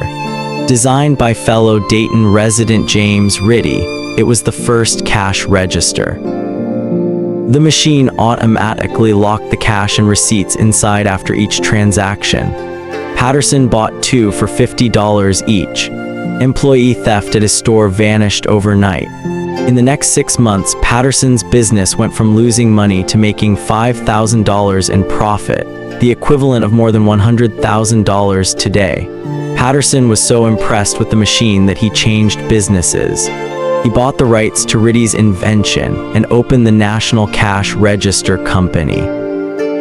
10 years later, National Cash Register had over 1,000 employees and was on its way to becoming one of the most successful businesses of its time. The best way to break a bad habit is to make it impractical to do. Increase the friction until you don't even have the option to act. The brilliance of the cash register was that it automated ethical behavior by making stealing practically impossible. Rather than trying to change the employees, it made the preferred behavior automatic. Some actions, like installing a cash register, pay off again and again. These one-time choices require a little bit of effort up front but create increasing value over time. I'm fascinated by the idea that a single choice can deliver returns again and again, and I surveyed my readers on their favorite one-time actions that lead to better long-term habits. The table on the following page shares some of the most popular answers. I'd wager that if the average person were to simply do half of the one-time actions on this list, even if they didn't give another thought to their habits, most would find themselves living a better life a year from now. These one-time actions are a straightforward way to employ the third law of behavior change. They make it easier to sleep well, eat healthy, be productive, save money, and generally live better. ONETIME actions that lock in good habits. Nutrition. Buy a water filter to clean your drinking water. Use smaller plates to reduce caloric intake. Sleep. Buy a good mattress, get blackout curtains, remove your television from your bedroom. Productivity. Unsubscribe from emails, turn off notifications, and mute group chats. Set your phone to silent. Use email filters to clear up your inbox. Delete games and social media apps on your phone. Happiness. Get a dog, move to a friendly social neighborhood. General health. Get vaccinated, buy good shoes to avoid back pain, buy a supportive chair or standing desk. Finance. Enroll in an automatic savings plan, set up automatic bill pay, cut cable service, ask service providers to lower your bills. Of course, there are many ways to automate good habits and eliminate bad ones. Typically, they involve putting technology to work for you. Technology can transform actions that were once hard, annoying, and complicated into behaviors that are easy, painless, and simple. It is the most reliable and effective way to guarantee the right behavior. This is particularly useful for behaviors that happen too infrequently to become habitual. Things you have to do monthly or yearly, like rebalancing your investment portfolio, are never repeated frequently enough to become a habit, so they benefit in particular from technology remembering to do them for you. Other examples include medicine. Prescriptions can be automatically refilled. Personal finance. Employees can save for retirement with an automatic wage deduction. Cooking. Meal delivery services can do your grocery shopping. Productivity. Social media browsing can be cut off with a website blocker. When you automate as much of your life as possible, you can spend your effort on the tasks machines cannot do yet. Each habit that we hand over to the authority of technology frees up time and energy to pour into the next stage of growth. As mathematician and philosopher Alfred North Whitehead wrote, Civilization advances by extending the number of operations we can perform without thinking about them. Of course, the power of technology can work against us as well. Binge watching becomes a habit because you have to put more effort in to stop looking at the screen than to continue doing so. Instead of pressing a button to advance to the next episode, Netflix or YouTube will autoplay it for you. All you have to do is keep your eyes open. Technology creates a level of convenience that enables you to act on your smallest whims and desires. At the mere suggestion of hunger, you can have food delivered to your door. At the slightest hint of boredom, you can get lost in the vast expanse of social media. When the effort required to act on your desires becomes effectively zero, you can find yourself slipping into whatever impulse arises at the moment. The downside of automation is that we can find ourselves jumping from easy task to easy task without making time for more difficult, but ultimately more rewarding work. I often find myself gravitating towards social media during any downtime. If I feel bored for just a fraction of a second, I reach for my phone. It's easy to write off these minor distractions as just taking a break, but over time they can accumulate into a serious issue. The constant tug of just one more minute can prevent me from doing anything of consequence. I'm not the only one. The average person spends over 2 hours per day on social media. What could you do with an extra 600 hours per year? During the year I was writing this book, I experimented with a new time management strategy. Every Monday, my assistant would reset the passwords on all my social media accounts, which logged me out on each device. All week I worked without distraction. On Friday, she would send me the new passwords. I had the entire weekend to enjoy what social media had to offer until Monday morning when she would do it again. If you don't have an assistant, team up with a friend or family member and reset each other's passwords each week. One of the biggest surprises was how quickly I adapted. Within the first week of locking myself out of social media, I realized that I didn't need to check it nearly as often as I had been, and I certainly didn't need it each day. It had simply been so easy that it had become the default. Once my bad habit became impossible, I discovered that I did actually have the motivation to work on more meaningful tasks. After I removed the mental candy from my environment, it became much easier to eat the healthy stuff when working in your favor. Automation can make your good habits inevitable and your bad habits impossible. It is the ultimate way to lock in future behavior rather than relying on willpower in the moment. By utilizing commitment devices, strategic one-time decisions, and technology, you can create an environment of inevitability, a space where good habits are not just an outcome you hope for, but an outcome that is virtually guaranteed. Chapter summary: the inversion of the third law of behavior change is make it difficult. A commitment device is a choice you make in the present that locks in better behavior in the future. The ultimate way to lock in future behavior is to automate your habits. One-time choices, like buying a better mattress or enrolling in an automatic savings plan, are single actions that automate your future habits and deliver increasing returns over time. Using technology to automate your habits is the most reliable and effective way to guarantee the right behavior. How to create a good habit. The first law: make it obvious. 1. Fill out the habits scorecard. Write down your current habits to become aware of them. Use implementation intentions. I will behavior at time in location. Use habit stacking. After current habit, I will new habit. Design your environment. Make the cues of good habits obvious and visible. The second law: make it attractive. 1. Use temptation bundling. Pair an action you want to do with an action you need to do. Join a culture where your desired behavior is the normal behavior. Create a motivation ritual. Do something you enjoy immediately before a difficult habit.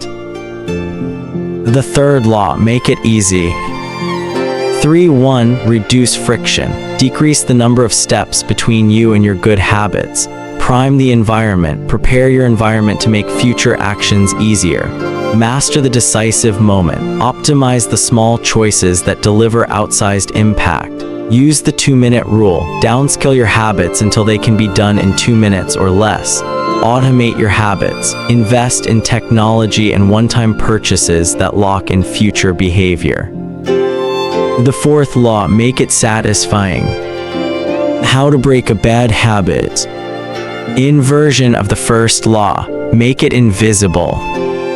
1.5. Reduce exposure. Remove the cues of your bad habits from your environment. Inversion of the second law, make it unattractive. 2.4. Reframe your mindset. Highlight the benefits of avoiding your bad habits. Inversion of the third law, make it difficult. 3.6. Increase friction.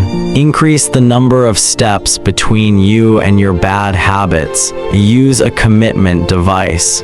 Restrict your future choices to the ones that benefit you. Inversion of the fourth law, make it unsatisfying. The 4th law, make it satisfying. 15. The cardinal rule of behavior change. In the late 1990s, a public health worker named Stephen Luby left his hometown of Omaha, Nebraska and bought a one-way ticket to Karachi, Pakistan. Karachi was one of the most populous cities in the world. By 1998, over 9 million people called it home. It was the economic center of Pakistan and a transportation hub, with some of the most active airports and seaports in the region. In the commercial parts of town, you could find all of the standard urban amenities and bustling downtown streets. But Karachi was also one of the least livable cities in the world. Over 60% of Karachi's residents lived in squatter settlements and slums. These densely packed neighborhoods were filled with makeshift houses cobbled together from old boards, cinder blocks, and other discarded materials. There was no waste removal system, no electricity grid, no clean water supply. When dry, the streets were a combination of dust and trash. When wet, they became a muddy pit of sewage. Mosquito colonies thrived in pools of stagnant water, and children played among the garbage. The unsanitary conditions lead to widespread illness and disease. Contaminated water sources caused epidemics of diarrhea, vomiting, and abdominal pain. Nearly 1/3 of the children living there were malnourished. With so many people crammed into such a small space, viruses and bacterial infections spread rapidly. It was this public health crisis that had brought Stephen Luby to Pakistan. Luby and his team realized that in an environment with poor sanitation, the simple habit of washing your hands could make a real difference in the health of the residents. But they soon discovered that many people were already aware that hand washing was important. And yet, despite this knowledge, many residents were washing their hands in a haphazard fashion. Some people would just run their hands under the water quickly. Others would only wash one hand.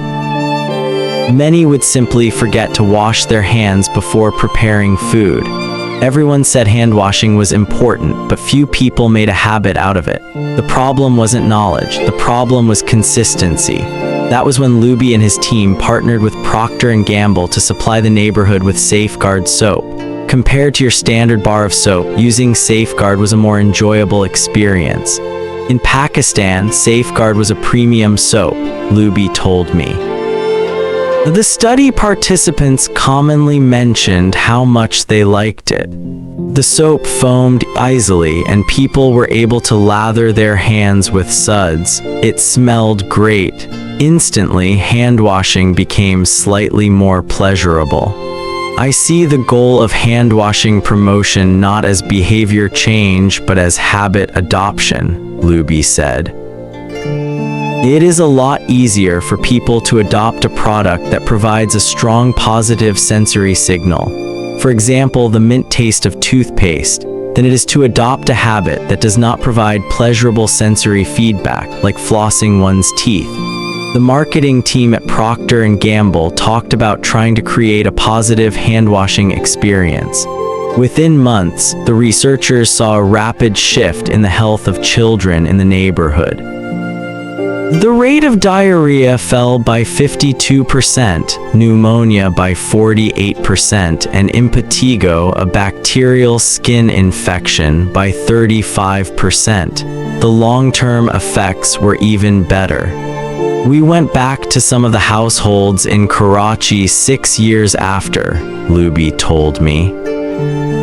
Over 95% of households who had been given the soap for free and encouraged to wash their hands had a hand-washing station with soap and water available. When our study team visited, we had not given any soap to the intervention group for over 5 years.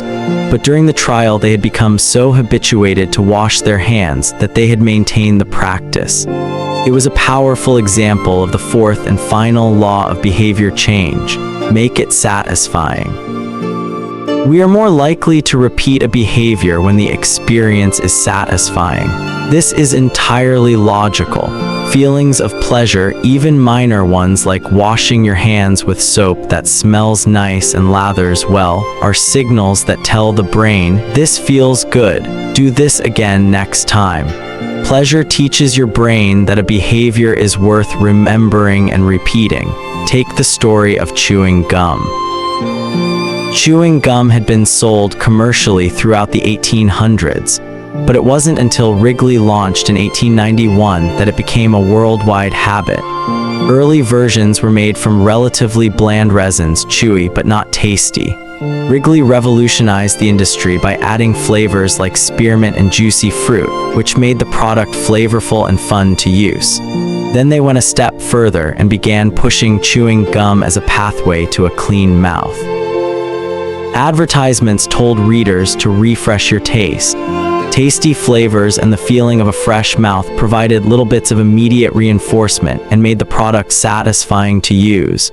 Consumption skyrocketed, and Wrigley became the largest chewing gum company in the world. Toothpaste had a similar trajectory.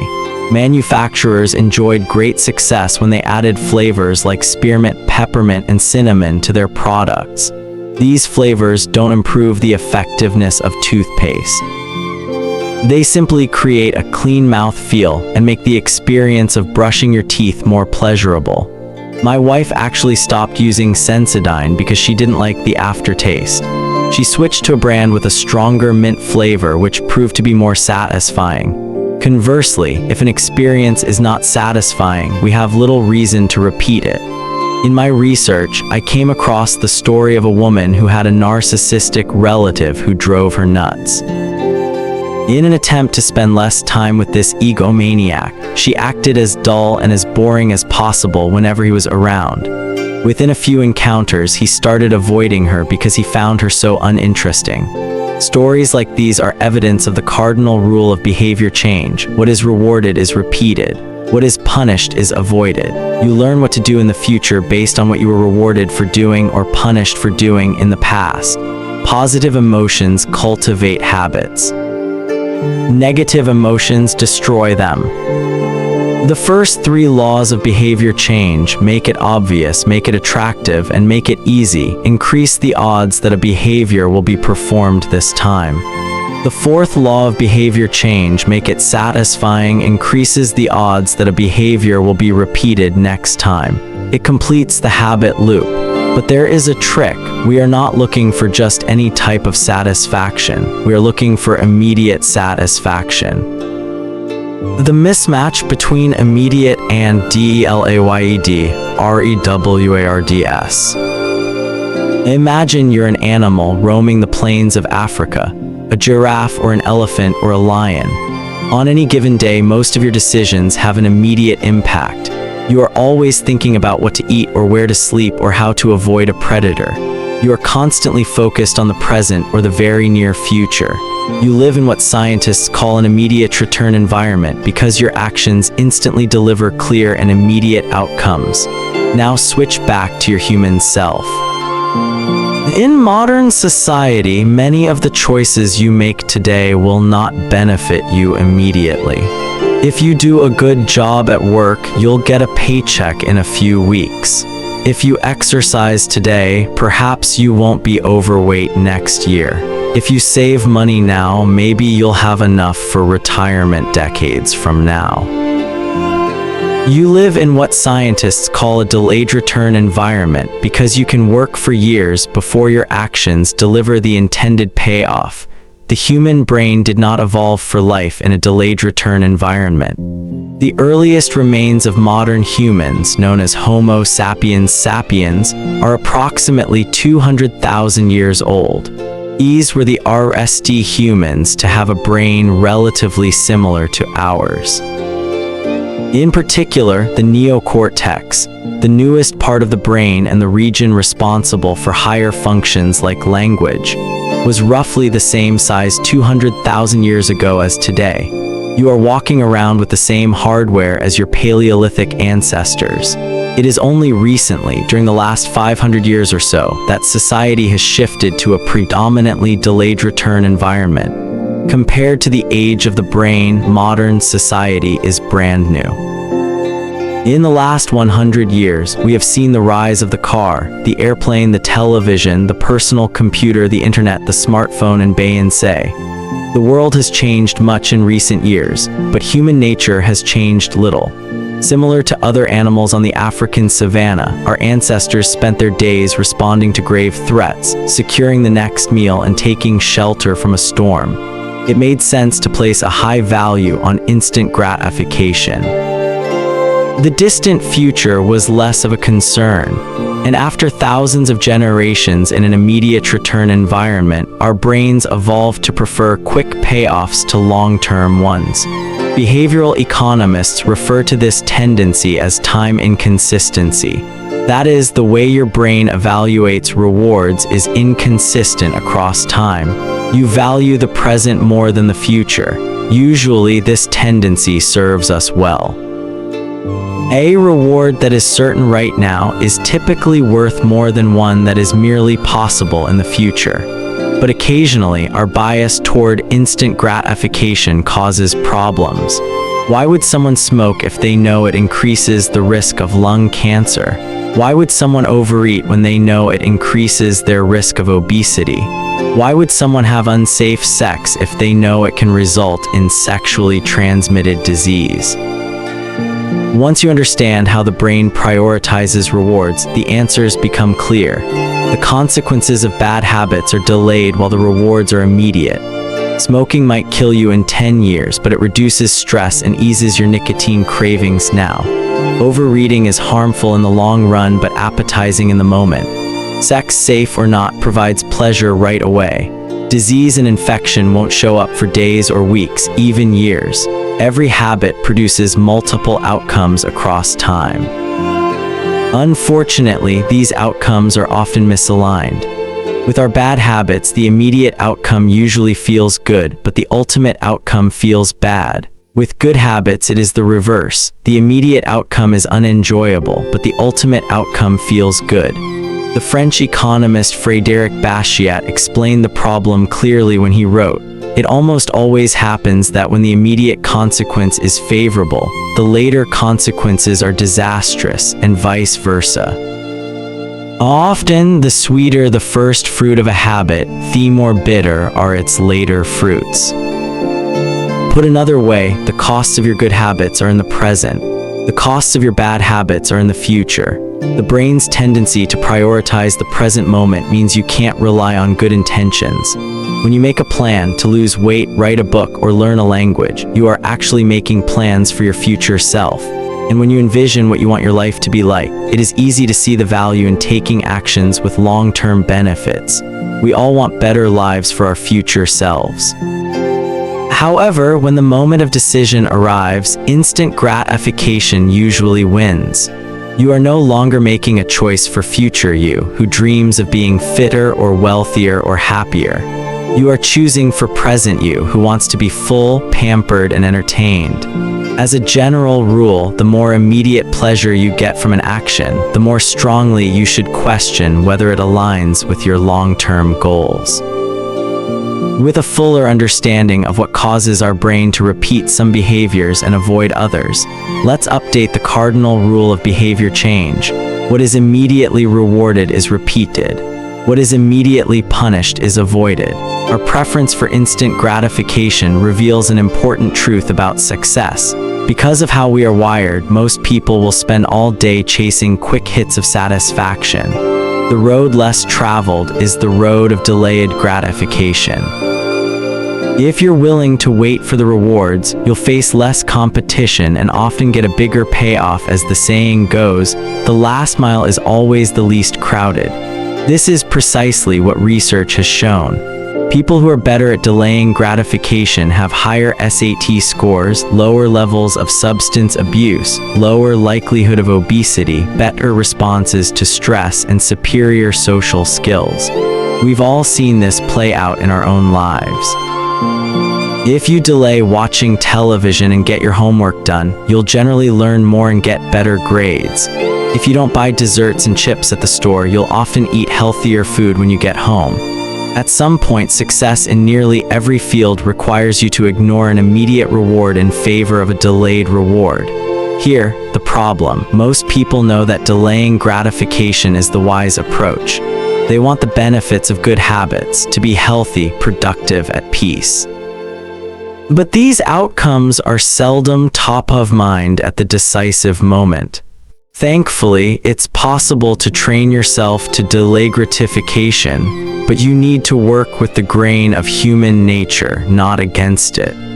The best way to do this is to add a little bit of immediate pleasure to the habits that pay off in the long run, and a little bit of immediate pain to ones that don't.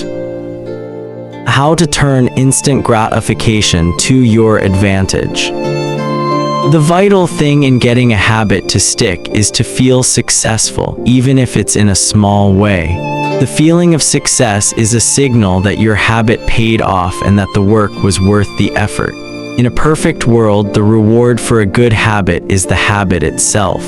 In the real world, good habits tend to feel worthwhile only after they have provided you with something. Early on, it's all sacrifice. You've gone to the gym a few times, but you're not stronger or fitter or faster, at least not in any noticeable sense. It's only months later, once you shed a few pounds or your arms gain some definition, that it becomes easier to exercise for its own sake. In the beginning, you need a reason to stay on track. This is why immediate rewards are essential. They keep you excited while the delayed rewards accumulate in the background. What we're really talking about here, when we're discussing immediate rewards, is the ending of a behavior. The ending of any experience is vital because we tend to remember it more than other phases. You want the ending of your habit to be satisfying. The best approach is to use reinforcement, which refers to the process of using an immediate reward to increase the rate of a behavior. Habit stacking, which we covered in Chapter 5, ties your habit to an immediate cue, which makes it obvious when to start. Reinforcement ties your habit to an immediate reward, which makes it satisfying when you finish. Immediate reinforcement can be especially helpful when dealing with habits of avoidance, which are behaviors you want to stop doing. It can be challenging to stick with habits like no frivolous purchases or no alcohol this month, because nothing happens when you skip happy hour drinks or don't buy that pair of shoes. It can be hard to feel satisfied when there is no action in the first place. All you're doing is resisting temptation, and there isn't much satisfying about that. One solution is to turn the situation on its head. You want to make avoidance visible. Open a savings account and label it for something you want, maybe leather jacket. Whenever you pass on a purchase, put the same amount of money in the account. Skip your morning latte, transfer $5. Pass on another month of Netflix, move $10 over. It's like creating a loyalty program for yourself. The immediate reward of seeing yourself save money toward the leather jacket feels a lot better than being deprived. You are making it satisfying to do nothing. One of my readers and his wife used a similar setup. They wanted to stop eating out so much and start cooking together more. They labeled their savings account trip to Europe. Whenever they skipped going out to eat, they transferred $50 into the account. At the end of the year, they put the money toward the vacation. It is worth noting that it is important to select short-term rewards that reinforce your identity rather than ones that conflict with it. Buying a new jacket is neat if you're trying to lose weight or read more books, but it doesn't work if you're trying to budget and save money.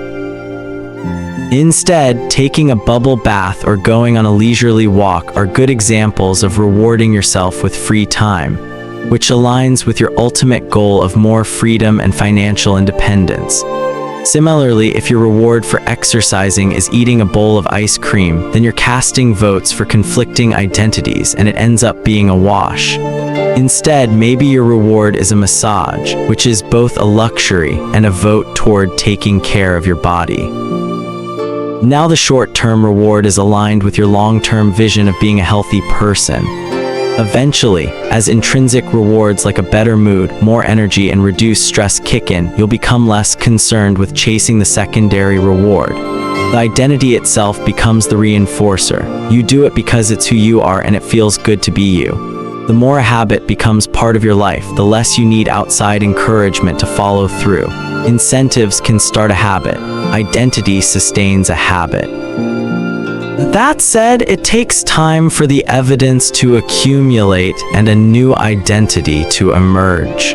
Immediate reinforcement helps maintain motivation in the short term while you're waiting for the long-term rewards to arrive. In summary, a habit needs to be enjoyable for it to last. Simple bits of reinforcement, like soap that smells great or toothpaste that has a refreshing mint flavor, or seeing $50 hit your savings account, can offer the immediate pleasure you need to enjoy a habit. And change is easy when it is enjoyable. Chapter summary: the fourth law of behavior change is make it satisfying. We are more likely to repeat a behavior when the experience is satisfying. The human brain evolved to prioritize immediate rewards over delayed rewards. The cardinal rule of behavior change: what is immediately rewarded is repeated. What is immediately punished is avoided. To get a habit to stick, you need to feel immediately successful, even if it's in a small way. The first three laws of behavior change: make it obvious, make it attractive, and make it easy, increase the odds that a behavior will be performed this time. The fourth law of behavior change, make it satisfying, increases the odds that a behavior will be repeated next time. 16. How to stick with good habits every day. In 1993, a bank in Abbotsford, Canada, hired a 23-year-old stockbroker named Trent Diasmid. Abbotsford was a relatively small suburb, tucked away in the shadow of nearby Vancouver, where most of the big business deals were being made. Given the location and the fact that Diasmid was a rookie, nobody expected too much of him. But he made brisk progress thanks to a simple daily habit. Diasmid began each morning with 2 jars on his desk. One was filled with 120 paper clips, the other was empty. As soon as he settled in each day, he would make a sales call. Immediately after, he would move 1 paper clip from the full jar to the empty jar and the process would begin again. Every morning I would start with 120 paper clips in 1 jar and I would keep dialing the phone until I had moved them all to the second jar, he told me. Within 18 months, Diasmid was bringing in $5 million to the firm. By age 24, he was making $75,000 per year, the equivalent of $125,000 today. Not long after, he landed a 6-figure job with another company. I like to refer to this technique as the paper clip strategy, and over the years, I've heard from readers who have employed it in a variety of ways. One woman shifted a hairpin from one container to another whenever she wrote a page of her book. Another man moved a marble from one bin to the next after each set of push-ups. Making progress is satisfying, and visual measures, like moving paper clips or hairpins or marbles, provide clear evidence of your progress. As a result, they reinforce your behavior and add a little bit of immediate satisfaction to any activity. Visual measurement comes in many forms: food journals, workout logs, loyalty punch cards, the progress bar on a software download, even the page numbers in a book. But perhaps the best way to measure your progress is with a habit tracker. How to keep your habits on track. A habit tracker is a simple way to measure whether you did a habit. The most basic format is to get a calendar and cross off each day you stick with your routine. For example, if you meditate on Monday, Wednesday, and Friday, each of those dates gets an X as time rolls by. The calendar becomes a record of your habit streak.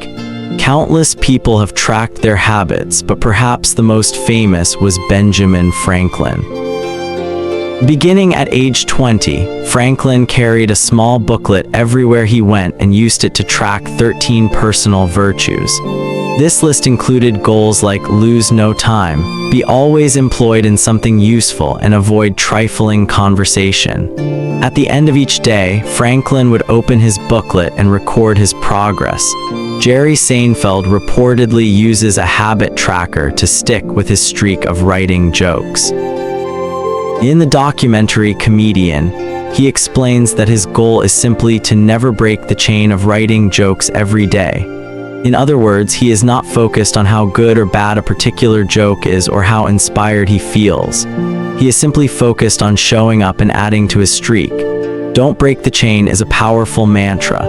Don't break the chain of sales calls and you'll build a successful book of business. Don't break the chain of workouts and you'll get tea faster than you'd expect. Don't break the chain of creating every day and you will end up with an impressive portfolio. Habit tracking is powerful because it leverages multiple laws of behavior change. It simultaneously makes a behavior obvious, attractive, and satisfying. Let's break down each one. Benefit 1: habit tracking is obvious. Recording your last action creates a trigger that can initiate your next one. Habit tracking naturally builds a series of visual cues like the streak of X's on your calendar or the list of meals in your food log. When you look at the calendar and see your streak, you'll be reminded to act again. Research has shown that people who track their progress on goals like losing weight, quitting smoking, and lowering blood pressure are all more likely to improve than those who don't. One study of more than 1,600 people found that those who kept a daily food log lost twice as much weight as those who did not. The mere act of tracking a behavior can spark the urge to change it. Habit tracking also keeps you honest. Most of us have a distorted view of our own behavior. We think we act better than we do. Measurement offers one way to overcome our blindness to our own behavior and notice what's really going on each day. One glance at the paper clips in the container and you immediately know how much work you have or haven't been putting in. When the evidence is right in front of you, you're less likely to lie to yourself. Benefit 2: habit tracking is attractive.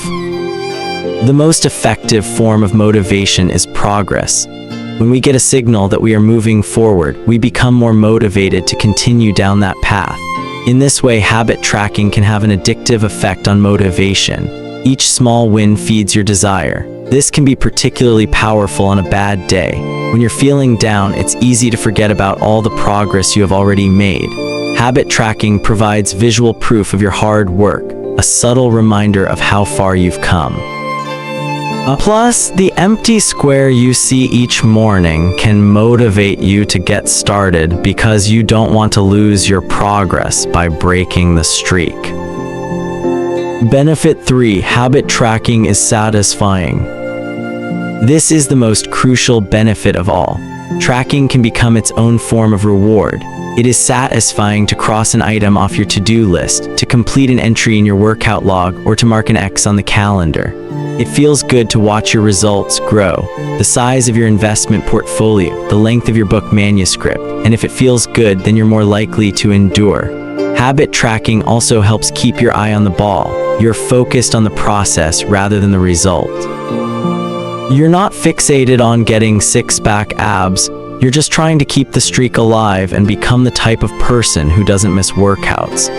In summary, habit tracking 1 creates a visual cue that can remind you to act. 2 is inherently motivating because you see the progress you're making and don't want to lose it. And 3 feels satisfying whenever you record another successful instance of your habit. Furthermore, habit tracking provides visual proof that you are casting votes for the type of person you wish to become, which is a delightful form of immediate and intrinsic gratification. You may be wondering, if habit tracking is so useful, why have I waited so long to talk about it? Despite all the benefits, I have left this discussion until now for a simple reason. Many people resist the idea of tracking and measuring. It can feel like a burden because it forces you into 2 habits, the habit you're trying to build and the habit of tracking it. Counting calories sounds like a hassle when you're already struggling to follow a diet. Writing down every sales call seems tedious when you've got work to do. It feels easier to say, I'll just eat less, or I'll try harder, or I'll remember to do it. People inevitably tell me things like, I have a decision journal, but I wish I used it more. Or I recorded my workouts for a week but then quit. I've been there myself. I once made a food log to track my calories. I managed to do it for 1 meal and then gave up. Tracking isn't for everyone, and there is no need to measure your entire life, but nearly anyone can benefit from it in some form, even if it's only temporary. What can we do to make tracking easier? First, whenever possible, measurement should be automated. You'll probably be surprised by how much you're already tracking without knowing it. Your credit card statement tracks how often you go out to eat. Your Fitbit registers how many steps you take and how long you sleep. Your calendar records how many new places you travel to each year. Once you know where to get the data, add a note to your calendar to review it each week or each month, which is more practical than tracking it every day. Second, manual tracking should be limited to your most important habits. It is better to consistently track 1 habit than to sporadically track 10. Finally, record each measurement immediately after the habit occurs. The completion of the behavior is the cue to write it down. This approach allows you to combine the habit stacking method mentioned in Chapter 5 with habit tracking. The habit stacking plus habit tracking formula is, after current habit, I will track my habit. After I hang up the phone from a sales call, I will move 1 paper clip over. After I finish each set at the gym, I will record it in my workout journal. After I put my plate in the dishwasher, I will write down what I ate. These tactics can make tracking your habits easier. Even if you aren't the type of person who enjoys recording your behavior, I think you'll find a few weeks of measurements to be insightful. It's always interesting to see how you've actually been spending your time. That said, every habit streak ends at some point. And more important than any single measurement is having a good plan for when your habits slide off track. How to recover quickly when your habits break down. No matter how consistent you are with your habits, it is inevitable that life will interrupt you at some point.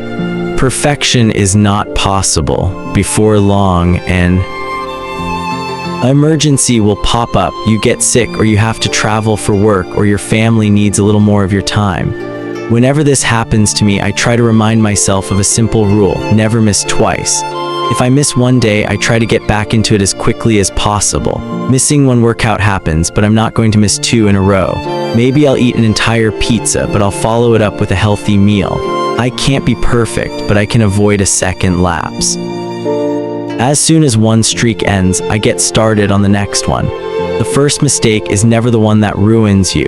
It is the spiral of repeated mistakes that follows. Missing once is an accident. Missing twice is the start of a new habit. This is a distinguishing feature between winners and losers. Anyone can have a bad performance, a bad workout, or a bad day at work. But when successful people fail, they rebound quickly. The breaking of a habit doesn't matter if the reclaiming of it is fast. I think this principle is so important that I'll stick to it even if I can't do a habit as well or as completely as I would like. Too often, we fall into an all-or-nothing cycle with our habits. The problem is not slipping up. The problem is thinking that if you can't do something perfectly, then you shouldn't do it at all. You don't realize how valuable it is to just show up on your bad or busy days. Lost days hurt you more than successful days help you. If you start with $100, then a 50% gain will take you to $150, but you only need a 33% loss to take you back to $100. In other words, avoiding a 33% loss is just as valuable as achieving a 50% gain. As Charlie Munger says, the first rule of compounding: never interrupt it unnecessarily. This is why the bad workouts are often the most important ones. Sluggish days and bad workouts maintain the compound gains you accrued from previous good days. Simply doing something, 10 squats, 5 sprints, a push-up, anything really is huge. Don't put up a 0. Don't let losses eat into your compounding. Furthermore, it's not always about what happens during the workout. It's about being the type of person who doesn't miss workouts. It's easy to train when you feel good, but it's crucial to show up when you don't feel like it. Even if you do less than you hope, going to the gym for 5 minutes may not improve your performance, but it reaffirms your identity. The all-or-nothing cycle of behavior change is just one pitfall that can derail your habits. Another potential danger, especially if you are using a habit tracker, is measuring the wrong thing. Knowing when and when not to track a habit. Say you're running a restaurant and you want to know if your chef is doing a good job. One way to measure success is to track how many customers pay for a meal each day. If more customers come in, the food must be good. If fewer customers come in, something must be wrong. However, this one measurement, daily revenue, only gives a limited picture of what's really going on. Just because someone pays for a meal doesn't mean they enjoy the meal. Even dissatisfied customers are unlikely to dine and dash. In fact, if you're only measuring revenue, the food might be getting worse, but you're making up for it with marketing or discounts or some other method. Instead, it may be more effective to track how many customers finish their meal, or perhaps the percentage of customers who leave a generous tip. The dark side of tracking a particular behavior is that we become driven by the number rather than the purpose behind it. If your success is measured by quarterly earnings, you will optimize sales, revenue, and accounting for quarterly earnings. If your success is measured by a lower number on the scale, you will optimize for a lower number on the scale, even if that means embracing crash diets, juice cleanses, and fat loss pills. The human mind wants to win whatever game is being played. This pitfall is evident in many areas of life. We focus on working long hours instead of getting meaningful work done. We care more about getting 10,000 steps than we do about being healthy.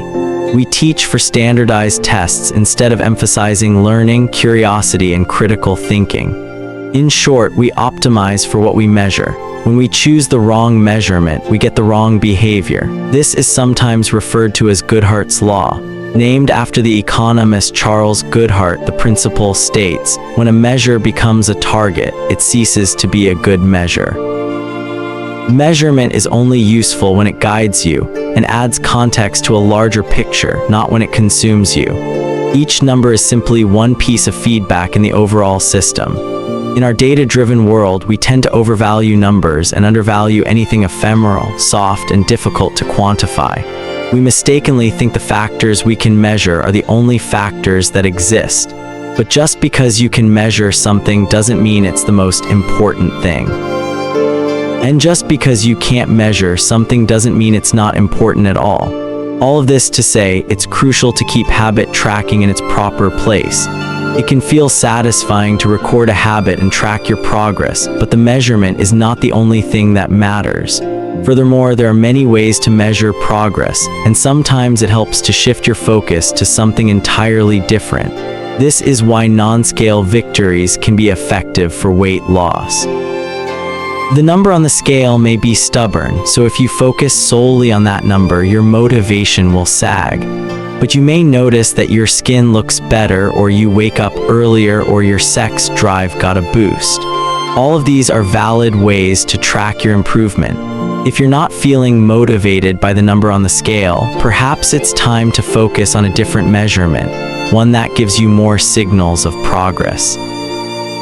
No matter how you measure your improvement, habit tracking offers a simple way to make your habits more satisfying.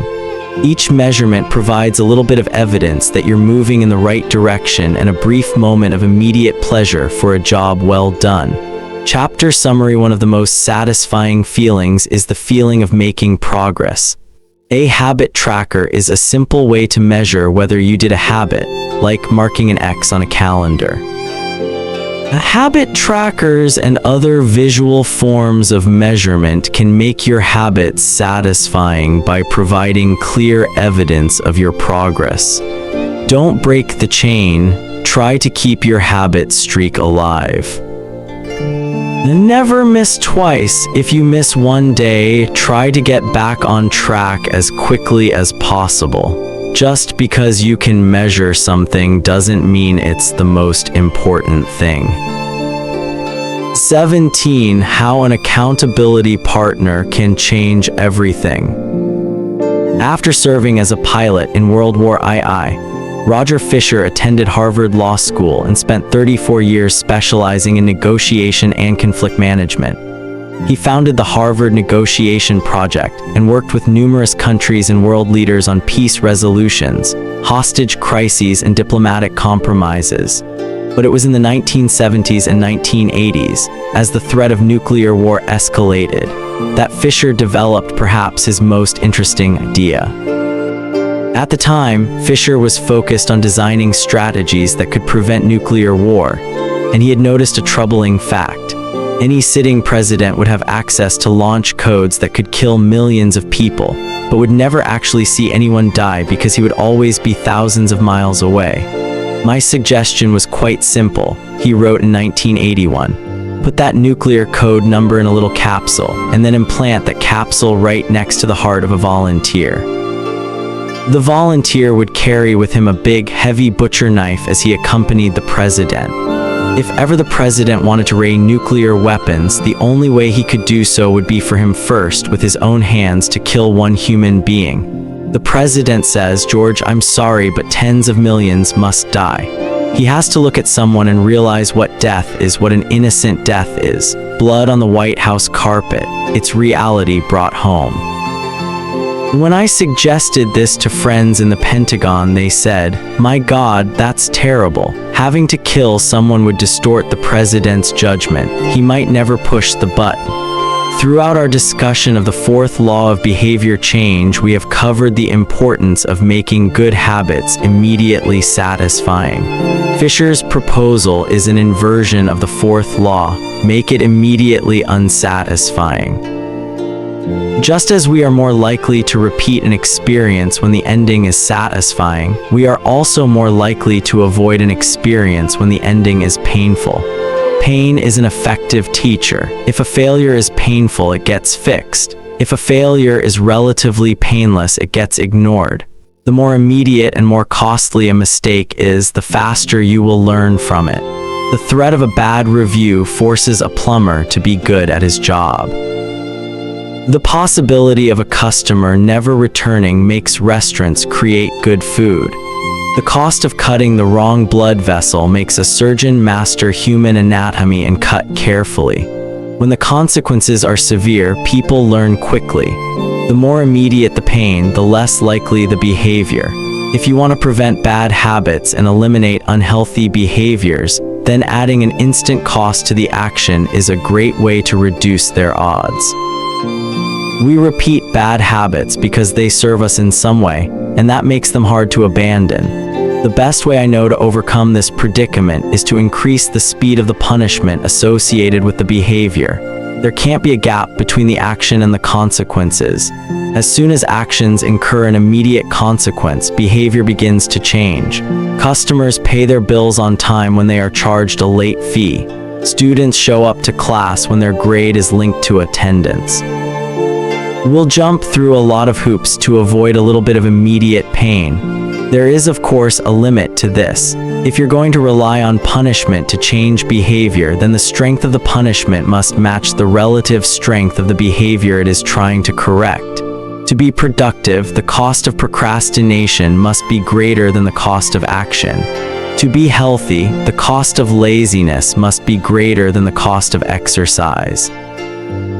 Getting fined for smoking in a restaurant or failing to recycle adds consequence to an action. Behavior only shifts if the punishment is painful enough and reliably enforced. In general, the more local, tangible, concrete, and immediate the consequence, the more likely it is to influence individual behavior. The more global, intangible, vague, and delayed the consequence, the less likely it is to influence individual behavior. Thankfully, there is a straightforward way to add an immediate cost to any bad habit: create a habit contract. The habit contract. The first seatbelt law was passed in New York on December 1, 1984. At the time, just 14% of people in the United States regularly wore a seatbelt, but that was all about to change. Within 5 years, over half of the nation had seatbelt laws. Today, wearing a seatbelt is enforceable by law in 49 of the 50 states. And it's not just the legislation. The number of people wearing seat belts has changed dramatically as well. In 2016, over 88% of Americans buckled up each time they got in a car. In just over 30 years, there was a complete reversal in the habits of millions of people. Laws and regulations are an example of how government can change our habits by creating a social contract. As a society, we collectively agree to abide by certain rules and then enforce them as a group. Whenever a new piece of legislation impacts behavior, seatbelt laws, banning smoking inside restaurants, mandatory recycling, it is an example of a social contract shaping our habits. The group agrees to act in a certain way, and if you don't follow along, you'll be punished. Just as governments use laws to hold citizens accountable, you can create a habit contract to hold yourself accountable. A habit contract is a verbal or written agreement in which you state your commitment to a particular habit and the punishment that will occur if you don't follow through. Then you find one or two people to act as your accountability partners and sign off on the contract with you.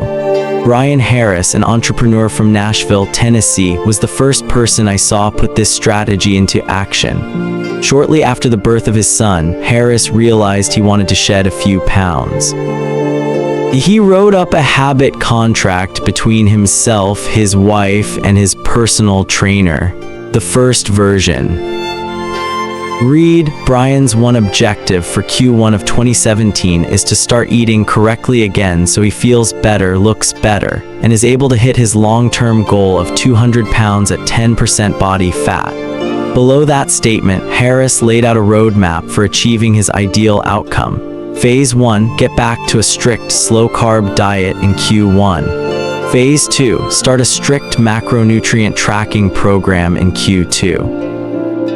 Phase 3, renew and maintain the details of his diet and workout program in Q3. Finally, he wrote out each of the daily habits that would get him to his goal. For example, write down all food that he consumes each day and weigh himself each day. And then he listed the punishment if he failed. If Brian doesn't do these 2 items, then the following consequence will be enforced. He will have to dress up each workday and each Sunday morning for the rest of the quarter. Dress up is defined as not wearing jeans, t-shirts, hoodies, or shorts. He will also give Joey, his trainer, $200 to use as he sees fit if he misses one day of logging food. At the bottom of the page, Harris, his wife, and his trainer all sign the contract. My initial reaction was that a contract like this seemed overly formal and unnecessary, especially the signatures. But Harris convinced me that signing the contract was an indication of seriousness. Anytime I skip this part, he said, I start slacking almost immediately. 3 months later, after hitting his targets for Q1, Harris upgraded his goals. The consequences escalated too. If he missed his carbohydrate and protein targets, he had to pay his trainer $100, and if he failed to weigh himself, he had to give his wife $500 to use as she saw fit. Perhaps most painfully, if he forgot to run sprints, he had to dress up for work every day and wear an Alabama hat the rest of the quarter, the bitter rival of his beloved Auburn team. The strategy worked, with his wife and trainer acting as accountability partners and with the habit contract clarifying exactly what to do each day. Harris lost the weight. To make bad habits unsatisfying, your best option is to make them painful in the moment. Creating a habit contract is a straightforward way to do exactly that. Even if you don't want to create a full-blown habit contract, simply having an accountability partner is useful. The comedian Margaret Cho writes a joke or song every day. She does the Song a Day challenge with a friend, which helps them both stay accountable. Knowing that someone is watching can be a powerful motivator. You are less likely to procrastinate or give up because there is an immediate cost. If you don't follow through, perhaps they'll see you as untrustworthy or lazy. Suddenly, you are not only failing to uphold your promises to yourself, but also failing to uphold your promises to others. You can even automate this process. Thomas Frank, an entrepreneur in Boulder, Colorado, wakes up at 5:55 each morning. And if he doesn't, he has a tweet automatically scheduled that says, "It's 6:10 and I'm not up because I'm lazy. Reply to this for $5 via PayPal limit 5, assuming my alarm didn't malfunction." We are always trying to present our best selves to the world. We comb our hair and brush our teeth and dress ourselves carefully because we know these habits are likely to get a positive reaction. We want to get good grades and graduate from top schools to impress potential employers and mates and our friends and family. We care about the opinions of those around us because it helps if others like us. This is precisely why getting an accountability partner or signing a habit contract can work so well. Chapter summary: the inversion of the fourth law of behavior change is make it unsatisfying. We are less likely to repeat a bad habit if it is painful or unsatisfying. An accountability partner can create an immediate cost to inaction. We care deeply about what others think of us, and we do not want others to have a lesser opinion of us. A habit contract can be used to add a social cost to any behavior. It makes the costs of violating your promises public and painful. Knowing that someone else is watching you can be a powerful motivator. How to create a good habit. The first law: make it obvious. 1. Fill out the habits scorecard. Write down your current habits to become aware of them. Use implementation intentions. I will behavior at time in location. Use habit stacking. After current habit, I will new habit. Design your environment. Make the cues of good habits obvious and visible. The second law: make it attractive. 1. Use temptation bundling. Pair an action you want to do with an action you need to do. Join a culture where your desired behavior is the normal behavior. Create a motivation ritual. Do something you enjoy immediately before a difficult habit. The third law: make it easy. 3.1. Reduce friction. Decrease the number of steps between you and your good habits. Prime the environment. Prepare your environment to make future actions easier. Master the decisive moment. Optimize the small choices that deliver outsized impact. Use the 2-minute rule. Downscale your habits until they can be done in 2 minutes or less. Automate your habits. Invest in technology and one-time purchases that lock in future behavior. The 4th law, make it satisfying. 4.1. Use reinforcement. Give yourself an immediate reward when you complete your habit. Make doing nothing enjoyable. When avoiding a bad habit, design a way to see the benefits. 4.3. Use a habit tracker. Keep track of your habit streak and don't break the chain. Never miss twice. When you forget to do a habit, make sure you get back on track immediately. How to break a bad habit. Inversion of the first law. Make it invisible. 1.5. Reduce exposure. Remove the cues of your bad habits from your environment. Inversion of the second law. Make it unattractive. 2.4. Reframe your mindset. Highlight the benefits of avoiding your bad habits. Inversion of the third law. Make it difficult. 3.6. Increase friction. Increase the number of steps between you and your bad habits. 3.7. Use a commitment device. Restrict your future choices to the ones that benefit you. Inversion of the fourth law. Make it unsatisfying. 4.5. Get an accountability partner. Ask someone to watch your behavior. Create a habit contract. Make the costs of your bad habits public and painful. 18. The truth about talent, when genes matter and when they don't. Many people are familiar with Michael Phelps, who is widely considered to be one of the greatest athletes in history. Phelps has won more Olympic medals not only than any swimmer, but also more than any Olympian in any sport. Fewer people know the name Hichem El Guerrouj, but he was a fantastic athlete in his own right. El Guerrouj is a Moroccan runner who holds 2 Olympic gold medals and is one of the greatest middle-distance runners of all time. For many years, he held the world record in the mile, 1,500-meter and 2,000-meter races. At the Olympic Games in Athens, Greece in 2004, he won gold in the 1,500-meter and 5,000-meter races. These two athletes are wildly different in many ways. For starters, one competed on land and the other in water, but most notably they differ significantly in height. El Guerrouj is 5 feet 9 inches tall. Phelps is 6 feet 4 inches tall. Despite this 7-inch difference in height, the two men are identical in one respect. Michael Phelps and Hichem El Guerrouj wear the same length inseam on their pants. How is this possible? Phelps has relatively short legs for his height and a very long torso, the perfect build for swimming. El Guerrouj has incredibly long legs and a short upper body, an ideal frame for distance running. Now imagine if these world-class athletes were to switch sports. Given his remarkable athleticism, could Michael Phelps become an Olympic-caliber distance runner with enough training? It's unlikely. At peak fitness, Phelps weighed 194 pounds, which is 40% heavier than El Guerrouj, who competed at an ultralight 138 pounds. Taller runners are heavier runners, and every extra pound is a curse when it comes to distance running. Against elite competition, Phelps would be doomed from the start.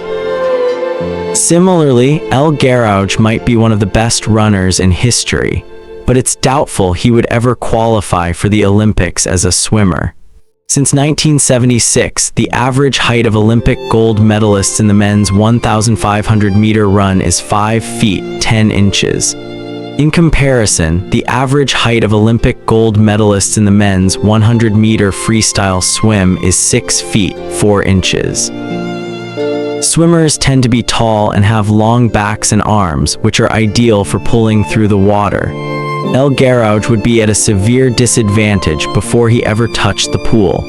The secret to maximizing your odds of success is to choose the right field of competition. This is just as true with habit change as it is with sports and business. Habits are easier to perform and more satisfying to stick with when they align with your natural inclinations and abilities. Like Michael Phelps in the pool or Hicham El Garauj on the track, you want to play a game where the odds are in your favor. Embracing this strategy requires the acceptance of the simple truth that people are born with different abilities. Some people don't like to discuss this fact. On the surface, your genes seem to be fixed, and it's no fun to talk about things you cannot control. Plus, phrases like biological determinism makes it sound like certain individuals are destined for success and others doomed to failure. But this is a short-sighted view of the influence of genes on behavior. The strength of genetics is also their weakness. Genes cannot be easily changed, which means they provide a powerful advantage in favorable circumstances and a serious disadvantage in unfavorable circumstances. If you want to dunk a basketball, being 7 feet tall is very useful. If you want to perform a gymnastics routine, being 7 feet tall is a great hindrance. Our environment determines the suitability of our genes and the utility of our natural talents. When our environment changes, so do the qualities that determine success. This is true not just for physical characteristics, but for mental ones as well. I'm smart if you ask me about habits and human behavior, not so much when it comes to knitting, rocket propulsion, or guitar chords. Competence is highly dependent on context. The people at the top of any competitive field are not only well-trained, they are also well-suited to the task. And this is why, if you want to be truly great, selecting the right place to focus is crucial. In short, genes do not determine your destiny. They determine your areas of opportunity. As physician Gabor Mate notes, genes can predispose, but they don't predetermine. The areas where you are genetically predisposed to success are the areas where habits are more likely to be satisfying. The key is to direct your effort toward areas that both excite you and match your natural skills, to align your ambition with your ability. The obvious question is, how do I figure out where the odds are in my favor? How do I identify the opportunities and habits that are right for me? The first place we will look for an answer is by understanding your personality. How your personality, influences your habits. Your genes are operating beneath the surface of every habit. Indeed, beneath the surface of every behavior. Genes have been shown to influence everything from the number of hours you spend watching television to your likelihood to marry or divorce to your tendency to get addicted to drugs, alcohol, or nicotine. There's a strong genetic component to how obedient or rebellious you are when facing authority, how vulnerable or resistant you are to stressful events, how proactive or reactive you tend to be, and even how captivated or bored you feel during sensory experiences like attending a concert. As Robert Plowman, a behavioral geneticist at King's College in London, told me, it is now at the point where we have stopped testing to see if traits have a genetic component because we literally can't find a single one that isn't influenced by our genes. Bundled together, your unique cluster of genetic traits predispose you to a particular personality. Your personality is the set of characteristics that is consistent from situation to situation. The most proven scientific analysis of personality traits is known as the Big Five, which breaks them down into 5 spectrums of behavior. Openness to experience, from curious and inventive on one end to cautious and consistent on the other. Conscientiousness, organized and efficient to easygoing and spontaneous. Extroversion, outgoing and energetic to solitary and reserved. You likely know them as extroverts versus introverts. Agreeableness, friendly and compassionate to challenging and detached.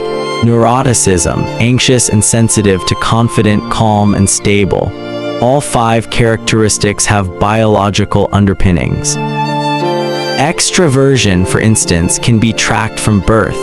If scientists play a loud noise in the nursing ward, some bobbies turn toward it while others turn away. When the researchers tracked these children through life, they found that the bobbies who turned toward the noise were more likely to grow up to be extroverts. Those who turned away were more likely to become introverts. People who are high in agreeableness are kind, considerate, and warm. They also tend to have higher natural oxytocin levels, a hormone that plays an important role in social bonding, increases feelings of trust, and can act as a natural antidepressant. You can easily imagine how someone with more oxytocin might be inclined to build habits like writing thank you notes or organizing social events. As a third example, consider neuroticism, which is a personality trait all people possess to various degrees. People who are high in neuroticism tend to be anxious and worry more than others. This trait has been linked to hypersensitivity of the amygdala, the portion of the brain responsible for noticing threats. In other words, people who are more sensitive to negative cues in their environment are more likely to score high in neuroticism. Our habits are not solely determined by our personalities, but there is no doubt that our genes nudge us in a certain direction. Our deeply rooted preferences make certain behaviors easier for some people than for others. You don't have to apologize for these differences or feel guilty about them, but you do have to work with them. A person who scores lower on conscientiousness, for example, will be less likely to be orderly by nature and may need to rely more heavily on environment design to stick with good habits. As a reminder for the less conscientious readers among us, environment design is a strategy we discussed in chapters 6 and 12. The takeaway is that you should build habits that work for your personality. People can get ripped working out like a bodybuilder, but if you prefer rock climbing or cycling or rowing, then shape your exercise habit around your interests. If your friend follows a low-carb diet, but you find that low-fat works for you, then more power to you. If you want to read more, don't be embarrassed if you prefer steamy romance novels over nonfiction. Read whatever fascinates you. You don't have to build the habits everyone tells you to build. Choose the habit that best suits you, not the one that is most popular. There is a version of every habit that can bring you joy and satisfaction. Find it. Habits need to be enjoyable if they are going to stick. This is the core idea behind the 4th law. Now, tailoring your habits to your personality is a good start, but this is not the end of the story.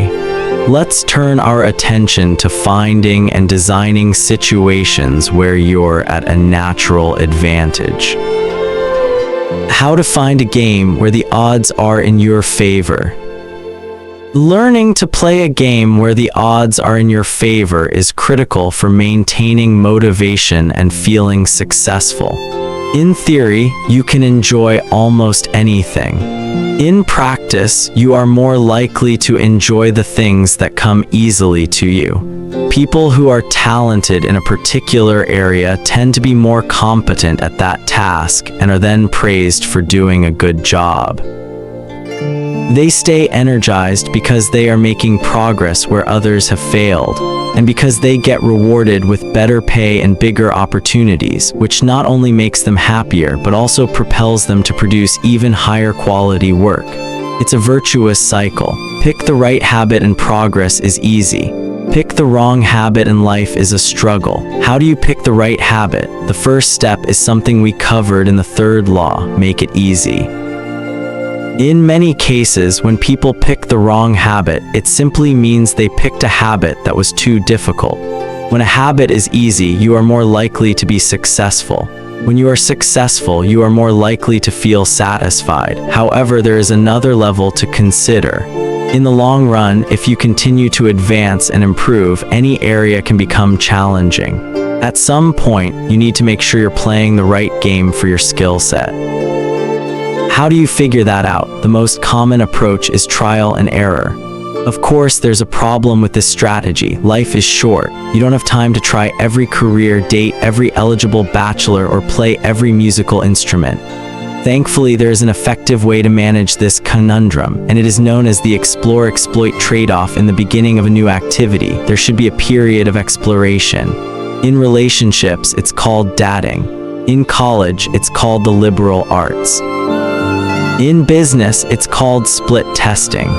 The goal is to try out many possibilities, research a broad range of ideas, and cast a wide net.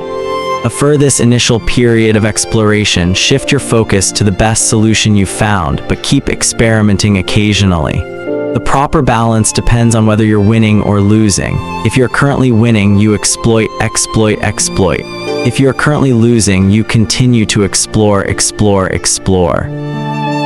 In the long run, it is probably most effective to work on the strategy that seems to deliver the best results about 80 to 90% of the time, and keep exploring with the remaining 10 to 20%. Google famously asks employees to spend 80% of the workweek on their official job and 20% on projects of their choice, which has led to the creation of blockbuster products like AdWords and Gmail. The optimal approach also depends on how much time you have. If you have a lot of time, like someone at the beginning of their career, it makes more sense to explore, because once you find the right thing, you still have a good amount of time to exploit it. If you're pressed for time, say, as you come up on the deadline for a project, you should implement the best solution you've found so far and get some results. As you explore different options, there are a series of questions you can ask yourself to continually narrow in on the habits and areas that will be most satisfying to you. What feels like fun to me but work to others? The mark of whether you're made for a task is not whether you love it, but whether you can handle the pain of the task easier than most people. When are you enjoying yourself while other people are complaining? The work that hurts you less than it hurts others is the work you were made to do. What makes me lose track of time? Flow is the mental state you enter when you are so focused on the task at hand that the rest of the world fades away. This blend of happiness and peak performance is what athletes and performers experience when they are in the zone. It is nearly impossible to experience a flow state and not find the task satisfying, at least to some degree. Where do I get greater returns than the average person? We are continually comparing ourselves to those around us, and a behavior is more likely to be satisfying when the comparison is in our favor. When I started writing at JamesClear.com, my email list grew very quickly. I wasn't quite sure what I was doing well, but I knew that results seemed to be coming faster for me than for some of my colleagues, which motivated me to keep writing. What comes naturally to me? For just a moment, ignore what you have been taught. Ignore what society has told you. Ignore what others expect of you. Look inside yourself and ask, what feels natural to me? When have I felt alive? When have I felt like the real me? No internal judgments or people-pleasing. No second-guessing or self-criticism. Just feelings of engagement and enjoyment. Whenever you feel authentic and genuine, you are headed in the right direction. To be honest, some of this process is just luck. Michael Phelps and Hichem El Garaout were lucky to be born with a rare set of abilities that are highly valued by society and to be placed in the ideal environment for those abilities. We all have limited time on this planet, and the truly great us are the ones who not only work hard but also have the good fortune to be exposed to opportunities that favor us. But what if you don't want to leave it up to luck? If you can't find a game where the odds are stacked in your favor, create one. Scott Adams, the cartoonist behind Dilbert, says, "Everyone has at least a few areas in which they could be in the top 25% with some effort. In my case, I can draw better than most people, but I'm hardly an artist. And I'm not any funnier than the average stand-up comedian who never makes it big, but I'm funnier than most people." The magic is that few people can draw well and write jokes. It's the combination of the two that makes what I do so rare. And when you add in my business background, suddenly I had a topic that few cartoonists could hope to understand without living it. When you can't win by being better, you can win by being different. By combining your skills, you reduce the level of competition, which makes it easier to stand out. You can shortcut the need for a genetic advantage or for years of practice by rewriting the rules. A good player works hard to win the game everyone else is playing. A great player creates a new game that favors their strengths and avoids their weaknesses. In college, I designed my own major, biomechanics, which was a combination of physics, chemistry, biology, and anatomy. I wasn't smart enough to stand out among the top physics or biology majors, so I created my own game. And because it suited me, I was only taking the courses I was interested in. Studying felt like less of a chore. It was also easier to avoid the trap of comparing myself to everyone else. After all, nobody else was taking the same combination of classes, so who could say if they were better or worse? Specialization is a powerful way to overcome the accident of bad genetics. The more you master a specific skill, the harder it becomes for others to compete with you. Many bodybuilders are stronger than the average arm wrestler, but even a massive bodybuilder may lose at arm wrestling because the arm wrestling champ has very specific strength. Even if you're not the most naturally gifted, you can often win by being the best in a very narrow category. Boiling water will soften a potato but harden an egg. You can't control whether you're a potato or an egg, but you can decide to play a game where it's better to be hard or soft, if you can find a more favorable environment. You can transform the situation from one where the odds are against you to one where they are in your favor. How to get the most out of your genes. Our genes do not eliminate the need for hard work. They clarify it. They tell us what to work hard on. Once we realize our strengths, we know where to spend our time and energy. We know which types of opportunities to look for and which types of challenges to avoid. The better we understand our nature, the better our strategy can be. Biological differences matter. Even so, it's more productive to focus on whether you are fulfilling your own potential than comparing yourself to someone else. The fact that you have a natural limit to any specific ability has nothing to do with whether you are reaching the ceiling of your capabilities. People get so caught up in the fact that they have limits that they rarely exert the effort required to get close to them. Furthermore, genes can't make you successful if you're not doing the work. Yes, it's possible that the ripped trainer at the gym has better genes, but if you haven't put in the same reps, it's impossible to say if you have been dealt a better or worse genetic hand. Until you work as hard as those you admire, don't explain away their success as luck. In summary, one of the best ways to ensure your habits remain satisfying over the long run is to pick behaviors that align with your personality and skills. Work hard on the things that come easy. Chapter summary: the secret to maximizing your odds of success is to choose the right kind of competition. Pick the right habit and progress is easy. Pick the wrong habit and life is a struggle. Genes cannot be easily changed, which means they provide a powerful advantage in favorable circumstances and a serious disadvantage in unfavorable circumstances. Habits are easier when they align with your natural abilities. Choose the habits that best suit you.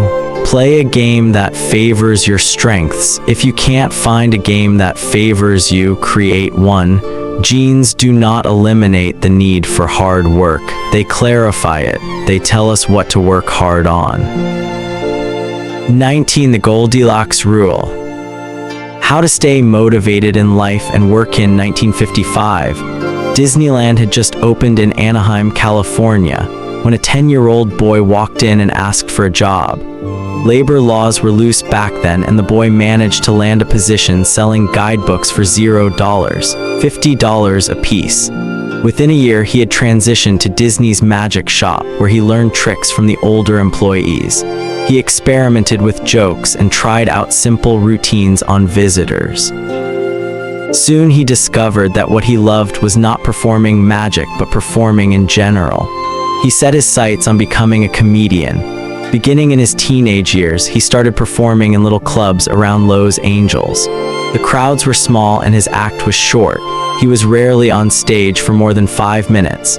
Most of the people in the crowd were too busy drinking or talking with friends to pay attention. One night, he literally delivered his stand-up routine to an empty club. It wasn't glamorous work, but there was no doubt he was getting better. His first routines would only last 1 or 2 minutes. By high school, his material had expanded to include a 5-minute act and a few years later, a 10-minute show. At 19, he was performing weekly for 20 minutes at a time. He had to read 3 poems during the show just to make the routine long enough, but his skills continued to progress. He spent another decade experimenting, adjusting, and practicing. He took a job as a television writer, and gradually he was able to land his own appearances on talk shows. By the mid-1970s, he had worked his way into being a regular guest on The Tonight Show and Saturday Night Live. Finally, after nearly 15 years of work, the young man rose to fame. He toured 60 cities in 63 days, then 72 cities in 80 days, then 85 cities in 90 days. He had 18,695 people attend one show in Ohio. Another 45,000 tickets were sold for his 3-day show in New York. He catapulted to the top of his genre and became one of the most successful comedians of his time. His name is Steve Martin. Martin's story offers a fascinating perspective on what it takes to stick with habits for the long run. Comedy is not for the timid. It is hard to imagine a situation that would strike fear into the hearts of more people than performing alone on stage and failing to get a single laugh. And yet Steve Martin faced this fear every week for 18 years. In his words, 10 years spent learning, 4 years spent refining, and 4 years as a wild success. Why is it that some people like Martin stick with their habits, whether practicing jokes or drawing cartoons or playing guitar, while most of us struggle to stay motivated? How do we design habits that pull us in rather than ones that fade away? Scientists have been studying this question for many years. While there is still much to learn, one of the most consistent findings is that the way to maintain motivation and achieve peak levels of desire is to work on tasks of just manageable difficulty. The human brain loves a challenge, but only if it is within an optimal zone of difficulty. If you love tennis and try to play a serious match against a 4-year, you will quickly become bored. It's too easy. You'll win every point. In contrast, if you play a professional tennis player like Roger Federer or Serena Williams, you will quickly lose motivation because the match is too difficult.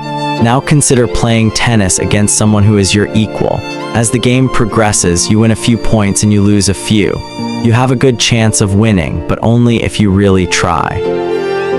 Your focus narrows, distractions fade away, and you find yourself fully invested in the task at hand. This is a challenge of just manageable difficulty, and it is a prime example of the Goldilocks rule. The Goldilocks rule states that humans experience peak motivation when working on tasks that are right on the edge of their current abilities. Not too hard, not too easy. Just right. The Goldilocks RULEFIG or E15, maximum motivation occurs when facing a challenge of just manageable difficulty. In psychology research, this is known as the Yerkes-Dodson law, which describes the optimal level of arousal as the midpoint between boredom and anxiety. Martin's comedy career is an excellent example of the Goldilocks rule in practice. Each year, he expanded his comedy routine, but only by a minute or two. He was always adding new material, but he also kept a few jokes that were guaranteed to get laughs. There were just enough victories to keep him motivated and just enough mistakes to keep him working hard. When you're starting a new habit, it's important to keep the behavior as easy as possible so you can stick with it even when conditions aren't perfect. This is an idea we covered in detail while discussing the third law of behavior change. Once a habit has been established, however, it's important to continue to advance in small ways. These little improvements and new challenges keep you engaged. And if you hit the Goldilocks zone just right, you can achieve a flow state. A flow state is the experience of being in the zone and fully immersed in an activity. Scientists have tried to quantify this feeling. They found that to achieve a state of flow, a task must be roughly 4% beyond your current ability. In real life, it's typically not feasible to quantify the difficulty of an action in this way, but the core idea of the Goldilocks rule remains: working on challenges of just manageable difficulty, something on the perimeter of your ability, seems crucial for maintaining motivation. Improvement requires a delicate balance. You need to regularly search for challenges that push you to your edge while continuing to make enough progress to stay motivated. Behaviors need to remain novel in order for them to stay attractive and satisfying. Without variety, we get bored, and boredom is perhaps the greatest villain on the quest for self-improvement. How to stay focused when you get bored working on your goals. After my baseball career ended, I was looking for a new sport. I joined a weightlifting team, and one day an elite coach visited our gym. He had worked with thousands of athletes during his long career, including a few Olympians. I introduced myself and we began talking about the process of improvement. "What's the difference between the best athletes and everyone else?" I asked. "What do the really successful people do that most don't?" He mentioned the factors you might expect: genetics, luck, talent. But then he said something I wasn't expecting. At some point it comes down to who can handle the boredom of training every day, doing the same lifts over and over and over. His answer surprised me because it's a different way of thinking about work ethic. People talk about getting amped up to work on their goals. Whether it's business or sports or art, you hear people say things like, "It all comes down to passion," or "You have to really want it." As a result, many of us get depressed when we lose focus or motivation because we think that successful people have some bottomless reserve of passion. But this coach was saying that really successful people feel the same lack of motivation as everyone else. The difference is that they still find a way to show up despite the feelings of boredom. Mastery requires practice, but the more you practice something, the more boring and routine it becomes. Once the beginner gains have been made and we learn what to expect, our interest starts to fade. Sometimes it happens even faster than that. All you have to do is hit the gym a few days in a row or publish a couple of blog posts on time, and letting one day slip doesn't feel like much. Things are going well. It's easy to rationalize taking a day off because you're in a good place. The greatest threat to success is not failure but boredom. We get bored with habits because they stop delighting us. The outcome becomes expected. And as our habits become ordinary, we start derailing our progress to seek novelty. Perhaps this is why we get caught up in a never-ending cycle, jumping from one workout to the next, one diet to the next, one business idea to the next. As soon as we experience the slightest dip in motivation, we begin seeking a new strategy, even if the old one was still working. As Machiavelli noted, men desire novelty to such an extent that those who are doing well wish for a change as much as those who are doing badly. Perhaps this is why many of the most habit-forming products are those that provide continuous forms of novelty. Video games provide visual novelty. Porn provides sexual novelty. Junk foods provide culinary novelty. Each of these experiences offer continual elements of surprise. In psychology, this is known as a variable reward. Slot machines are the most common real-world example. A gambler hits the jackpot every now and then, but not at any predictable interval. The pace of rewards varies. This variance leads to the greatest spike of dopamine, enhances memory recall, and accelerates habit formation. Variable rewards won't create a craving. That is, you can't take a reward people are uninterested in, give it to them at a variable interval, and hope it will change their mind, but they are a powerful way to amplify the cravings we already experience because they reduce boredom. The sweet spot of desire occurs at a 50-50 split between success and failure. Half of the time you get what you want, half of the time you don't. You need just enough winning to experience satisfaction and just enough wanting to experience desire.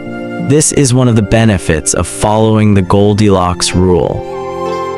If you're already interested in a habit, working on challenges of just manageable difficulty is a good way to keep things interesting. Of course, not all habits have a variable reward component, and you wouldn't want them to. If Google only delivered a useful search result some of the time, I would switch to a competitor pretty quickly. If Uber only picked up half of my trips, I doubt I'd be using that service much longer. And if I flossed my teeth each night and only sometimes ended up with a clean mouth, I think I'd skip it. Variable rewards or not, no habit will stay interesting forever.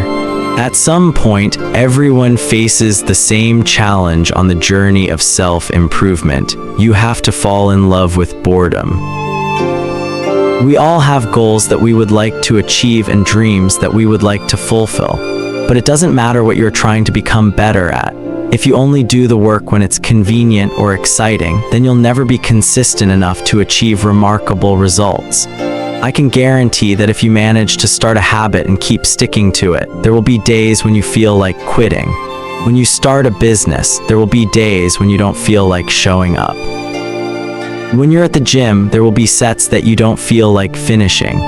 When it's time to write, there will be days that you don't feel like typing.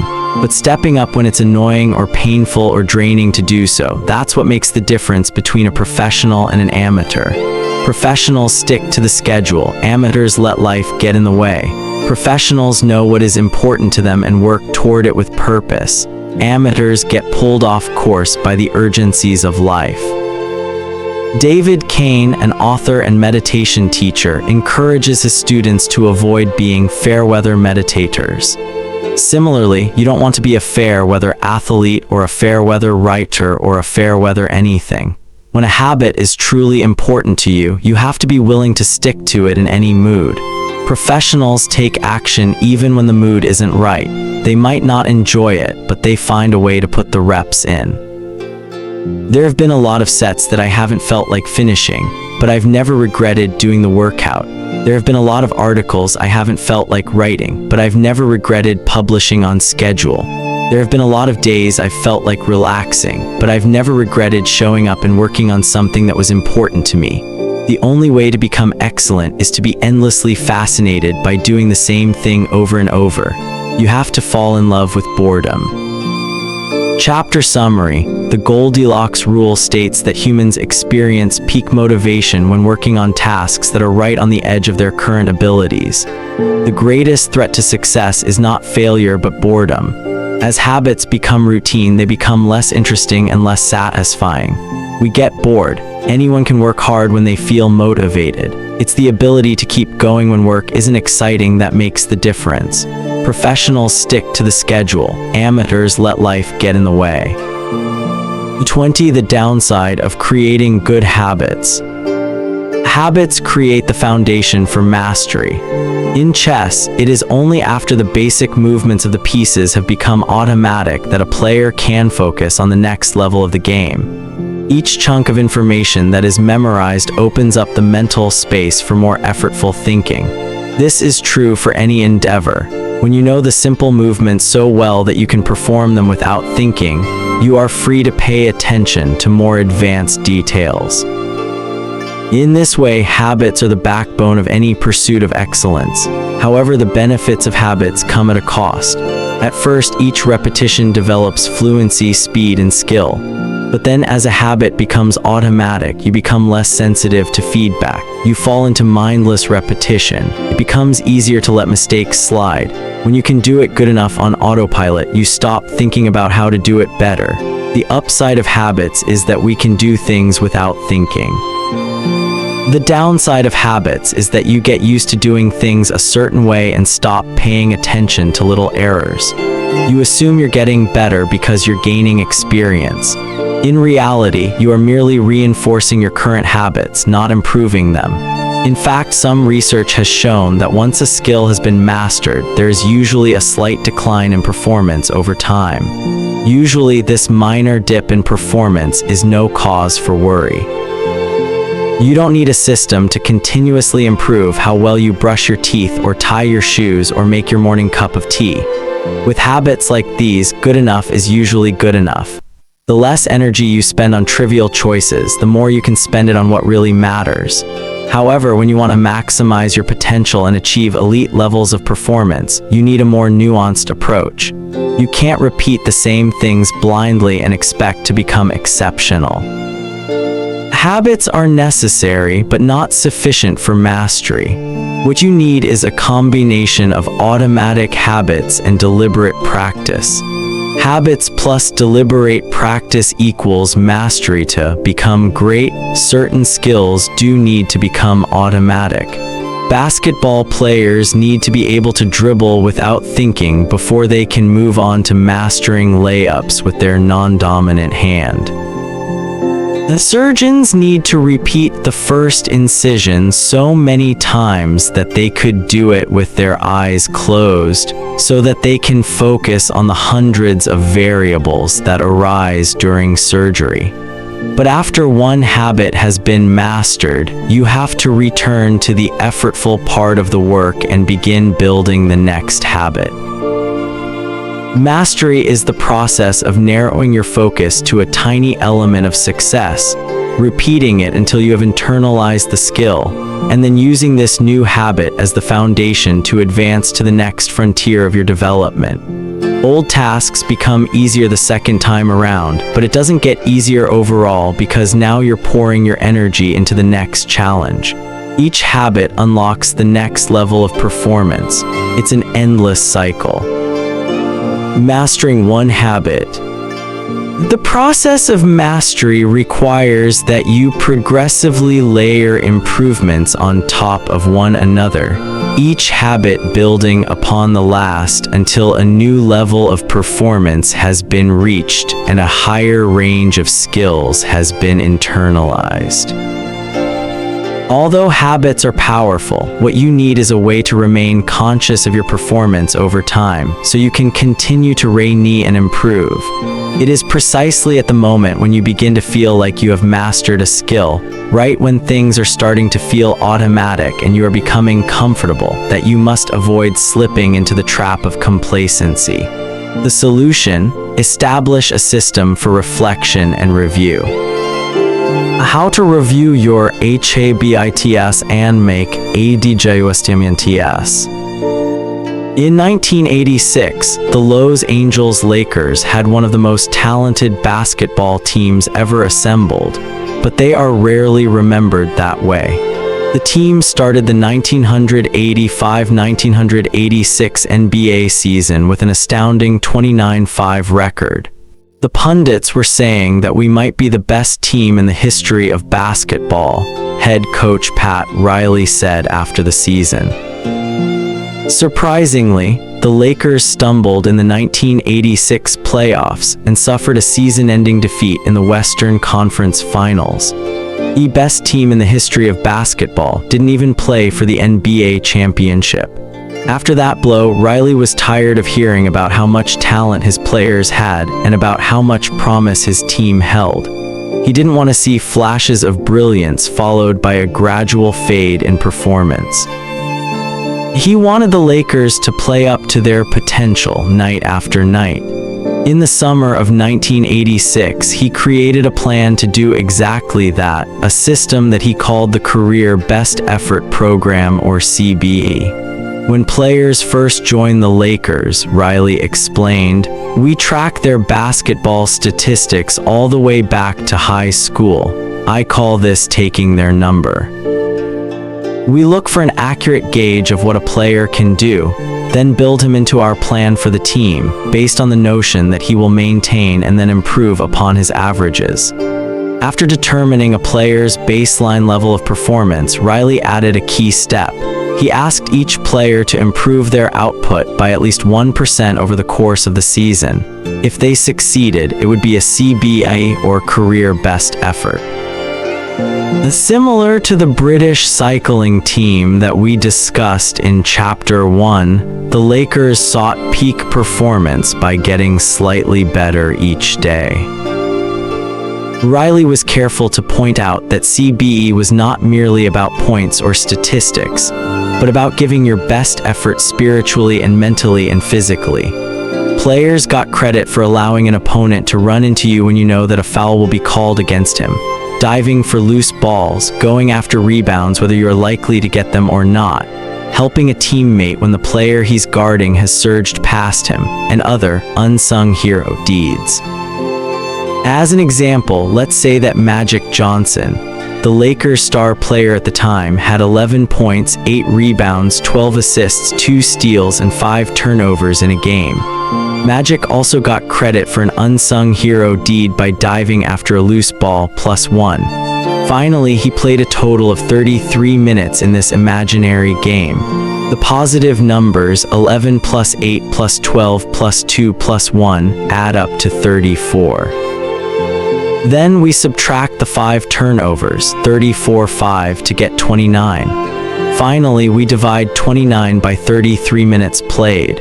29/33 equals 0. 879. Magic's CBE number here would be 879. This number was calculated for all of a player's games, and it was the average CBE that a player was asked to improve by 1% over the season. Riley compared each player's current CBE to not only their past performances but also those of other players in the league. As Riley put it, we rank team members alongside league opponents who play the same position and have similar role definitions. Sports writer Jackie MacMullan noted, Riley trumpeted the top performers in the league in bold lettering on the blackboard each week and measured them against the corresponding players on his own roster. Solid, reliable players generally rated a score in the 600s, while elite players scored at least 800. Magic Johnson, who submitted 138 triple-doubles in his career, often scored over 1,000. The Lakers also emphasized year-over-year progress by making historical comparisons of CBE data. Riley said, "We stacked the month of November 1986 next to November 1985 and showed the players whether they were doing better or worse than at the same point last season. Then we showed them how their performance figures for December 1986 stacked up against November's." The Lakers rolled out CBE in October 1986. 8 months later, they were NBA champions. The following year, Pat Riley led his team to another title as the Lakers became the first team in 20 years to win back-to-back NBA championships. Afterward, he said, "Sustaining an effort is the most important thing for any enterprise. The way to be successful is to learn how to do things right, then do them the same way every time." The CBE program is a prime example of the power of reflection and review. Lakers were already talented. CBE helped them get the most out of what they had and made sure their habits improved rather than declined. Reflection and review enables the long-term improvement of all habits because it makes you aware of your mistakes and helps you consider possible paths for improvement. Without reflection, we can make excuses, create rationalizations, and lie to ourselves. We have no process for determining whether we are performing better or worse compared to yesterday. Top performers in all fields engage in various types of reflection and review, and the process doesn't have to be complex. Kenyan runner Eliud Kipchoge is one of the greatest marathoners of all time and an Olympic gold medalist. He still takes notes after every practice in which he reviews his training for the day, and searches for areas that can be improved. Similarly, gold medal swimmer Katie Ledecky records her wellness on a scale of 1 to 10 and includes notes on her nutrition and how well she slept. She also records the times posted by other swimmers. At the end of each week, her coach goes over her notes and adds his thoughts. It's not just athletes either. When comedian Chris Rock is preparing fresh material, he will first appear at small nightclubs dozens of times and test hundreds of jokes. He brings a notepad on stage and records which bits go over well and where he needs to make adjustments. The few killer lines that survive will form the backbone of his new show. I know of executives and investors who keep a decision journal in which they record the major decisions they make each week, why they made them, and what they expect the outcome to be. They review their choices at the end of each month or year to see where they were correct and where they went wrong. Improvement is not just about learning habits, it's also about fine-tuning them. Reflection and review ensures that you spend your time on the right things and make course corrections whenever necessary, like Pat Riley adjusting the effort of his players on a nightly basis. You don't want to keep practicing a habit if it becomes ineffective. Personally, I employ two primary modes of reflection and review. Each December, I perform an annual review in which I reflect on the previous year. I tally my habits for the year by counting up how many articles I published, how many workouts I put in, how many new places I visited, and more. Then I reflect on my progress by answering 3 questions.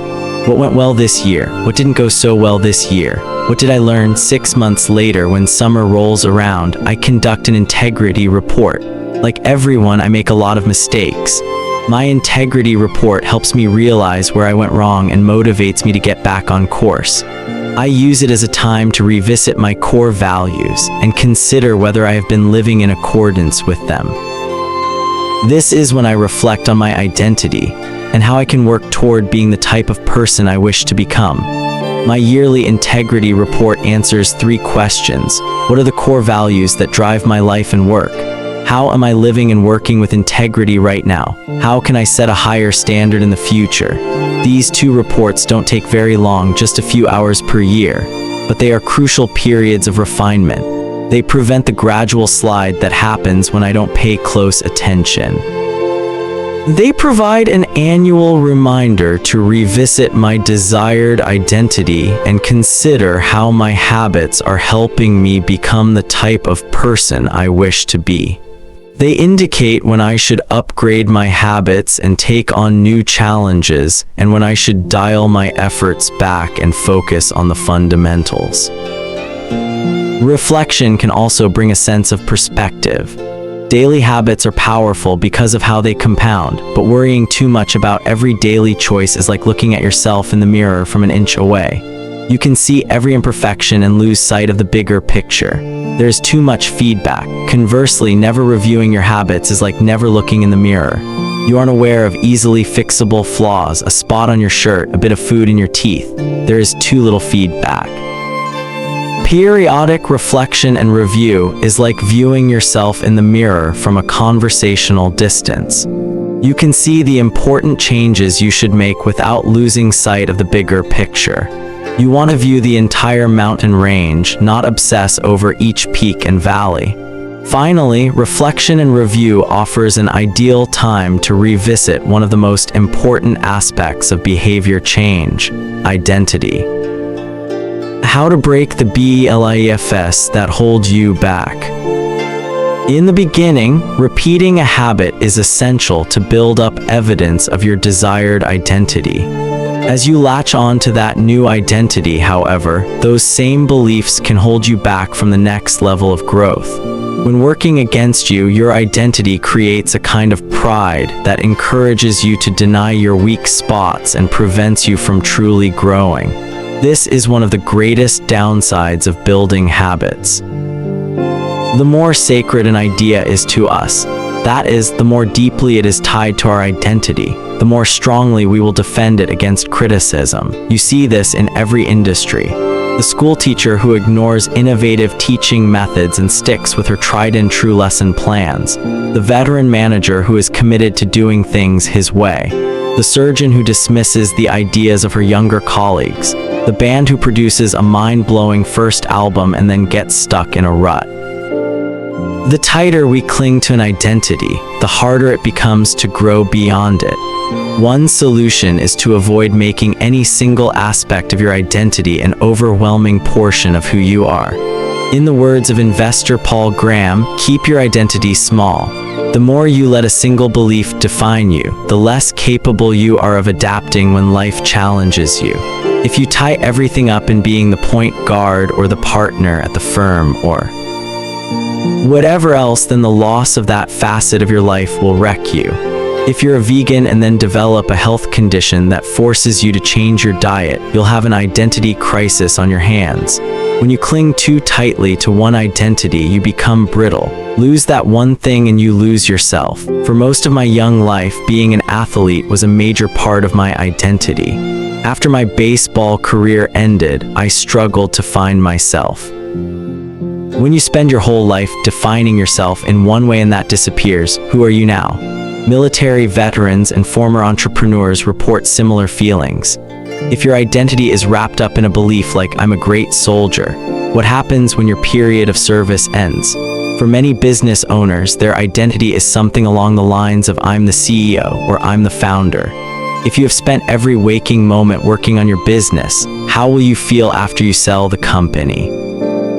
The key to mitigating these losses of identity is to redefine yourself such that you get to keep important aspects of your identity, even if your particular role changes. I'm an athlete becomes I'm the type of person who is mentally tough and loves a physical challenge. I'm a great soldier transforms into I'm the type of person who is disciplined, reliable, and great on a team. I'm the CEO translates to I'm the type of person who builds and creates things. When chosen effectively, an identity can be flexible rather than brittle. Like water owing around an obstacle, your identity works with the changing circumstances rather than against them. The following quote from the Tao Te Ching encapsulates the ideas perfectly. Men are born soft and supple. Dead, they are stiff and hard. Plants are born tender and pliant. Dead, they are brittle and dry. Thus, whoever is stiff and inflexible is a disciple of death. Whoever is soft and yielding is a disciple of life. The hard and stiff will be broken. The soft and supple will prevail. Lao Tzu habits deliver numerous benefits, but the downside is that they can lock us into our previous patterns of thinking and acting, even when the world is shifting around us. Everything is impermanent. Life is constantly changing, so you need to periodically check in to see if your old habits and beliefs are still serving you. A lack of self-awareness is poison. Reflection and review is the antidote. Chapter summary: the upside of habits is that we can do things without thinking. The downside is that we stop paying attention to little errors. Habits plus deliberate practice equals mastery. Reflection and review is a process that allows you to remain conscious of your performance over time. The tighter we cling to an identity, the harder it becomes to grow beyond it. Conclusion: the secret to results that last. There is an ancient Greek parable known as the Socrates paradox, which talks about the effect one small action can have when repeated enough times. One formulation of the paradox goes as follows: can one coin make a person rich? If you give a person a pile of 10 coins, you wouldn't claim that he or she is rich. But what if you add another, and another, and another?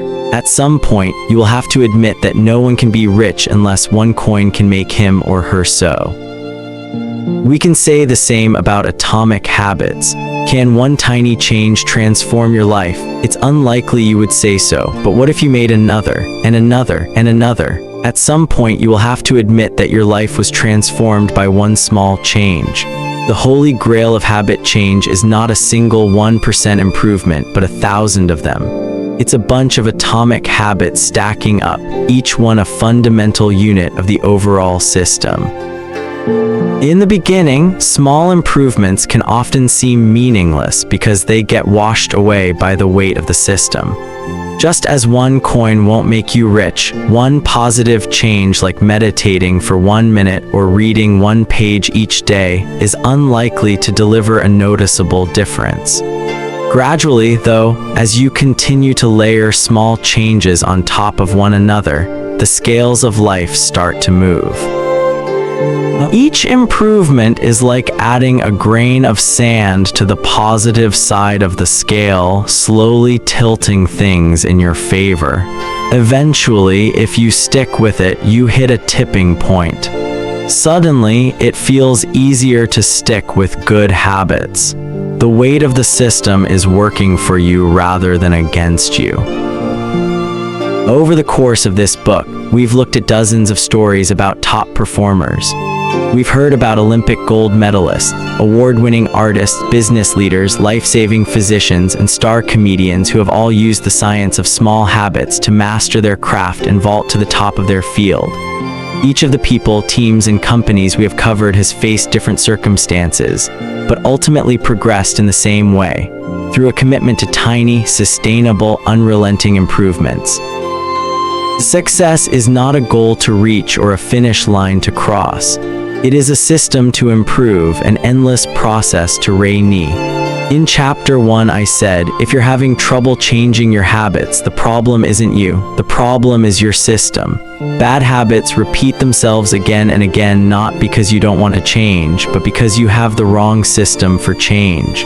As this book draws to a close, I hope the opposite is true. With the 4 laws of behavior change, you have a set of tools and strategies that you can use to build better systems and shape better habits. Sometimes a habit will be hard to remember and you'll need to make it obvious. Other times you won't feel like starting and you'll need to make it attractive. In many cases, you may find that a habit will be too difficult and you'll need to make it easy.